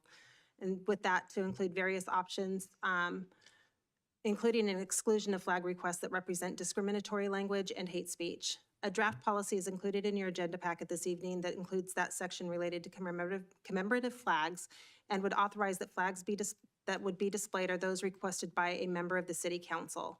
When a request is made, it should include information that would support that request, including a graphic of the proposed flag. The commemorative flags would be displayed exclusively on the flagpole outside City Hall and the Community Center. The flags will be displayed for a period of time not less than 7 days and not more than 31 days, and would be displayed in the last position of honor.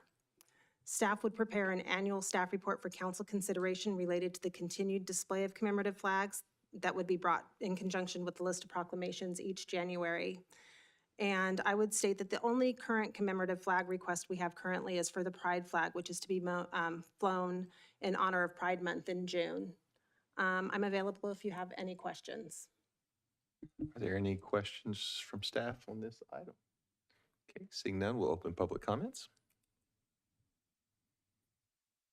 At this time, the public present in the chambers and on Zoom are permitted to address the city council. If you're on Zoom, please raise your hand. If you're in the chambers, please submit a speaker card. We'll take public comments from the chambers first, then Zoom. Remarks are limited to 5 minutes, and your microphone will be muted if you speak on items that do not pertain to this item or after the timer has expired. I have no speaker cards, and there's no hands raised in Zoom. Thank you. At this time, we will close public comment, move into council discussion. Councilmember Pearson. Here I am, my big mouth again, pushing the button first. I'm really happy for this policy. I'm happy because I know when we brought the flag, it put us in a position of anybody can come to city council and bring a flag, any type of flag up. I know that this was raised that we should have one, and so I'm actually happy we have one because it allows us to control the narrative, make sure no one, we've been seeing a lot of hate speech come around, and we can make sure that we control that and nobody can ask us to raise a flag that's not consistent with our values and our ethics here in the city of Brentwood. So thank you all. Any further comments or discussion? Do I have a motion on this item? I'll make the motion. As detailed in the staff report, I move to adopt the resolution amending the flag policy. I'll second. Okay, we have a first and a second. All in favor, aye. Aye. It is unanimous. It moves. Moving into item I2. I2. I'm sorry, yes, thank you. Item H, a request for new future agenda items. So I have a few, I'm sorry. So given the traffic conversation we have, a lot of people are emailing about traffic issues. And there's one specific issue that around Minnesota that we've been getting emails probably for over a year on traffic. So I want to see if we could spend staff time and resources to look up Minnesota and what's going around there with the traffic. The residents there say it's getting really bad, and they just want the thing out there like every once in a while to put the speed, the radar. So I asked about it, and they said I had to make an agenda item. So I want that to come back. The other thing is that I was on a call with Aisha Wahab, I think her name is, and she said that they don't hear from councils on how to vote on bills, and it's one of the most important things we can be doing. And I think we were doing a little bit when I first started, but I think we've kind of fallen off. So I have a few bills. Some of them have Cal City's support or opposition. Some of them do not. The first one is AB 3233, which is oil and gas operation restrictions. So that is basically saying that what we did as a city, other cities can do without any kind of fear of repercussions. I would like to send a letter of support for that. And I think the ones that don't have, like that one does not have a Cal Cities position, so that one would have to come back. The next one is, does have a position. It's AB 1333, which is residential real estate bundle sales. We want to support that so it keeps those big investors that are buying a lot of houses from doing so. That one does have a support, I believe. AB 1893, which is, that is the new updated dense builder's remedy that we're going to be dealing with in a few years, but it reduces the affordable housing from 20% to 10%. So what they're trying to fix, they're actually making worse. I would like to send a letter of opposition on that. The next one is a density bonus law around the coastal zone. So our coastal zones have always been protected. We have a coastal commission that was put forth with a vote by the California people. The state of California is trying to override the coastal commission. So I would like to oppose 2560, which would allow building with all of our coastal zones. We're California, we're not Florida or Miami, in my opinion. So I would like the cities to not lose control of their coastal zones. Was that AB? That's AB 2560, Alvarez. And oppose? Yeah, oppose that one. And so the next few that I'm doing do have a position from Cal Cities. So 1886, Alvarez, oppose. That is more control over our arena numbers and our planning and our zoning. It's called the Housing Element Substantial Compliance Housing Accountability Act. I'd like to oppose that. The next one is developer projects and permits fees, about when we can start collecting money. That is opposed by Cal Cities, SB 937.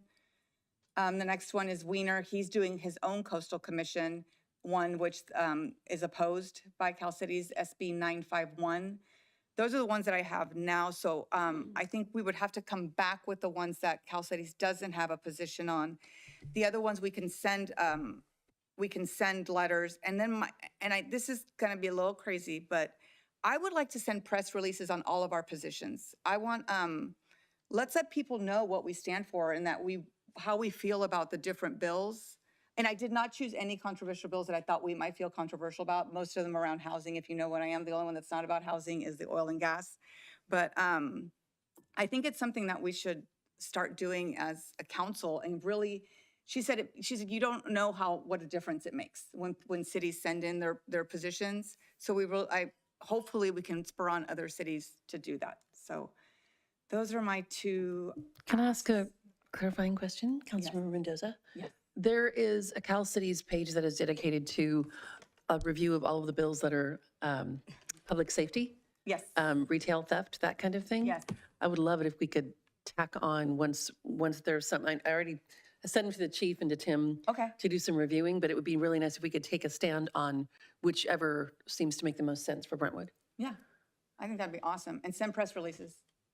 Can I ask a quick clarifying question? Yeah. So our signature policy already provides that where the city council is in alignment with a position taken by Cal Cities, that letter can be sent out. Yes. So if that's the case and the positions are as you stated, then those wouldn't really need to come back as a future agenda item. Are you okay with that? Yes, I'm fine. Okay, so just following that policy. Yeah, and then if we can get CC'd on those letters, I would like to start sending them to, like, if we each sent them to Dodd and Lori, I'm sorry, Wilson and all of them, I think, hopefully they'd start listening. And Grayson, maybe he'll listen, I don't know. So yeah, so the speed on Minnesota and then the bills.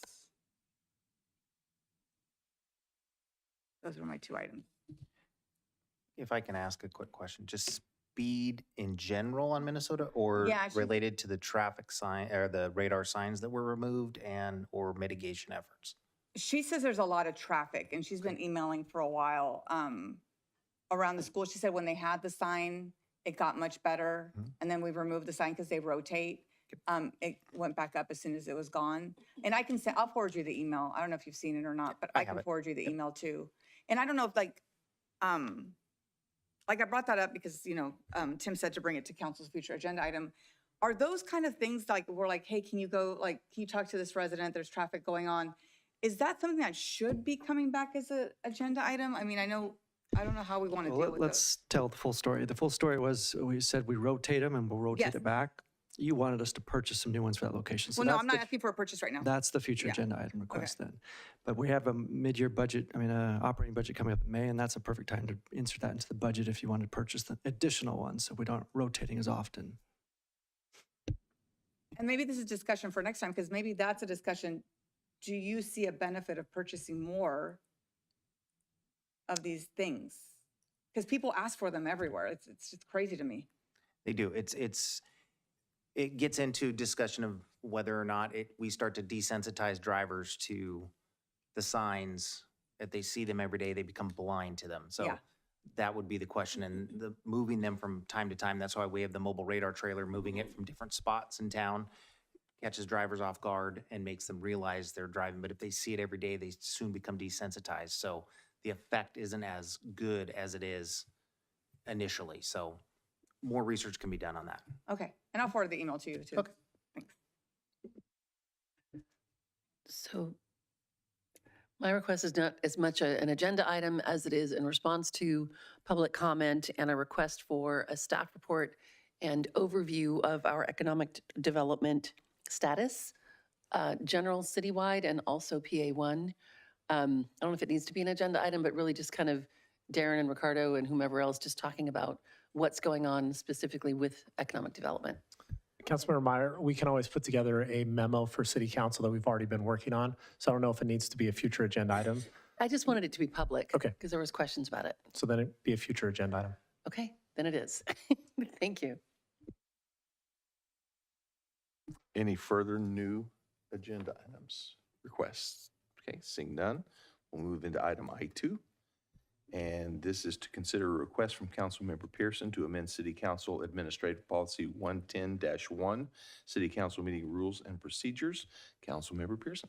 Thank you very much. So at our last council meeting, I had requested, as I had the ability to move the informational reports down. Currently, Administrative Policy number 110-1 has it in a specific order, call to order, pledge of allegiance, presentations, and then public comments, and then informational reports, then consent calendar. We can permanently move it. We can move it the time of to ask. I'm asking that we move the informational reports at the end. And the reason why is I have sat in here several times and I've seen people in this chamber who wait all the way to the very end to get to what we're doing right now. And the information reports take a little bit more time. Even some of the presentations that we do during that time, it just takes time. I'd like to see the informational reports move down. I actually talked to some of the city staff that said in other cities, those informational reports are normally at the very end.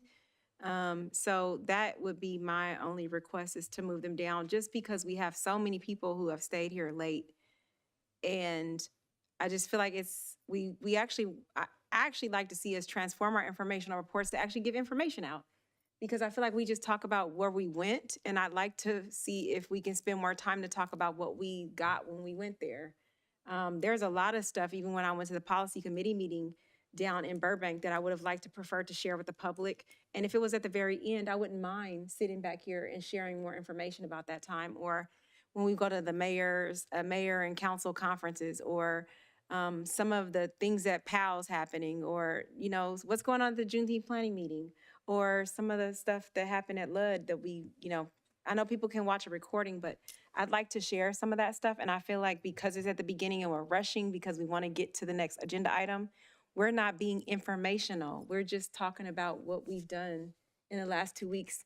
And it feels very politician-y. It just feels like, let me check these boxes to say, look, I did things while I was done. Look, I'm working outside of this dais. So that would be my request. And so, yeah, if you guys would all consider that, I appreciate it. Okay, at this time, we'll open public comments regarding this item. At this time, the public in the chambers and on Zoom are permitted to address the city council. If you're on Zoom, raise your hand. If you're in person, please file a speaker card. Remarks are limited to 5 minutes. Your microphone will be muted if you speak on items that do not pertain to this agenda item after the timer is expired, and we received no written public comments for this item. I have one speaker card in person. Carolina?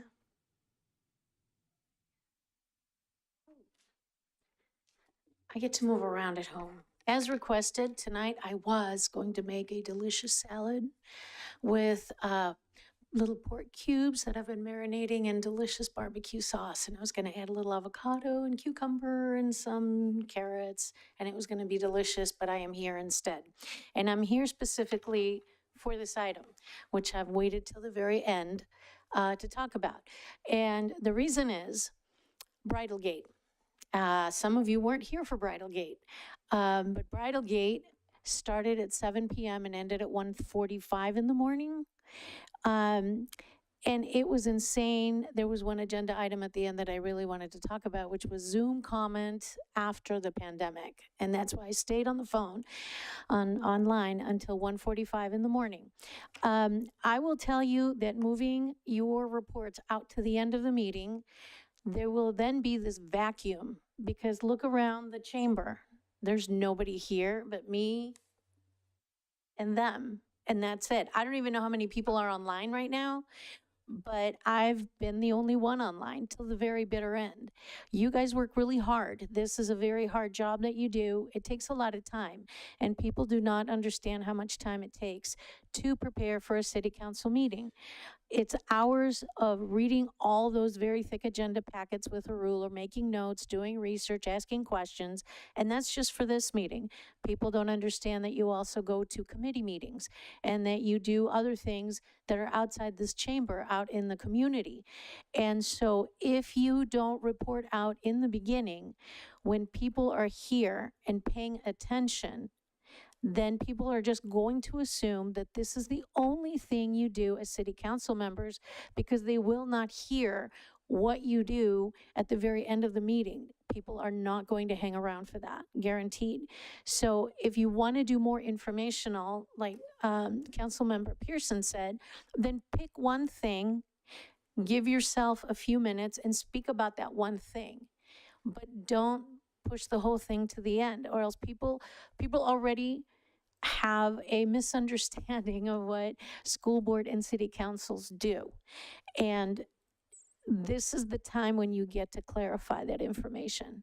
People need to know what you do and how long it takes and how hard it is. So I would say, if you don't want to report a list, you only want to report one thing, that's fine. Do it with passion and give us the info. That's what we're always looking for as residents. Info, like what are you doing? Like what Councilmember Mendoza just did. I was furiously writing down all these bills. I will personally email all of our electeds and say, vote yes on this, vote no on this. I'm going to be watching your votes. Because she said it, I wrote it down. But it's, 10:30 at night. Who else heard her? Right? And so if residents heard this at the beginning of a meeting, they'd be like writing down like I did, and maybe they would look up the info and send that email. So I really think it's crucially important not to silence yourselves by pushing yourselves out to the end of the agenda, but keep it in the beginning, and maybe one time you list everything you did, another time you go into one specific thing that you think people should know about. And I think that's how you handle it. You're going to have a hard time getting people to understand what you do if you put your informational report at the end of the meeting when there's literally nobody listening. Thank you. I'm going to go home and have that salad. I have no additional speaker cards. I have 2 hands raised in Zoom. Oops. Where'd my mouse go? Nicole, go ahead.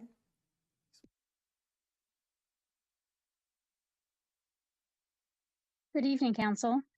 The informational reports are the best part of these meetings. The votes you make are critical, but your activities outside of these meetings are just as important. The informational reports showcase what you care about as a council member and highlight your individual contributions and priorities, from events on statewide initiatives to supporting local businesses, all of which are important. I appreciate the effort you put into your role on the Brentwood City Council in and outside of these meetings. For this request, I appreciate that you're looking out for residents' time. However, the informational reports only range from about 5 to 15 minutes. I do like to hear more information on a takeaway or an outcome from these reports, but the times when more information is shared, there is more information shared, it is still only about 15 minutes. To protect the residents' bedtime, continue to rearrange the larger items on the agenda based on attendance for those specific items. For the informational reports, please leave them where they are. Thank you. Thank you. I have one more Zoom speaker. Melissa? Melissa, go ahead. Thank you so much. Good evening, Council. My name is Melissa Van Rooten, and I am a resident here in Brentwood. I would like to encourage you to leave the informational reports at the beginning of your meetings. As somebody who has attended both Brentwood City Council meetings and covered Oakley City Council for the Brentwood Press, I can testify to the same thing Carolina said. I've witnessed even tonight, there was a whole crowd of people in the audience at the beginning, and now when it showed Carolina speaking, there is nobody behind her. And the same thing, Oakley actually does have their informational reports at the end of their meeting, and by the time they reach the end and Their meetings are significantly shorter most of the time than Brentwood. By the time they reach the end of their meeting, there is nobody in the chambers because they've already come for the agenda item that they are addressing.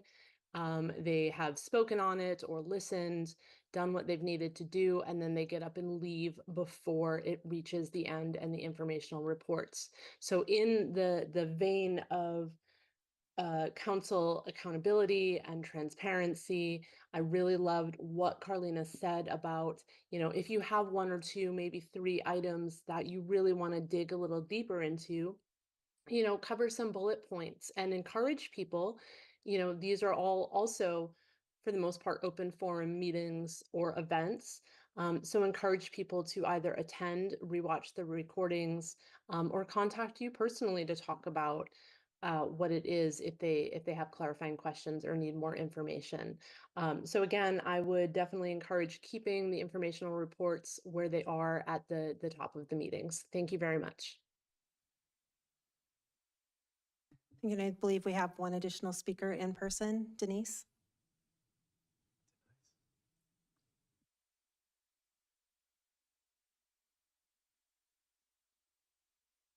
Quick.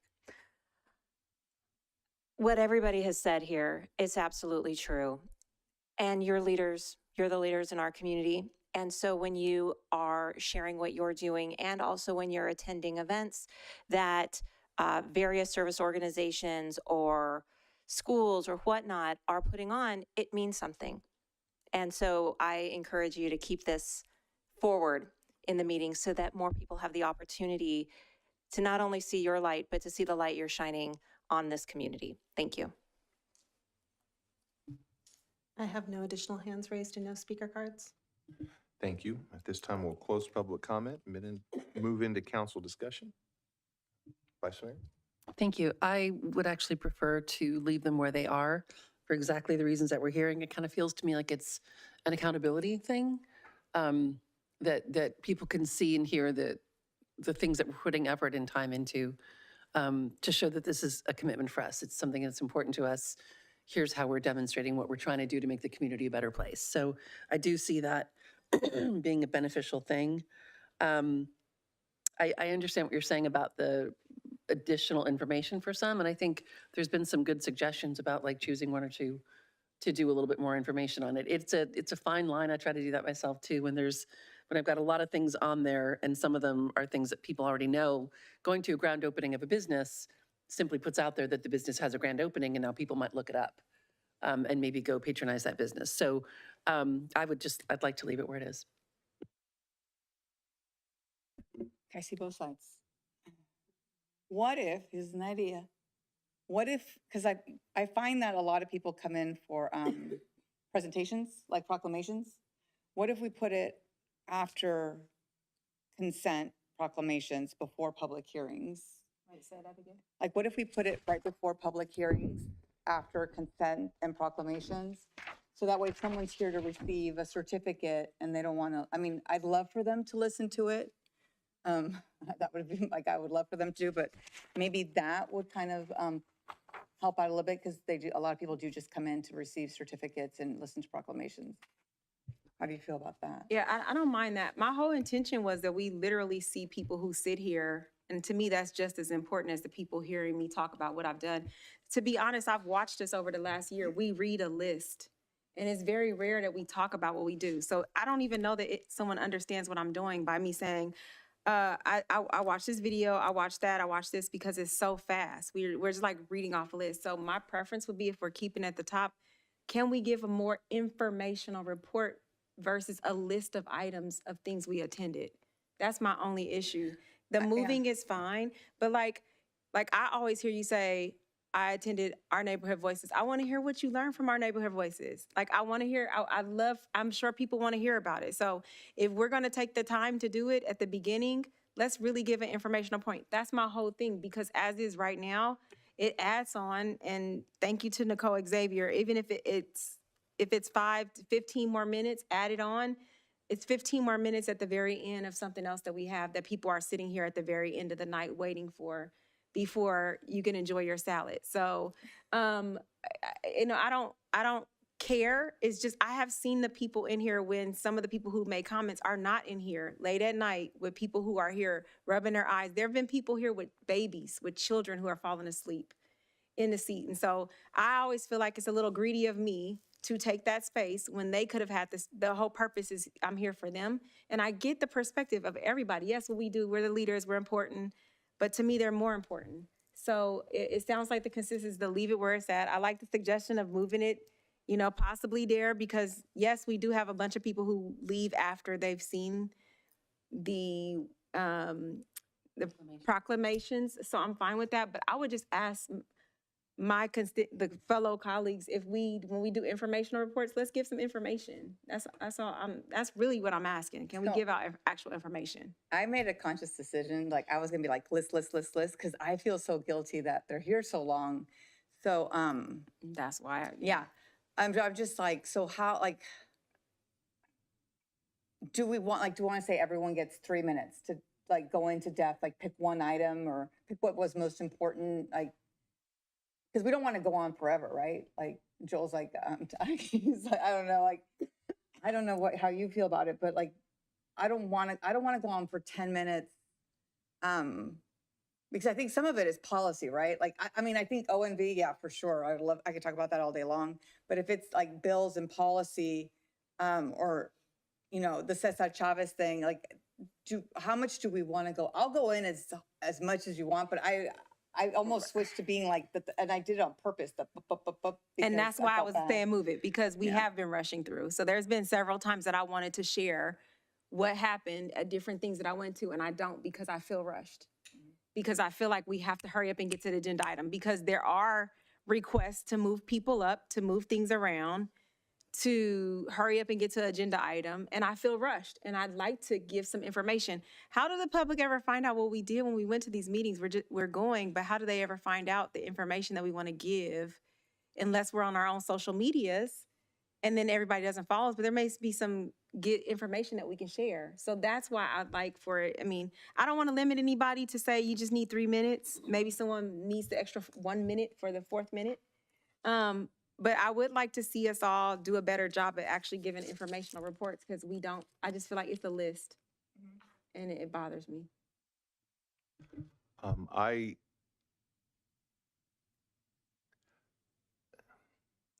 Council has approached this issue over the years that I've been on council several different ways.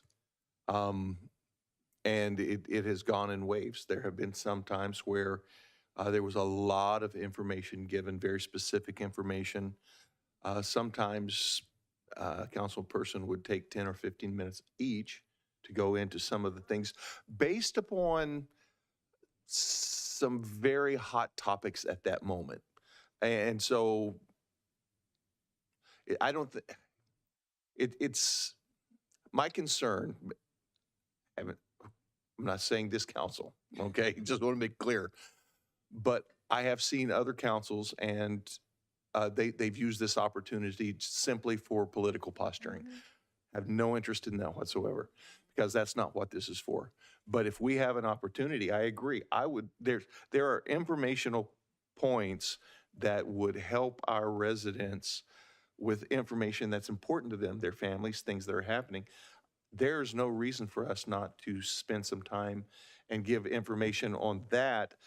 Enough information that the ones that aren't going to call us and say, hey, can we get together? I'm interested in more of what you have to say. There will be some of that, but there will be some that give them enough information that it will help them. I agree. It's a pressure situation when we're up here wanting to be cognizant of everybody else's time and get to the agendized items. I think leaving it at the front, clearly our residents that have spoken prefer that. I think giving in-depth information on things that are important, that's part of the whole process. So let's do that. And I'm about to do it, because you guys all just called in and said you want to. So I'm going to sit here and I'm going to take my time and do it. So just get ready. Do I have a motion on this item? No need for a motion. Okay. If you want to move it after, I'll pull it. No. But you want to talk about No, I'm just about to give all my information. Everybody want to hear me. We don't, I'm gonna pull it. No, I'm pulling my thing off. So if the request is withdrawn, then no vote is needed and you can move on to the next item. And Okay, we'll move into item I3. Consider a request from Councilmember Pearson related to the annual preparation of a recorded briefing for residents on recent legislative housing laws that are ministerial approvals affecting Brentwood. That was a mouthful. yes, Councilmember Pearson. I said it last week, so yeah, it was a mouthful. I got, in doing our agenda review, I got some really good feedback from our, interim city attorney. And, one of the things she taught me, well, let's go back. Last week, we were talking about some of the ministerial approvals. We talked about AB 2011 and how we just had no control. And we were doing some explanation to the public about what that meant. What does ministerial mean? And what is AB 2011? And I'd like for us to give more updates to not only council, but to the public on housing laws that are that require ministerial approvals affecting the city of Brentwood, so that we can know what's coming down the pipeline, residents can understand, and we can understand when it comes before us. So I was looking for, and I think that Vice Mayor Meyer had talked about maybe a workshop, which I thought was a great idea. And maybe, continuing to put it into all of our agendas when we have those updates. But one of the things that the interim city attorney talked about was getting the annual update from a local firm that already does it. And I think that's a phenomenal idea. They already prepare it. We wouldn't have to take too much of staff time, attention, and funds to do it because they're doing these workshops and preparing them. So I would actually like to possibly see if we can get an annual update from to allow our city attorney, interim city attorney or city attorney at the time to have funds to hire a firm to do an annual update, whether that be in a workshop or to do a special meeting where we can have some workshop in some format to give us an update. This time we'll open public comments. Margaret?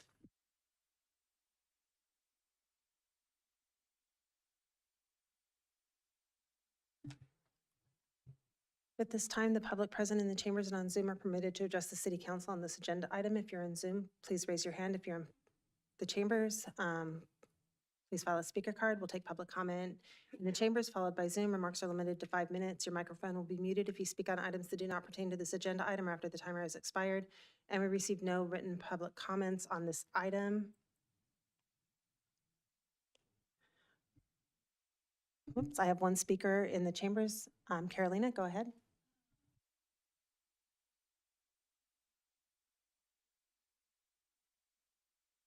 Hello. Okay, there we go. So down to the bitter end.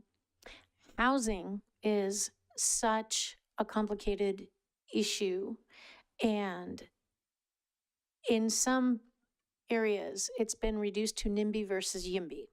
Yes, in my backyard, no, and not in my backyard, because people don't actually understand the complexity of housing, and especially the complexity of affordable housing. I'll bring up Bridlegate again. I timed it. We spent an hour and a half of that meeting haggling with CNO. We wanted so many units, they wanted 2 units. We downed a couple units, they upped a couple units. And it was an hour and a half of haggling over how many affordable units that they did not want to build and fees. That's what took the largest part of the meeting. And people do not understand how complicated this is. Now, especially that SB 423 has been signed into law. So part of that presentation should also be like whose names are on those bills. Because what I'm finding, which is really depressing, is that Our assembly people and our senators are just slapping their names on bills. They're not reading the bills. They have no clue what is contained in the bills. There's been very little analysis done of these bills, and there is no unintended consequences thought about. It's just, oh, you compost people lobby. Oh, thank you for the bill. Yes, composting is great. It's great. Composting is great. It's costing Brentwood $40 million. We had somebody, I didn't know they were from the lobby, come to a meeting, and she was like, oh, composting is so great, and blah, blah, blah, blah, blah, blah. And we had somebody from the water district who said, what about water? That is the biggest expense in having composting in a city. Because if you don't water the pile that is decomposing, it will explode. Because inside the pile, it's getting hotter and hotter and hotter as the stuff is decomposing. There's nowhere for the gases to go. So you have to water it and water it and water it. So it's the opposite of a succulent, basically. So that's something that nobody thought about. We have a water issue all over California, and now we're just about to make it 100 times worse. So the names of the people who are on SB 423 and this bill that we're going to talk about, SB 35, and all the bills that are now in play, we need to know who those people are, because we need to contact them and tell them, hey, do you have any idea what this bill is actually doing? I'm a very strong supporter of keeping local control and getting the units that are affordable built in neighborhoods, because we don't want Cabrini Green, we don't want projects, we don't want pockets of poverty. We want neighbors looking at neighbors like human beings, and oh, you need help? Here you go, I will help you. Could you help me? That'd be great, thank you. And that's the type of relationship that we want to foster in Brentwood, because that's the type of relationships that we already have. So I think that really needs to be part of the presentation, not just what the bills are, what they do, what they are not doing, what they didn't intend to do, but also who put their name on these bills, so that we can send them a nice little love note to say, hey, by the way, did you know? Too many bills getting passed way too quickly, not being read, not being analyzed, consequences be damned. And we need to somehow figure out how to stop Sacramento from doing this. And if it means contacting the people, like the list of bills that Councilmember Mendoza mentioned, we need to start holding our electeds accountable. And the only way to do that is if we have the information as residents. So I like this. I like this agenda item. It just makes sure that all the information is on the presentation. Thank you. Thank you. I have no additional speaker cards in person. I do have one hand raised in Zoom. I'll call on Melissa. Melissa, go ahead. Thank you so much. And thank you again for the time to speak. I think that first, I'd like to start by saying I would be highly supportive of a presentation to the public on the nuances of housing. Like Carlina said, it is a complex issue, and unfortunately one that is becoming more and more important as inflation goes up, as costs, everything just goes up, and everything except wages, of course. And so I think it's so multifaceted, right? The reason why all of these bills are being passed down from Sacramento, because there are cities that were not complying with housing stipulations. Sorry, I get excited and my rabbit gets excited and thumps his foot. So if you hear banging, that's my bunny. So the city's not doing what they needed to do to meet RENA, to meet the need for affordable housing, however that looks to people, whether it is very low income, like I said, there's a lot of nuance. And while I am in deep agreement with Councilmember Mendoza and with Carlina in that, housing in neighborhoods that looks the same as neighbors, that's where we want the affordable units. Unfortunately, right now, the housing crisis is getting bigger and bigger. And so I'm not going to get into the weeds on it. I think that letting the general public know this is this is a bill that speaks to it, whatever bill it is. Because what I see a lot of the time on social media and elsewhere is people who have no understanding. And so in order to get us closer to the change and taking back the control that we want as a city to be able to have our own say in things, um, I think it is important to keep the public informed. That being said, you can lead a horse to water, you can't necessarily make them drink. Some people are just going to remain willfully ignorant, unfortunately. And so I would love to see something, I don't have the answer, but I'd love to see something in these presentations or, something that urges people really like, if you want control, if you want to have a say in this, then you need to show up and be committed to the change that you want to see. I hope that makes sense. It is a little late and I'm a little tired. But thank you so much. I have no additional hands raised. Thank you. At this time, we'll close public comments, move into council discussion. Vice Mayor? Thank you. This is definitely something I support. As Councilmember Pearson mentioned, this is something that I requested last year. And I was looking at the staff report that in July, I requested a summary of significant housing legislation adopted in 2022 and 2023 and pending and its impact on the city of Brentwood. And then in August last year, the full city council approved the expenditure of time and resources on the preparation of this summary, pending the end of the legislative session. Legislative session ended in September, but we haven't seen or heard anything. So I just want to make sure if we're going to approve this again, which I think we should, that we actually have a plan of when this is going to happen, whether it's a workshop, whether it's a presentation. I do agree with what Councilmember Pearson said when it comes to the outside firm already doing this work and us sort of adopting it. And I think hopefully in a way that we can save some money and not pay them to do what they're already doing, but maybe pay them for the use of what they're already doing. But I also think that we would need to have staff do a very hyper-local impact on Brentwood, not just the perspective of this outside firm, but the perspective of our staff and what it means to us.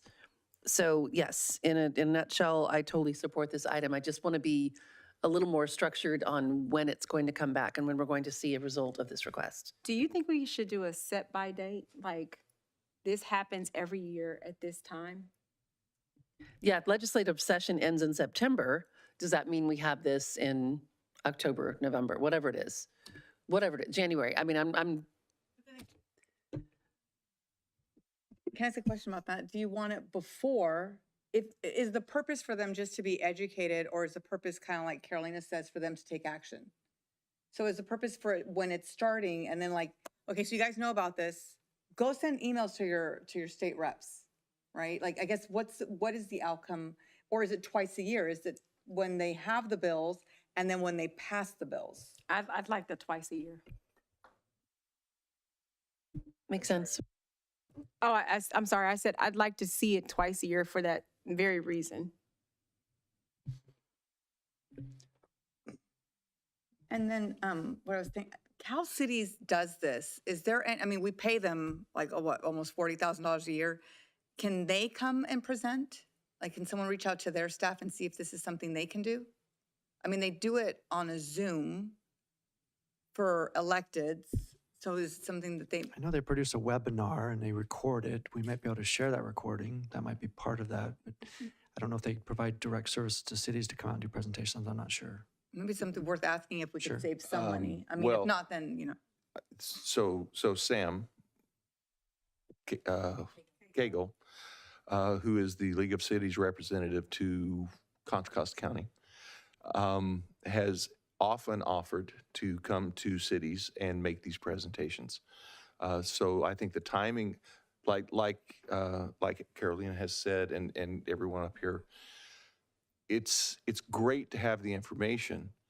One of the most frustrating learning curves that I had on council was learning about these things far too late to accomplish anything to stop it or give input in concerns or to put an effort to something that would be really beneficial to the residents of Brentwood.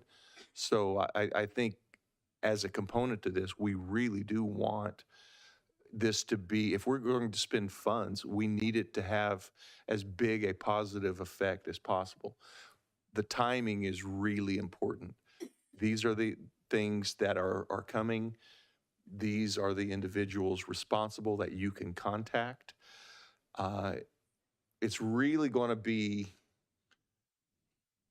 an uphill battle. It always has been. I unfortunately think until things land in somebody's front porch, they're really not motivated anyway. But trying to let our residents know that these things are in our front porch. And so getting them the information, but also giving them a target to reach out to.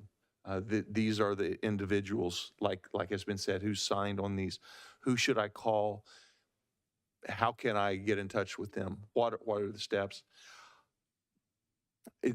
I agree totally. I think this is something that we really need to do because the tools that we have to combat things that are very detrimental to the future of our community are shrinking yearly.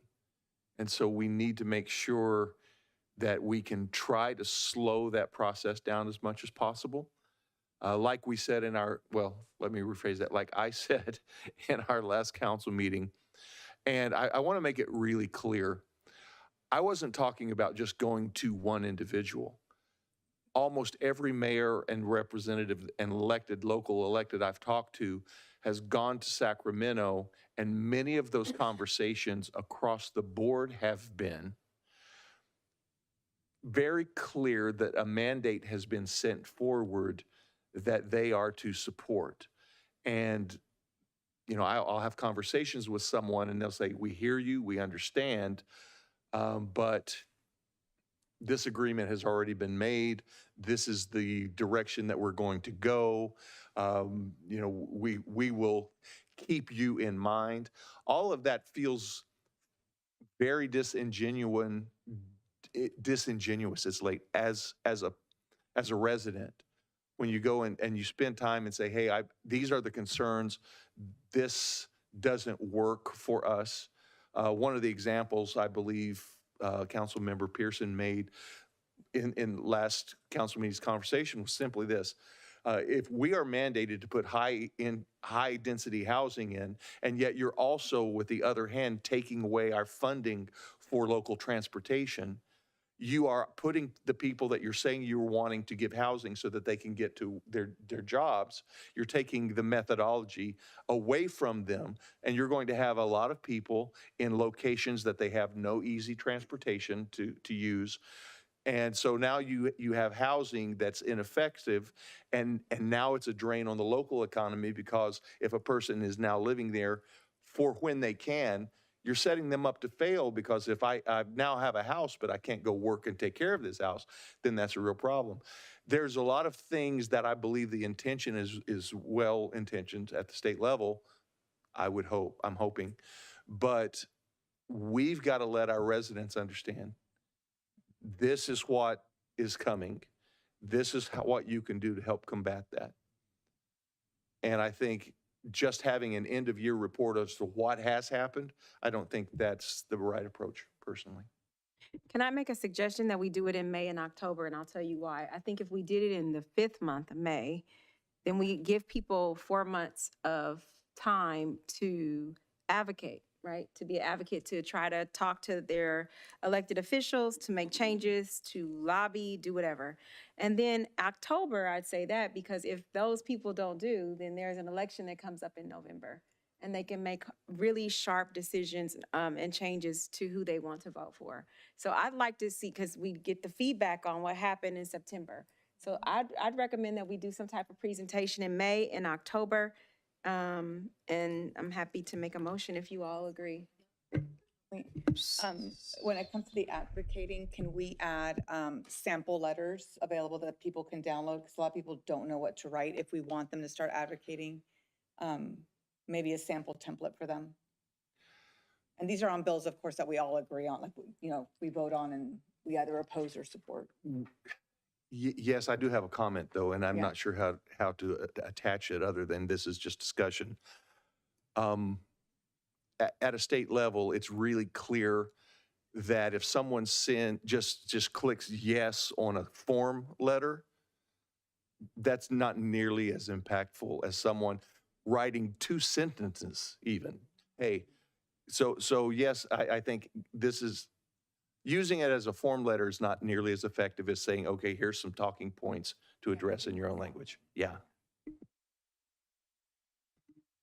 I would say the template is not a bad idea. It's just that the template should include insert your personal story and your personal impact here. Like, here's a paragraph that both make sense, and this is what your legislators want to hear. In the middle, that's where you say, please include your personal story. You know what I mean? I get letters like that at work. And it's just help you think through what you need to say that's going to actually mean something.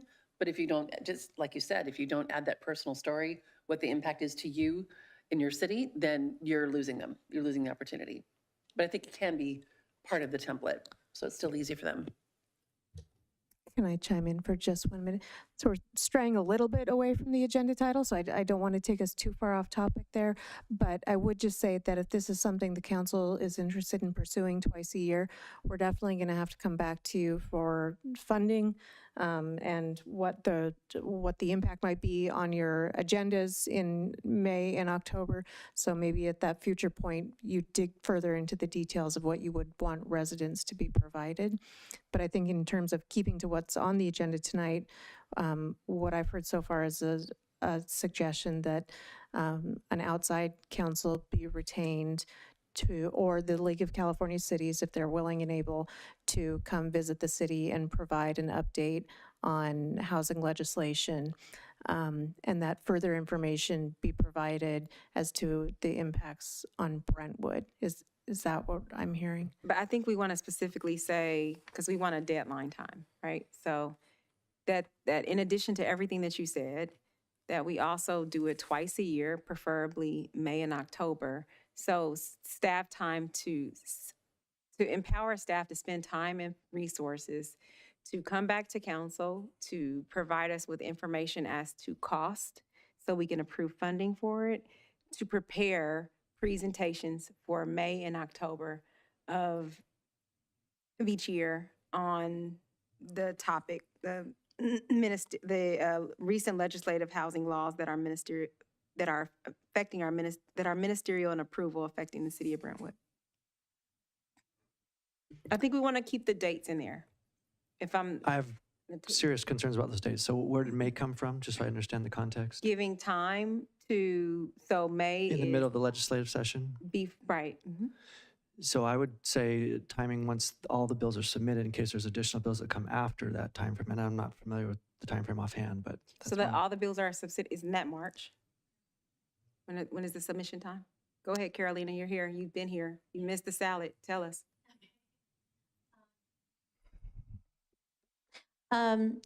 Talked to Lori Wilson, and she said the best time to give feedback on bills is October. That is the first time in the year. October is that's the October date for us to give but we're talking about getting the information from what they've received. So the second time. So I would say May might be a little too early.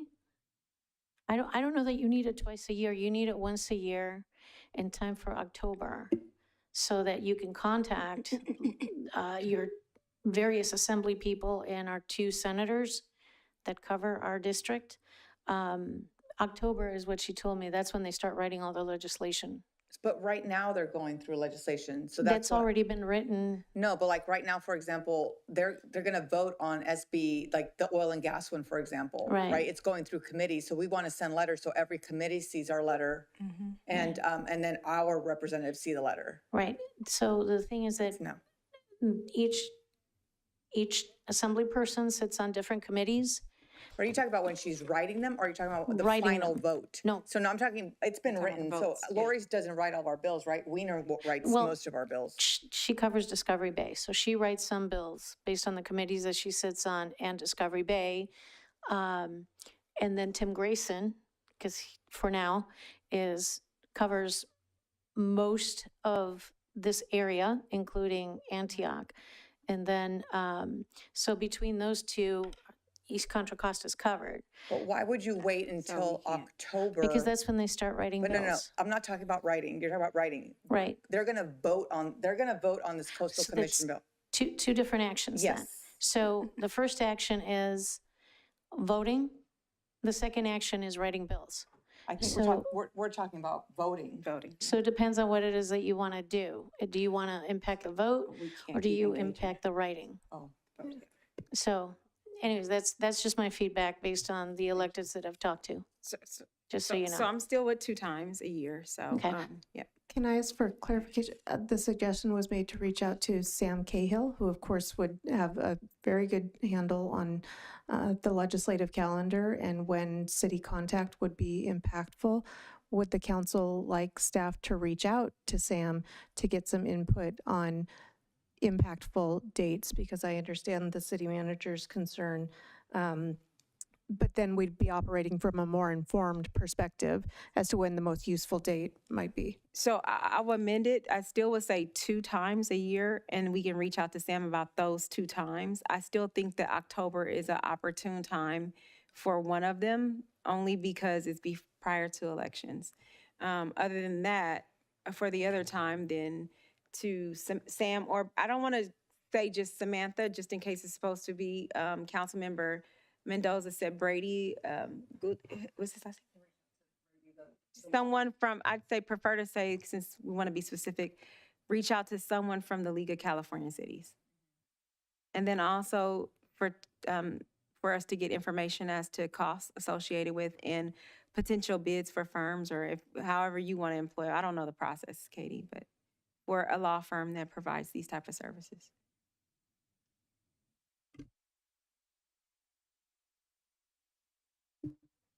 Was that a motion? Yeah, it felt like. If it is, I'll second it. Okay. That's my motion. One more time.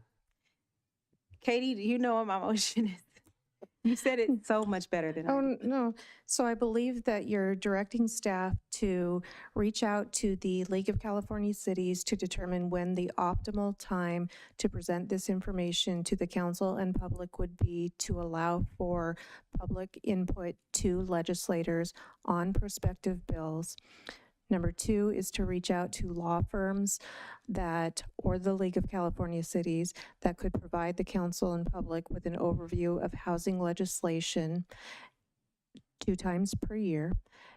Number 3 would be that in addition to that overview, particular attention be paid to ministerial approval legislation that impacts Brentwood directly. Is that correct? Right, and I think I heard from several people, the specific authors of that legislation to be included into the presentations if they have one. Okay. Thank you. And I'll still second. Okay, we have a first and a second. All in favor, aye. Aye. Opposed? It's Councilmember, unanimous. can I just add one thing? So they're past August 31st. The governor has until the end of September to sign the bills.